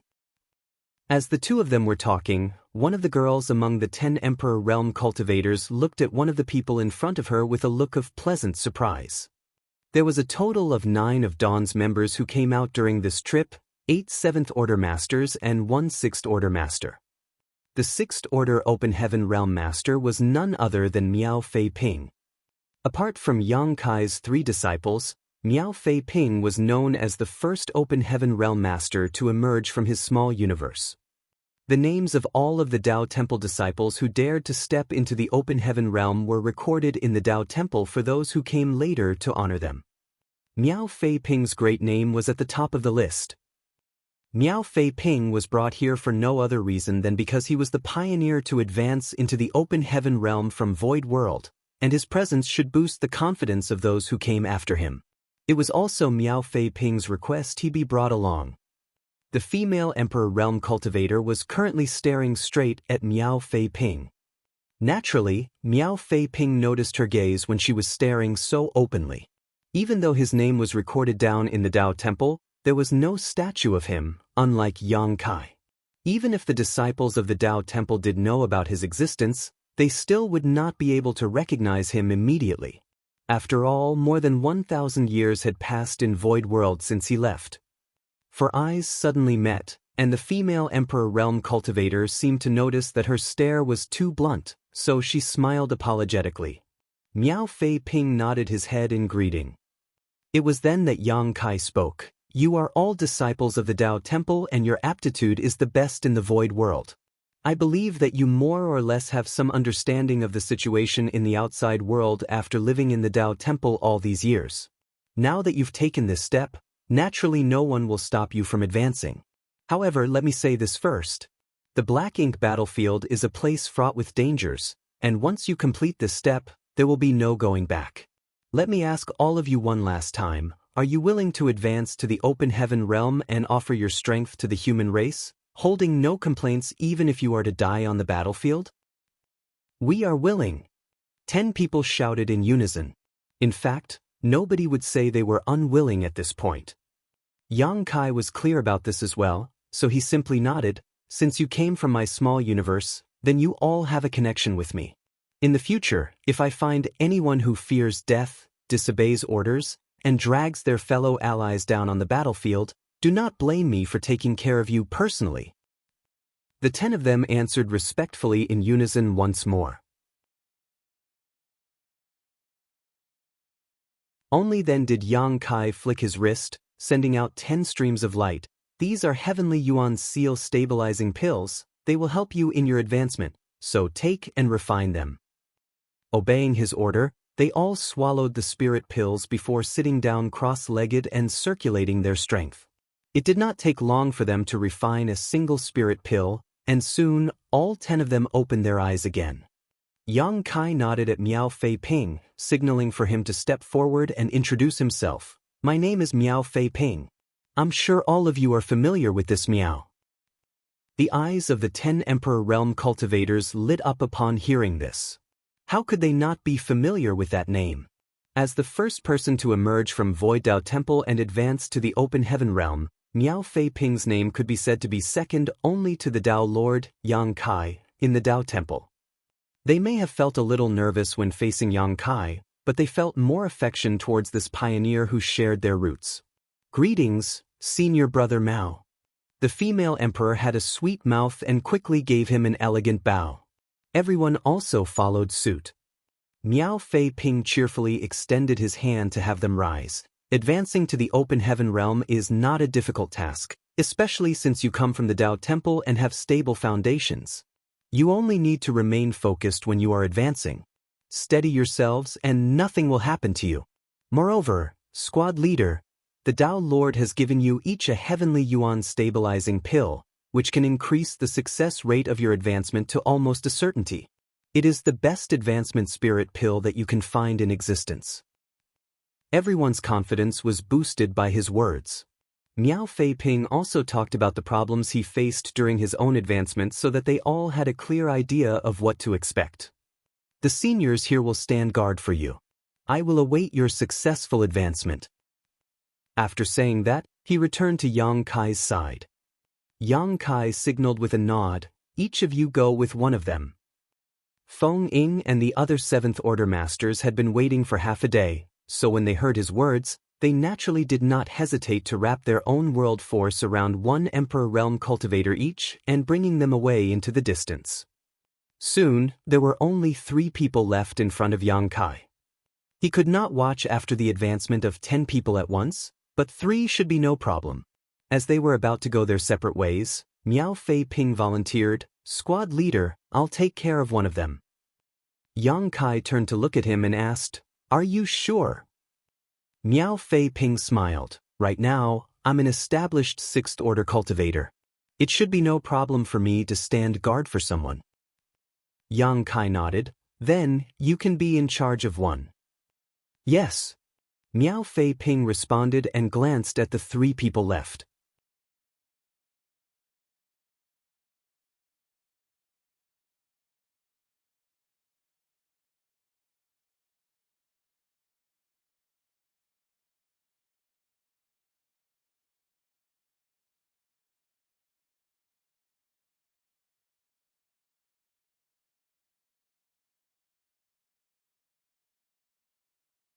Transferring information was simply too convenient for the Black Ink clan, as through the power of the Black Ink nests, information could be exchanged between Black Ink clansmen from different theaters instantaneously, much less within the same theater. In this respect, the humans were far inferior to the Black Ink clan. Right now, it was quite easy for humans to send messages from Great Pass to Great Pass through the use of space arrays, but when the Great Evolution Army was out on their campaign, someone had to make the trip in person to deliver messages between the different fronts. Yang Kai had also received orders to search for the location of the North-South Army near Great Evolution Pass before, and Adjutant Li Xing was also ordered to deliver news to the North-South Army about the final battle at the Royal City. For an ordinary 7th Order Master, it was a month's journey from the Royal City to the Great Pass, and fortunately, he did not have to report back, otherwise, it would be another month on the road. That was a huge gap in time. If there were urgent army matters that had to be passed on, then even a delay of a few hours could cause a major incident, let alone a journey lasting several days to a month. Mi Jinglun must have thought about this, which was why he would demand the Black Ink clan to leave the mid-rank Black Ink nest behind. He intended to use it to build up the intelligence network on the human side. However, such a thing would be extremely difficult to put into practice. It was true that the Black Ink nest was now in human hands, and it was also a mid-rank Black Ink nest that was of sufficient quality. However, it had been half a year since they retook Great Evolution Pass, and Mi Jinglun was still unable to implement the intelligence network plan that he had in mind. Yang Kai had been working constantly with the array masters at Great Evolution Pass to repair the space array, so he was not too sure about what the situation was at this time. The only reason he came here was to create a low-rank subnest to put into his small universe so that he could incubate Black Ink serfs to allow the Void Dao Temple's disciples a chance to get some real combat experience against the Black Ink clan before advancing to the Open Heaven realm and joining the war. He had this idea in mind when he was still stationed at Blue Sky Pass. Only, it was unfortunate that even though he had moved a subnest into his own small universe back then, once the higher-rank Black Ink nest outside was destroyed, the subnest was also destroyed, which left him with nothing. In the Blue Sky Theater, they couldn't allow any Black Ink nest to remain outside, otherwise, the Black Ink clan might be able to reclaim them sooner or later.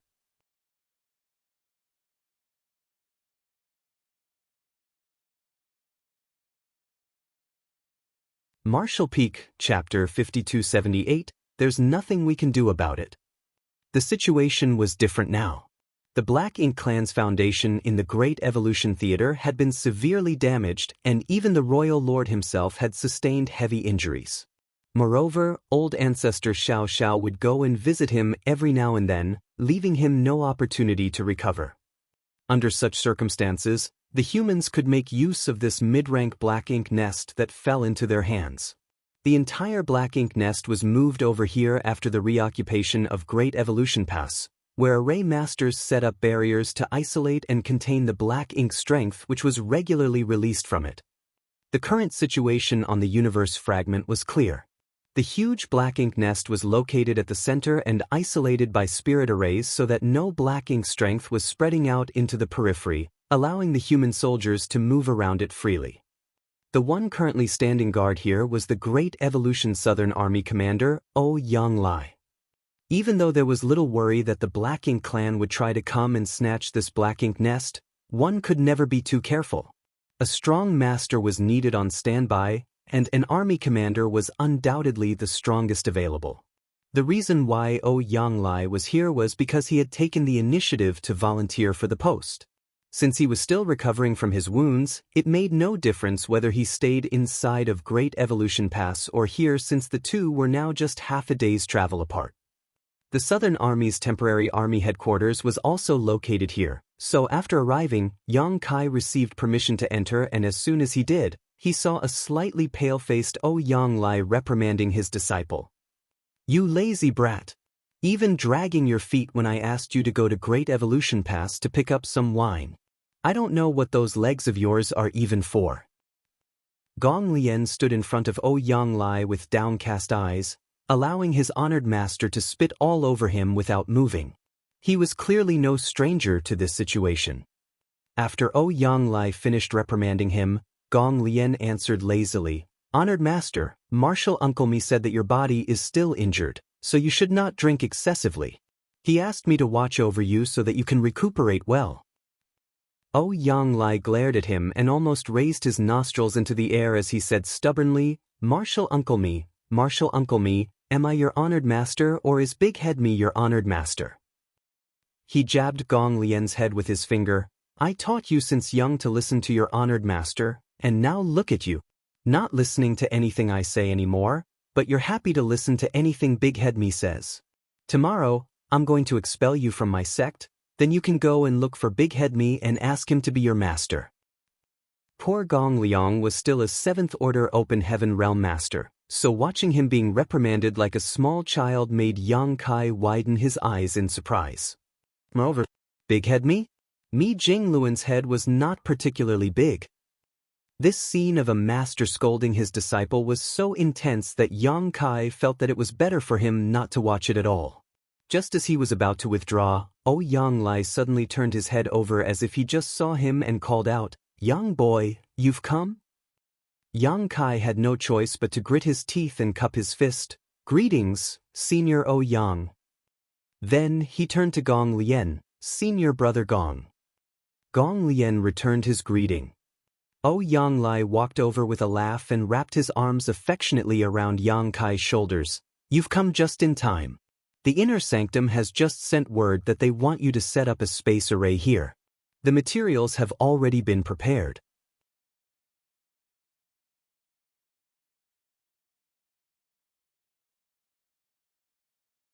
Furthermore, this junior has a presumptuous request. Speak.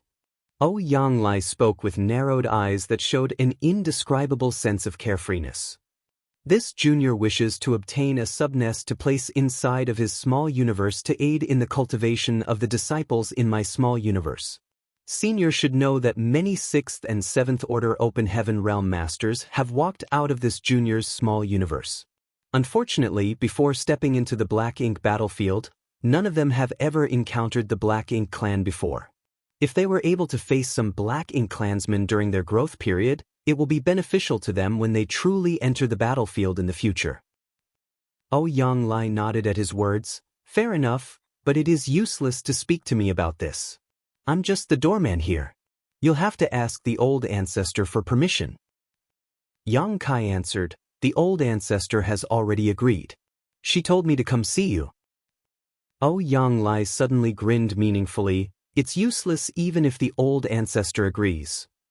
Yang Kai was confused. This junior does not understand. Yang Lai reached out and pointed at the black ink nest enveloped by the spirit array behind him, because there's nothing we can do about it right now either. What do you mean?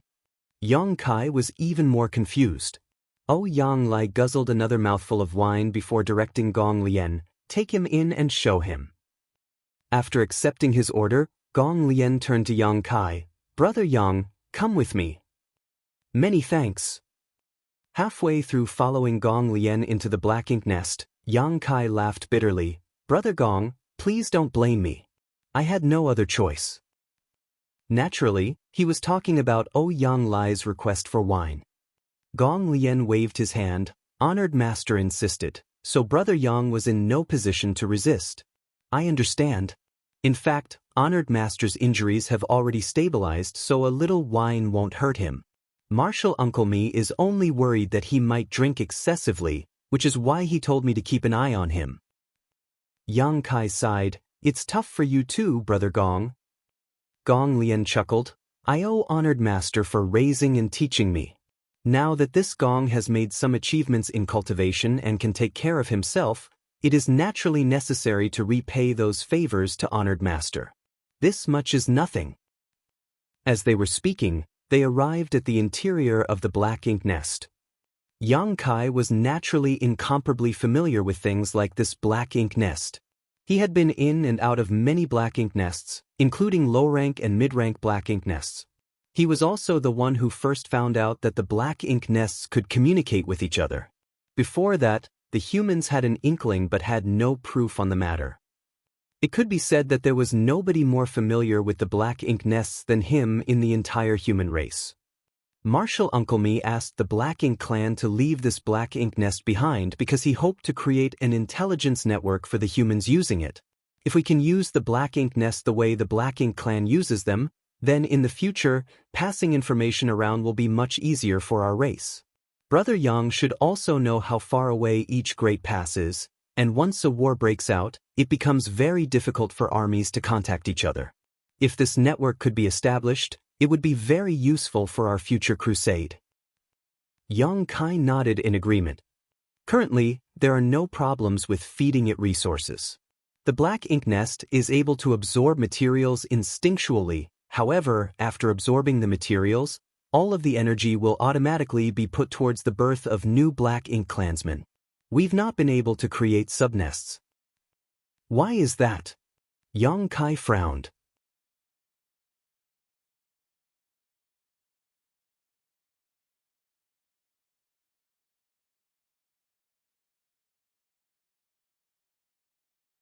Marshall Peak, Chapter 5279. This thing might be of some use to you. It was an awkward situation that the Great Evolution Army was facing. Despite having the black ink nest in their hands, they had no way of using it effectively, yet it was too much of a waste to just destroy it. Naturally, the old ancestor was not afraid of the territory lords. However, after they sensed the old ancestor's strength, the territory lords lying in ambush would immediately escape, leaving the old ancestor helpless. Also, it was not as if they could just have the old ancestor wait on standby inside of the black ink nest forever. Yang Kai did not anticipate this situation. He thought that the humans would long have begun preparing the information network after having obtained the black ink nest for so long, but now it seemed that more consideration was required for this matter. It was true that he severely injured and even destroyed many feudal lord consciousness back then in the strange space of the black ink nest. With the soul-warming lotus's protection, he left the feudal lords in a miserable state despite fighting one against dozens, but he was only facing feudal lords and one territory lord back then. Now, it was numerous territory lords who had set up an ambush in that strange space, and they had a clearly defined plan this time. Whether it be the scale or the situation, it was very different from before. Yang Kai was confident that his soul was by no means inferior to any territory lord, so in a one-on-one he didn't fear defeat. Moreover, with the protection of the soul-warming lotus, he was fearless against any attack on his soul. However, if the number of territory lords was too great, then there was not much he could do about it either. That was unless he could borrow some kind of powerful external force. After a short pondering, Yang Kai said, "Many thanks, Brother Gong. I will return and see if I can come up with a solution to the situation here."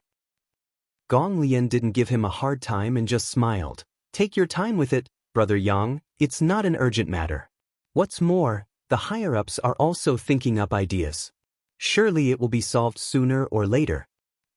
Yang Kai nodded and parted with Gong Lian. Without disturbing Yang Lai, who was still enjoying his drinks, he teleported back to Great Evolution Pass through the space array that was just completed.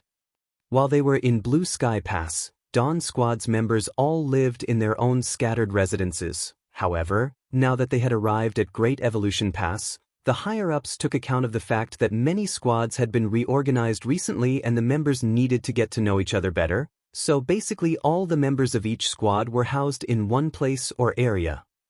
Dawn was assigned to a large courtyard near the outskirts of Great Evolution Pass with a few dozen houses, enough for all the members to share. After returning to the courtyard, it was quiet. Save for Ning Qiji, who was still recovering, the rest were nowhere to be seen. Currently, the entire Great Evolution Pass was in a state of disarray and practically all of the Great Evolution Army soldiers were busy reorganizing everything, building or repairing various facilities around Great Evolution Pass, so there was no time for them to idle. Yang Kai went to see how Ning Qiji's injuries were doing first and was relieved to see that he had improved a little. It was Ning Qiji's small universe that was damaged in the previous war, an extremely troublesome injury to have for an open heaven realm master, so the recovery process was also extremely slow. However, the fact that there were improvements meant that there was nothing to worry about. This allowed Yang Kai to breathe a sigh of relief.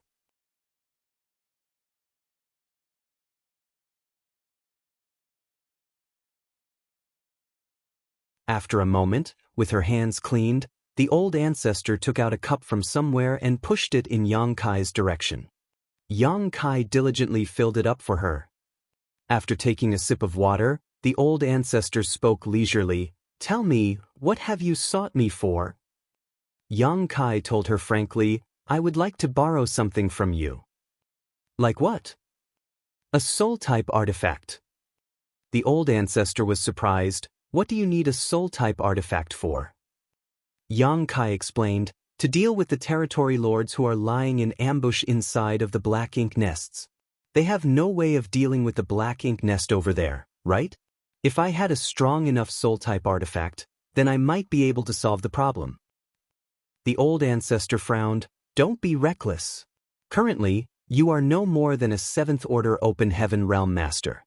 Each one of the territory lords lying in wait is as strong as an 8th Order Master. Moreover, as soon as they sense that a soul is connecting from here, they will immediately launch an attack. Even with a soul-type artifact protecting your soul, you might not make it out safely." Yang Kai laughed. "Many thanks, old ancestor, for your concern, but since I've said so, I'm confident in my ability to succeed. Old ancestor may not know this, but I came into possession of certain treasure during the early days of my cultivation, and with the protection of that treasure, the territory lords, and even the royal lords cannot do anything to my soul." The old ancestor was a little surprised at his words, but she soon asked thoughtfully, "The treasure you speak of, it couldn't be the soul-warming lotus, could it?" There was a pair of lotuses that were supreme treasures of the universe, the soul-warming lotus that nourished and protected one's soul, and the flawless purifying golden lotus that kept the body of the one in possession of it in an immaculate state. Who had not heard of these two supreme treasures before? However, such treasures had always been considered unique existences, and those who were able to possess either of them were those who held great destinies. Not just anyone strong could obtain such a treasure. If there was any treasure in the world that could allow a 7th Order Open Heaven Realm Master to resist the spiritual energy attack of a royal lord, then it had to be the soul-warming lotus, so the old ancestor was able to guess it almost immediately. Yang Kai nodded. "It is indeed the soul-warming lotus." The old ancestor almost did not dare to believe him, but since Yang Kai had told her so, he was clearly not joking around with her. After a moment of silence, she sighed. "Your luck is really enviable, to be able to obtain the soul-warming lotus. Moreover, to obtain it early on in your cultivation. It is no wonder why I have always felt that your soul did not match your cultivation. It was thanks to the soul-warming lotus." Since Yang Kai had obtained the soul-warming lotus early on in life, after nurturing it for so many years, his soul would naturally be much tougher and stronger than ordinary. It was just by chance. Yang Kai said modestly. Reflecting on the experiences he went through on his martial Tao, obtaining the soul-warming lotus could be considered his most fortuitous encounter of all. Only a few people whom he was very close with knew about his possession of the soul-warming lotus. After all, it was too precious a thing to be revealing it casually. As for the flawless purifying golden lotus in Wu Kuang's possession, there was perhaps no one else but him and Wu Kuang himself who knew about it. Even though the old ancestor had been healing in Yang Kai's small universe for many years, she had no idea about the soul-warming lotus.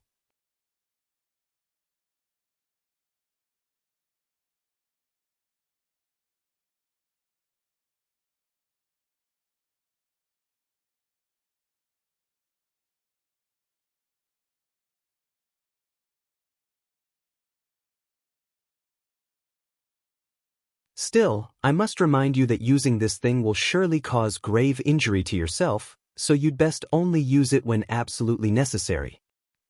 Yang Kai replied seriously, "Rest assured, Grandmaster. I know what I'm doing." Grandmaster Ma Fan rose without commenting further. "Come with me." Yang Kai followed behind him. Great Evolution Pass had its own refining hall now. In fact, since Great Evolution Pass's reoccupation by the human army, the higher-ups had given top priority to establishing a functioning refining hall and pill hall, two key places that Great Evolution Pass Foundation would be built on. However, most of the artifact refiners were busy outside, so when the two of them stepped into the refining hall, not many people were inside. Hundreds of warships were moored at the large square outside of the hall, both big and small, making for quite a spectacular sight. These warships were all in need of repair. When the East-West Army departed from the royal city to Great Evolution Pass, the artifact refiners and array masters had already fixed up many of the warships, but that was only a patch-up job as time was limited. After arriving at Great Evolution Pass, the priority was to restore Great Evolution Pass, so most of the warships had yet to be fixed and were thus all moored here. They had to wait until the artifact refiners and array masters were finally free before they could be worked on. After arriving at an open furnace, Grandmaster Ma Fan asked, "Are all the materials ready?" Yang Kai nodded. In fact, the material requirements for the soul-rending thorn weren't high. Apart from 1 or 2 rare items, it was mostly comprised of ordinary materials. On second thought, it was not surprising since it was created by an 8th Order Open Heaven Realm Master who was hiding in seclusion in the Shattered Heaven. He naturally had to consider his access to materials, and if the materials needed were too rare, then he would not be able to get them. After taking out all of the materials, Grandmaster Ma Fan's divine sense surged for a while, and then he tossed the jade slip back to Yang Kai. "I made a few modifications that may enhance their power, but considering that there is still an accompanying secret technique, I dare not guarantee that the modifications will be compatible. Have a look at it yourself. If it's fine, then we will refine the artifacts based on this." Yang Kai received the jade slip and looked over it. After a moment, a delighted look appeared on his face. Sure enough, Grandmaster has discerning eyes. These changes are subtle, but enough to increase the power of these things by about 10%. As for the secret technique, it is relatively flexible so it won't be affected. It could be said that the secret technique would not be troublesome to perform for anyone as long as they were a cultivator. Only, not everyone could afford the cost of casting it. So, Grandmaster Ma Fan's changes had no negative effects. Since it was confirmed that everything was fine, Grandmaster Ma Fan began refining without dallying. In fact, Yang Kai himself could have refined them. After all, he was also a Grandmaster artifact refiner. However, he was going to be using them against territory lords, so having Grandmaster Ma Fan work on them would naturally help to guarantee the soul-rending thorn's might. Moreover, if he were to refine them himself, it would take far longer. Day after day, Grandmaster Ma Fan refined soul-rending thorns while Yang Kai provided some help from the side. Various subtle artifact refining techniques were performed by Grandmaster Ma Fan's hands, and he did not try to avoid being seen either, oftentimes working with the intent for Yang Kai to observe more closely.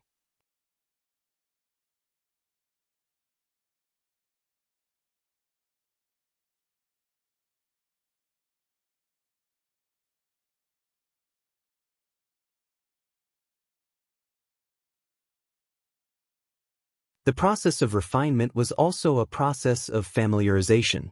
Only when the artifact was fully refined could it be used against an enemy with ease. Compared to creating this artifact, refining it was simpler, so it took only a few days for Yang Kai to fully refine one soul-rending thorn. The hard part was the final step that came after the refinement process was complete. The refiner had to split a portion of their soul from themselves and integrate it into the soul-rending thorn to render the process complete. This was akin to sacrificing one's life for power. The separation of a portion of one's soul and the consumption of spiritual energy were two completely different things.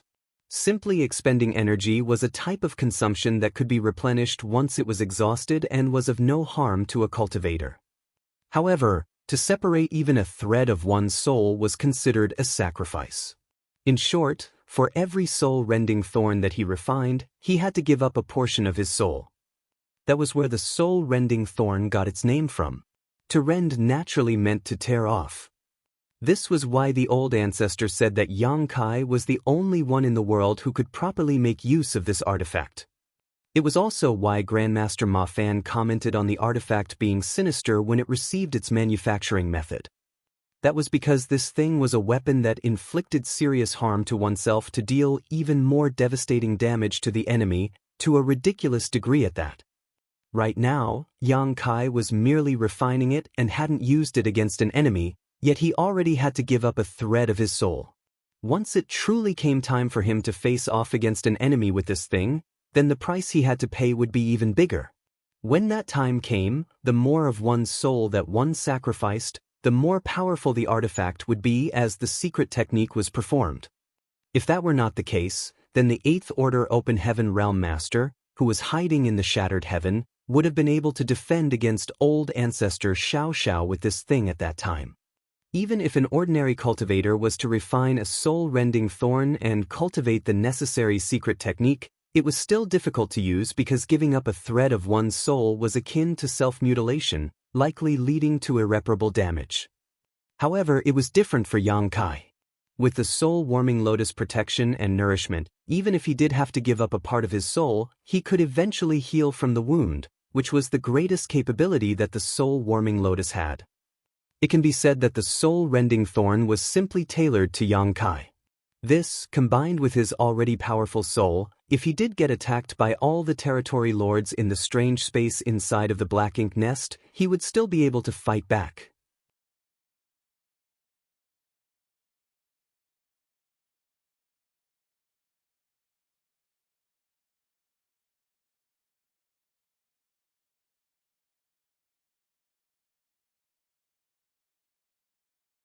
However, it was different for the Black Ink clan. Even though the Great Evolution East-West Army destroyed many Black Ink nests during the war, there were still many owned by territory lords remaining on the Black Ink clan side. Each of these mid-rank Black Ink nests was representative of one territory lord, so they would always have the advantage in numbers. As Xianxia's consciousness connected to the Black Ink nest's consciousness, he entered the strange space that he was familiar with in an instant. It was a space completely different from the outside world. It seemed vast but also small at the same time. Not a hint of vitality could be felt, and the entire world was dead silent. With a slight thought, Xianxia brought out his soul avatar. The reason he had to bring out his soul avatar was naturally so that he could prepare for the big fight to come. The moment his soul avatar emerged, Xianxia immediately put up his guard against his surroundings, but to his surprise, the attack that he expected did not immediately come. No territory lords were lying in ambush inside of the strange space, only the rapid movement of a feudal lord's consciousness coming from a certain direction. By the time Xianxia's body moved in order to chase after it, the feudal lord's consciousness had already disappeared. What's going on? Where is the Black Ink clan? Even though Xianxia thought of many possible scenarios he would face, what he encountered still left him confused. However, in the blink of an eye, one by one territory lord consciousnesses suddenly appeared from nowhere.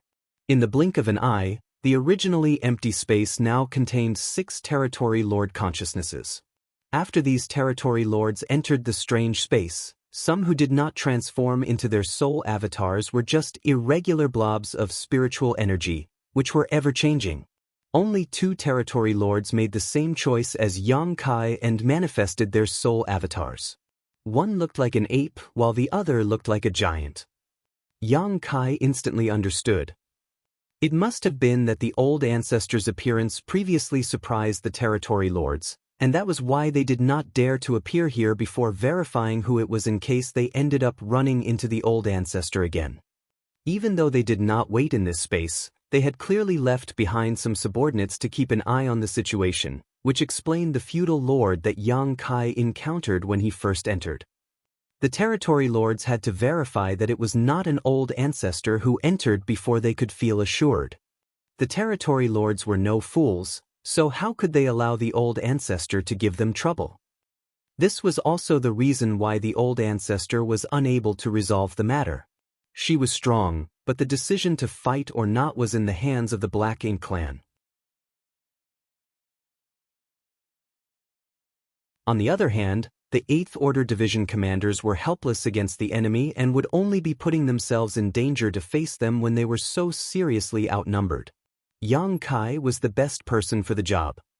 With the soul-warming lotus protection, he was not worried about being injured, and with the soul-rending thorns, it was not a loss to take out an enemy. If he could take down 2, that would be a good deal. If he could get rid of a few of them, then he was certain that the Black Ink clan would not dare to act presumptuously in this strange space again. The territory lords clearly had no intention of greeting Xianxia. They did not even care which 8th Order Open Heaven Realm Master it was who entered this place. Since they had already confirmed that it was not the old ancestor, what else was there for them to hesitate about? Naturally, they grouped up and sent out a barrage of attacks, like they were trying to wash away the disgrace that the Black Ink clan had suffered in the war over the past 150 years. So, when the territory lords entered this strange space, 3 of them charged at Xianxia without even a single word, while the other 3 assumed a triangle formation as they bombarded him with secret techniques. In an instant, a storm spun up by spiritual energy swept over Xianxia. The Black Ink clan had no particular talents when it came to artifact refining, arranging arrays, or alchemy. Most of them relied on the Black Ink disciples under their command for such things. However, when it came to cultivating secret techniques, they had a special talent for it. Perhaps that was the heavenly ways compensation. Who could say for sure? They were able to freely perform many of the human race's secret techniques, and it was all thanks to the teachings of the Black Ink disciples that were corrupted by their Black Ink strength. They had even been able to develop new secret techniques based off of the foundations of the secret techniques they learned, evolving them to better suit the Black Ink clan. And what the territory lords were using now were exactly those powerful soul secret techniques. Xianxia could feel the power behind those 3 soul secret techniques. Even though he was not physically here, his scalp could not help but tingle. It was no wonder why the 8th Order Division commanders all suffered such heavy losses here. Which 8th Order Open Heaven Realm Master would be able to withstand such a barrage? They would probably be beaten into a cowering ball after just 1 round of attacks. Even though the enemy was strong, Xianxia had no intention of summoning the soul-warming lotus. He could easily block these attacks with the protection of the soul-warming lotus, but that would just be exposing his trump card from the start. Taking things slow was preferable in a fight with these territory lords. He had to beat these territory lords half to death and make them suffer. Only then would the humans be able to take full control of their Black Ink nest. The territory lords had ruthless techniques, but Xianxia was even more ruthless. As the soul secret techniques blasted his way one by one, he rushed straight towards the territory lords that resembled a blob of flowing liquid. Xianxia's actions had clearly startled the territory lords. Many times in the past, they faced off with the 8th Order Open Heaven Realm Masters, but every one of them would try and flee when faced with their united attacks since nothing good would befall them if they dodged too late. However, this human was quite interesting. Not only did he not run away, he even took the initiative to charge at them. Was he perhaps tired of living, and that was why he was eager to have a taste of death? If that were the case, then these territory lords did not mind granting him his wish.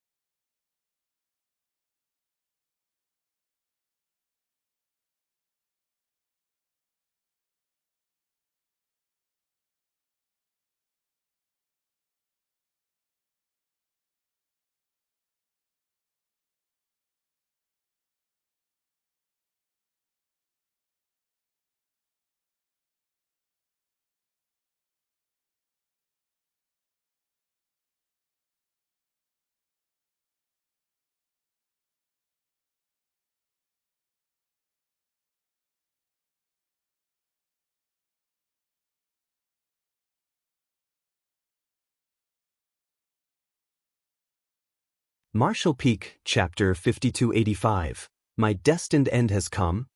Despite the timely warning of the Ape Territory Lord, he still could not save his fellow Territory Lord from his fate. This strange space was created from the consciousness of the Royal Lord's Black Ink nest. It was a platform that connected the consciousnesses of all the mid-rank Black Ink nests linked to it. It seemed very large, but at the same time very small without any definite shape.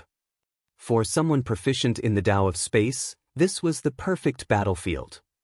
After sacrificing his own soul ruthlessly, Xianxia opened his mouth at an unfamiliar soul avatar, and a soul-rending thorn turned into a golden light that broke through the confines of space as soon as it appeared, nailing straight into the soul avatar's body. The Territory Lord was not unprepared. Since the enemy he was facing was an 8th Order Open Heaven Realm Master, how could he have lowered his guard down? At the same time as when Yang Kai charged towards him, he had already condensed his power to protect himself. However, it was all in vain. The spiritual energy that he used to protect his avatar was no different than paper in front of the soul-rending thorn, easily tearing. The Territory Lord's soul avatar was instantly frozen in place, as if he were struck by lightning. The next instant, his figure began to shake. Yang Kai did not even look at him as his soul avatar weakened once more.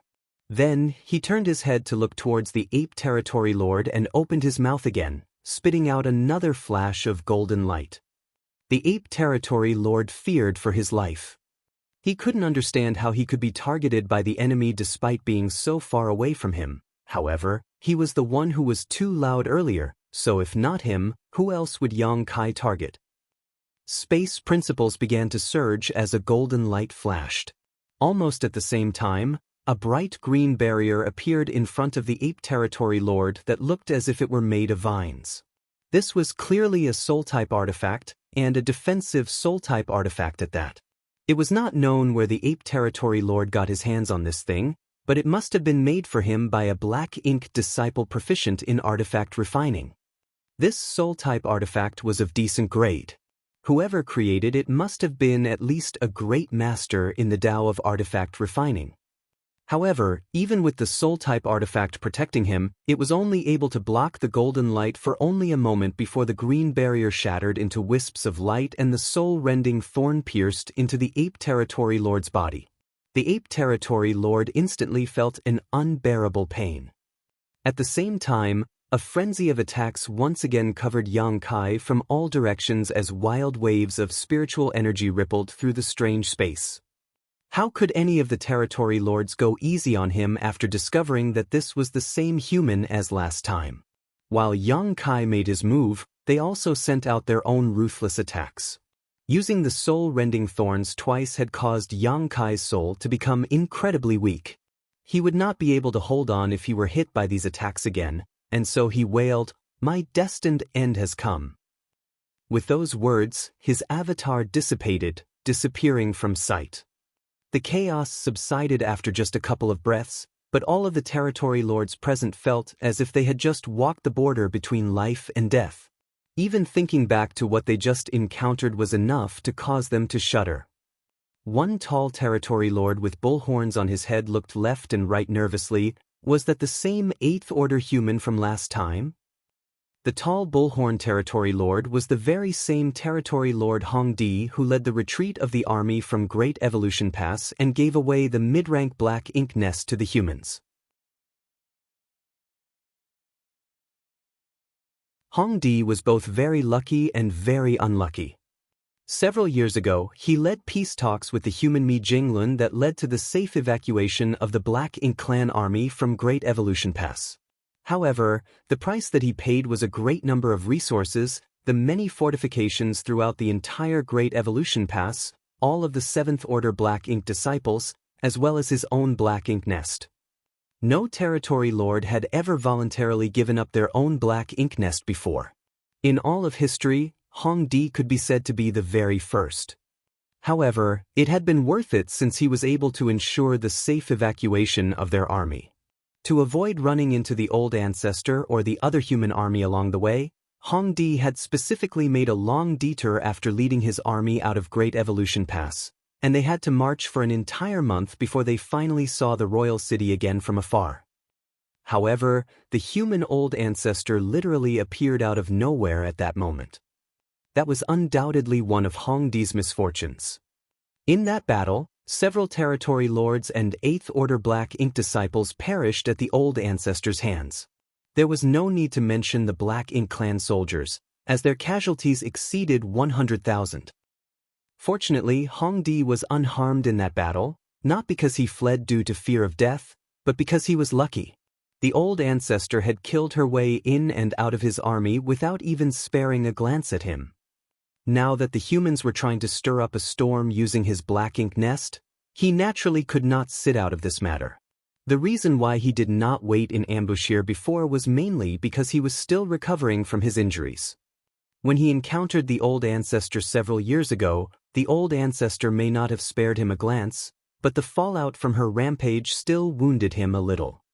Now, after recuperating for a few years, he finally managed to recover. Of the two previous territory lords posted here, one was dead, and the other was in critical condition. Now that two were being added to replace the fallen members, Hongdi was naturally obligated to join. He heard about what happened last time from the ape territory lord, and that was why he asked such a question. The other humanoid territory lord who participated in the last fight nodded at his words. That's right, it has to be the same 8th order human. Hongdi wondered, didn't you say that he died back then? The humanoid territory lord shook his head. I have no idea about that. Maybe he did not die and we all just thought he was dead, just like this time. Hongdi frowned. You're saying that he isn't dead this time either? But we clearly saw him being beaten to within an inch of his life just now. The humanoid territory lord looked deeply at him. That's what we thought last time.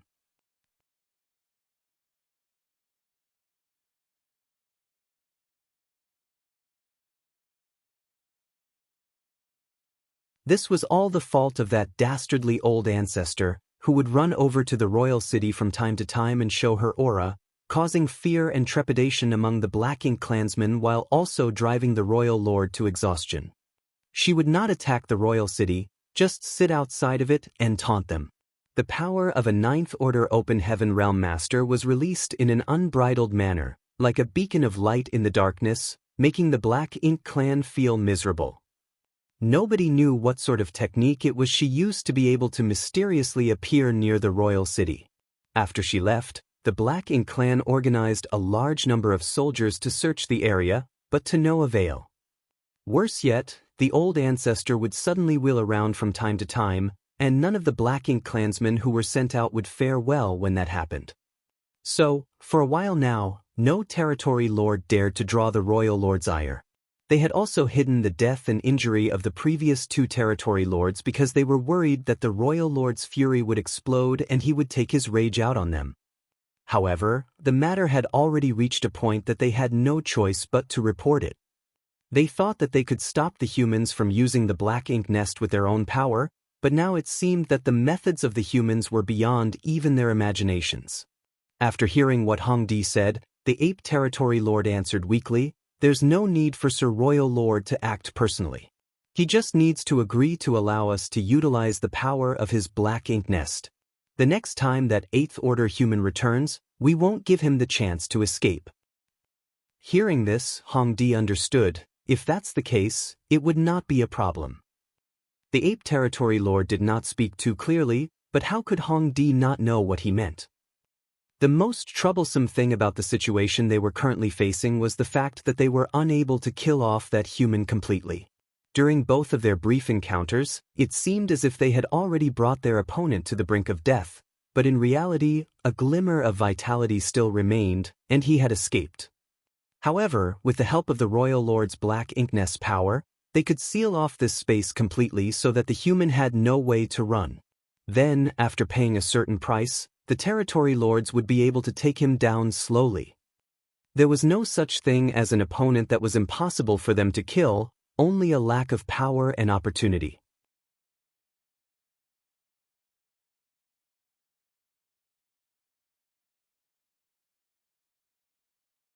Marshall Peak, Chapter 5286. What was he trying to say? While the territory lords were discussing their countermeasures in that strange space, Yang Lai and his disciple were both staring in amazement at Yang Kai. Just like last time, Yang Kai had become slightly dazed after withdrawing from the strange space with a dull expression. Not only was his expression stiff, even his eyes seemed unfocused. The last time he saw Yang Kai like this, Yang Lai jumped in shock. However, he was more at ease now that he had some experience. And, under some careful inspection, he realized that just as he thought, Yang Kai was in a soul-fragmented state. When his soul became fragmented, it was natural for him to appear like a fool. This made Ouyang sigh a little, as this young boy truly did pay a heavy price to secure this black ink nest. Even though he had a special treasure that could repair his soul, having to bear this kind of pain over and over again was not something that an ordinary person could do. If they could really take control of this mid-rank black ink nest and allow the humans to build their own intelligence network, then Yang Kai would be the first to take credit. Just like last time, Yang Kai collapsed to the ground while hugging his head after a few moments, rolling around on the floor while screaming miserably.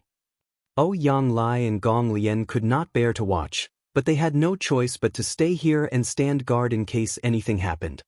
Another few days went by and even Yang Kai's voice had become hoarse. His entire body was extremely weak and the clothes on his body were drenched over and over again in sweat. It was only at a certain point that his pitiful screams finally stopped, not that it was no longer painful, but because his soul had recovered slightly under the nourishment of the soul-warming lotus, allowing him to regain some control of himself. As Yang Kai forced himself into a cross-legged position, Ouyang Lai hurriedly handed over the spirit pills that he had prepared earlier, which Yang Kai took with a pale face and swallowed down. Even though he had the soul-warming lotus to repair his soul, having spirit pills on hand would still allow him to recover a little faster. As time passed, the injuries to his soul gradually mended, and Yang Kai's aura also stabilized. The last time he ended up in this state, it took Yang Kai nearly 3 years of recovery to return to his peak. The amount of time it took him to recover was not much different this time, shorter only by a single month. The reason why such a difference occurred was because Yang Kai's soul had become a little stronger than before. He had noticed after his last recovery that recovering from these self-inflicted injuries made his soul a bit stronger than before. This was an unexpected surprise for him. The situation now was the same as last time. After the injury to his soul recovered, it once again became slightly stronger.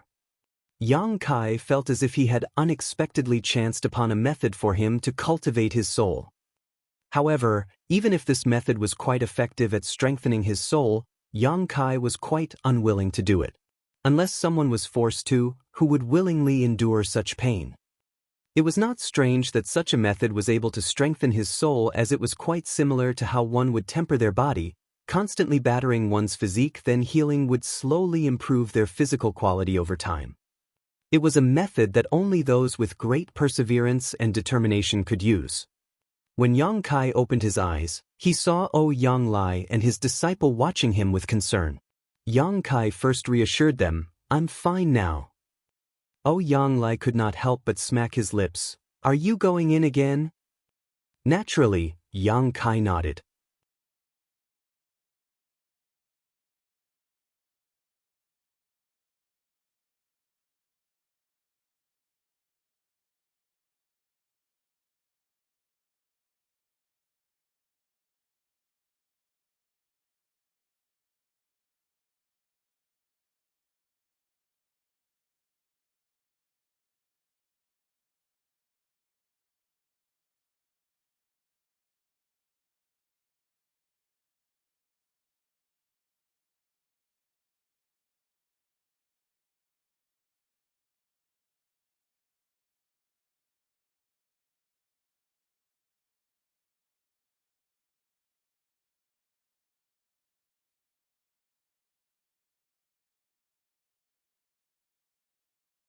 However, the eyes of another territory lord suddenly lit up. "If you black ink disciples are facing this problem, then it must be the same for that human. Since he could enter this place, it means that he must have connected his consciousness with the black ink nest just as you have, using the world force of his small universe as a bridge. So, there's simply no need for us to try so hard to refine the soul-warming lotus or even attack him. We only need to wait until the power inside of his small universe is exhausted, then sooner or later he will die." Hong Di thought it was very logical when he heard it and nodded repeatedly. "That's right, that's exactly it." The old man's heart went cold upon hearing this. It seemed like the territory lords were saying that they would rather sacrifice the black ink disciple surnamed one than open this space. However, it must be said that what the territory lord said was indeed the best solution at hand. The old man was merely a black ink disciple after all, so despite how unbearable it was, the territory lords had already made their decision and he was in no position to try and convince them otherwise. He could only turn around and glance at the black ink disciple surnamed Wan, sighing. However, Hongdi said, "You do not need to worry either. I've just thought of something." The old man bowed. "Please, sir." "You said before that this soul-warming lotus grows from 3 colors, 5 colors, and 7 colors, correct? Now that this soul-warming lotus has already reached 7 colors, it means that this man has possessed it for a long time, correct?" "Exactly so." "Based on your speculation, how many years do you suppose this human has possessed the soul-warming lotus?" "At least 1,000 years, if not several thousand," the old man reported. "That's right," Hongdi's eyes shone brightly. "If my guess is not wrong, then there is a great possibility that this human is not in the 8th order." "Not in the 8th order?" The territory lords and the old man were stunned. They had no idea why Hongdi would make such a guess. "I had a strange feeling when I fought him before, however, I couldn't tell exactly what that feeling was. He just seemed different from the other 8th Order Open Heaven Realm Masters I've faced in the past. Knowing what I know now though, it is obvious that the reason his soul has reached the intensity of the 8th Order is because he had the nourishment of the soul-warming lotus. As such, it's likely he is only in the 7th Order. If he was truly in the 8th Order Open Heaven Realm, then his soul should have been far more powerful than an ordinary 8th Order human." Hongdi's speculation was also logical, and the territory lords who heard him all nodded repeatedly. And this indeed made sense, for if this human was truly in the 8th Order Open Heaven Realm, then after his soul was nurtured by the soul-warming lotus for several thousand years, there was no way his spiritual energy would remain at the same level as an ordinary 8th Order human. It would definitely far surpass that. Now, the spiritual energy of this human was merely on par with an ordinary 8th Order Open Heaven Realm Master, so it was clear to see that his true strength was not in the 8th Order. The old man was even more delighted than the territory lords at that and exclaimed, "In that case, this man's strength lies entirely in his soul, while his true strength should be far inferior to ours." Hongdi smiled, "And so, he will not be able to hold out longer than you can." "Sir is absolutely correct." The old man bowed. "If that were the case, then the black ink disciple surnamed One might still have a thin hope."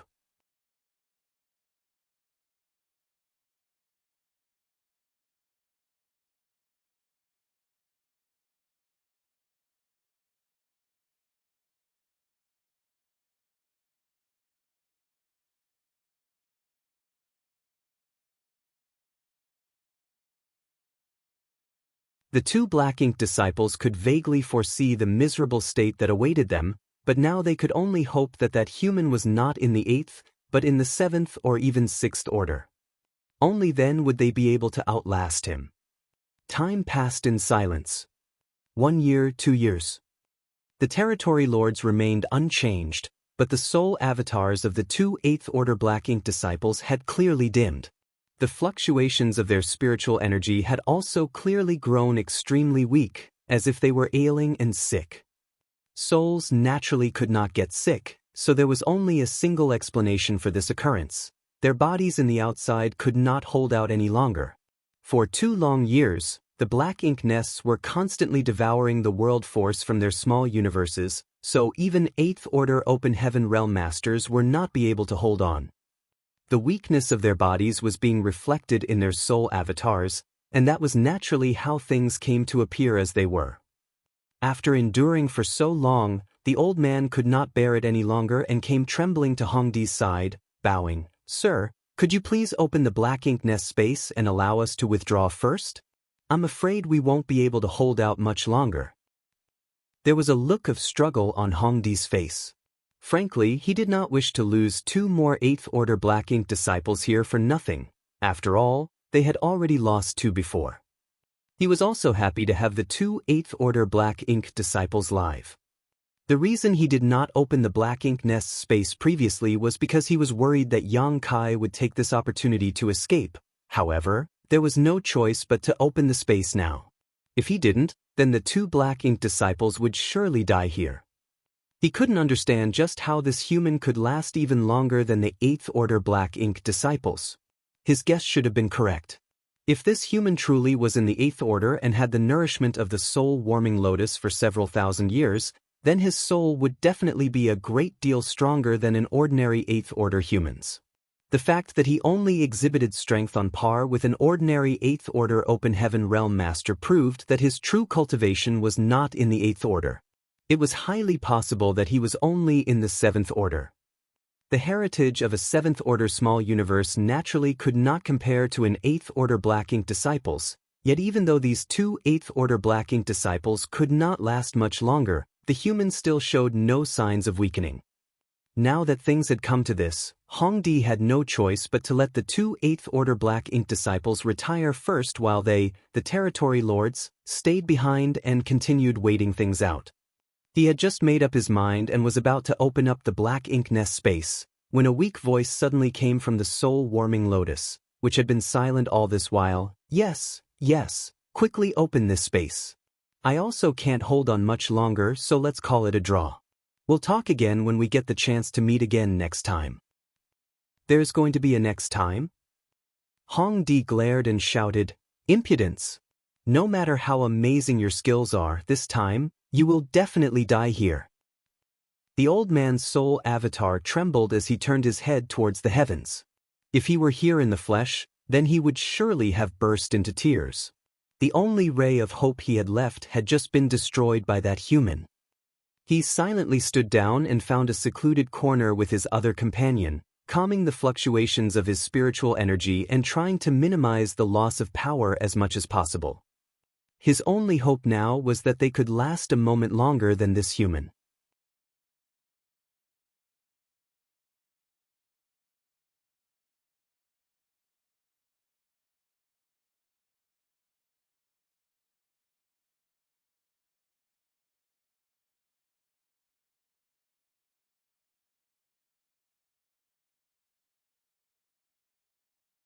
And yet he simply refused to die, clinging stubbornly to life from beginning to end.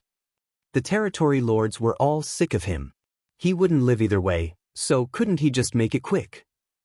Burning the last bit of energy in their souls, the two 8th Order black ink disciples charged over, but the territory lords didn't notice them at all. It wasn't until they rammed into Hongdi that he suddenly turned around with a livid expression and roared, "What are you doing?" If it were any ordinary 8th Order black ink disciples joining hands like this, then even Hongdi would not be able to withstand it if he was caught completely off guard. However, these two were too weak now. Even burning the last of their spiritual energy, ramming into Hongdi felt like they were doing no more than scratching an itch. Hongdi didn't even feel much impact from it. The flash of light dimmed, and the two figures relying on each other reappeared.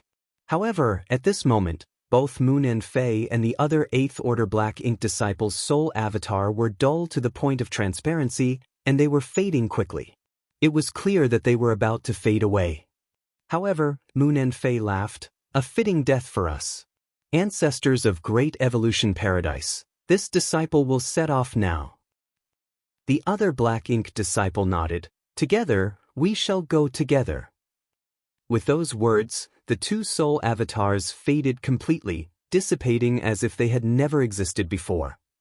The territory lords watched this scene in silence, deep frowns drawn between their brows. Though they lamented the loss of two 8th Order black ink disciples, they were more curious about the reaction these two showed before death. It was quite strange. However, they were not given much time to ponder the issue as a powerful burst of spiritual energy was released at that moment, followed by the emergence of an extremely dangerous aura. The territory lords were all shocked and hurriedly turned back, only to see that the soul-warming lotus had opened up at some point, and the human who had caused them so much pain was standing in the middle of the blooming flower. Divine sense locking onto a territory lord, a golden light shot out. None of them had expected this human to rise up and make trouble for them at such a time, but what puzzled them more was the fact that this human did not seem weak in the slightest. His soul avatar was dense and solid, pervading with an imposing might, just short of glistening to show off his power. How could this be? The eyes of the territory lords almost popped out of their sockets. Even if he had the soul-warming lotus to nourish his soul, what could he do if his physical body failed to hold on? The two 8th Order Black Ink disciples were the perfect example of that. However, looking at this human now, the past 3 years did not seem to have made a dent in his strength. This is impossible. Unlike his attacks from before, Yang Kai did not scream miserably this time, yet violent pain still shot through his soul avatar, as if his very being was being torn apart. He forced himself to bear with it only so that he could make this sudden attack, and the effects were remarkable.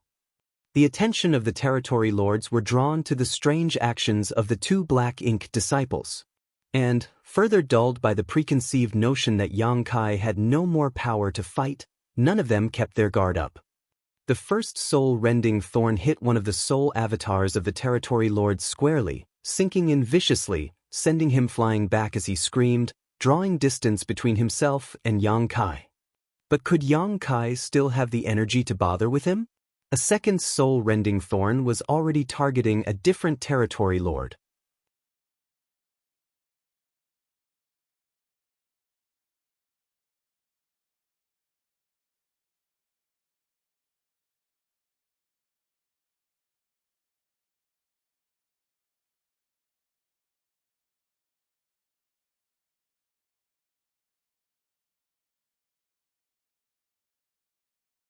As Yang Kai was in the middle of suffering, the three uninjured territory lords were also discussing their options.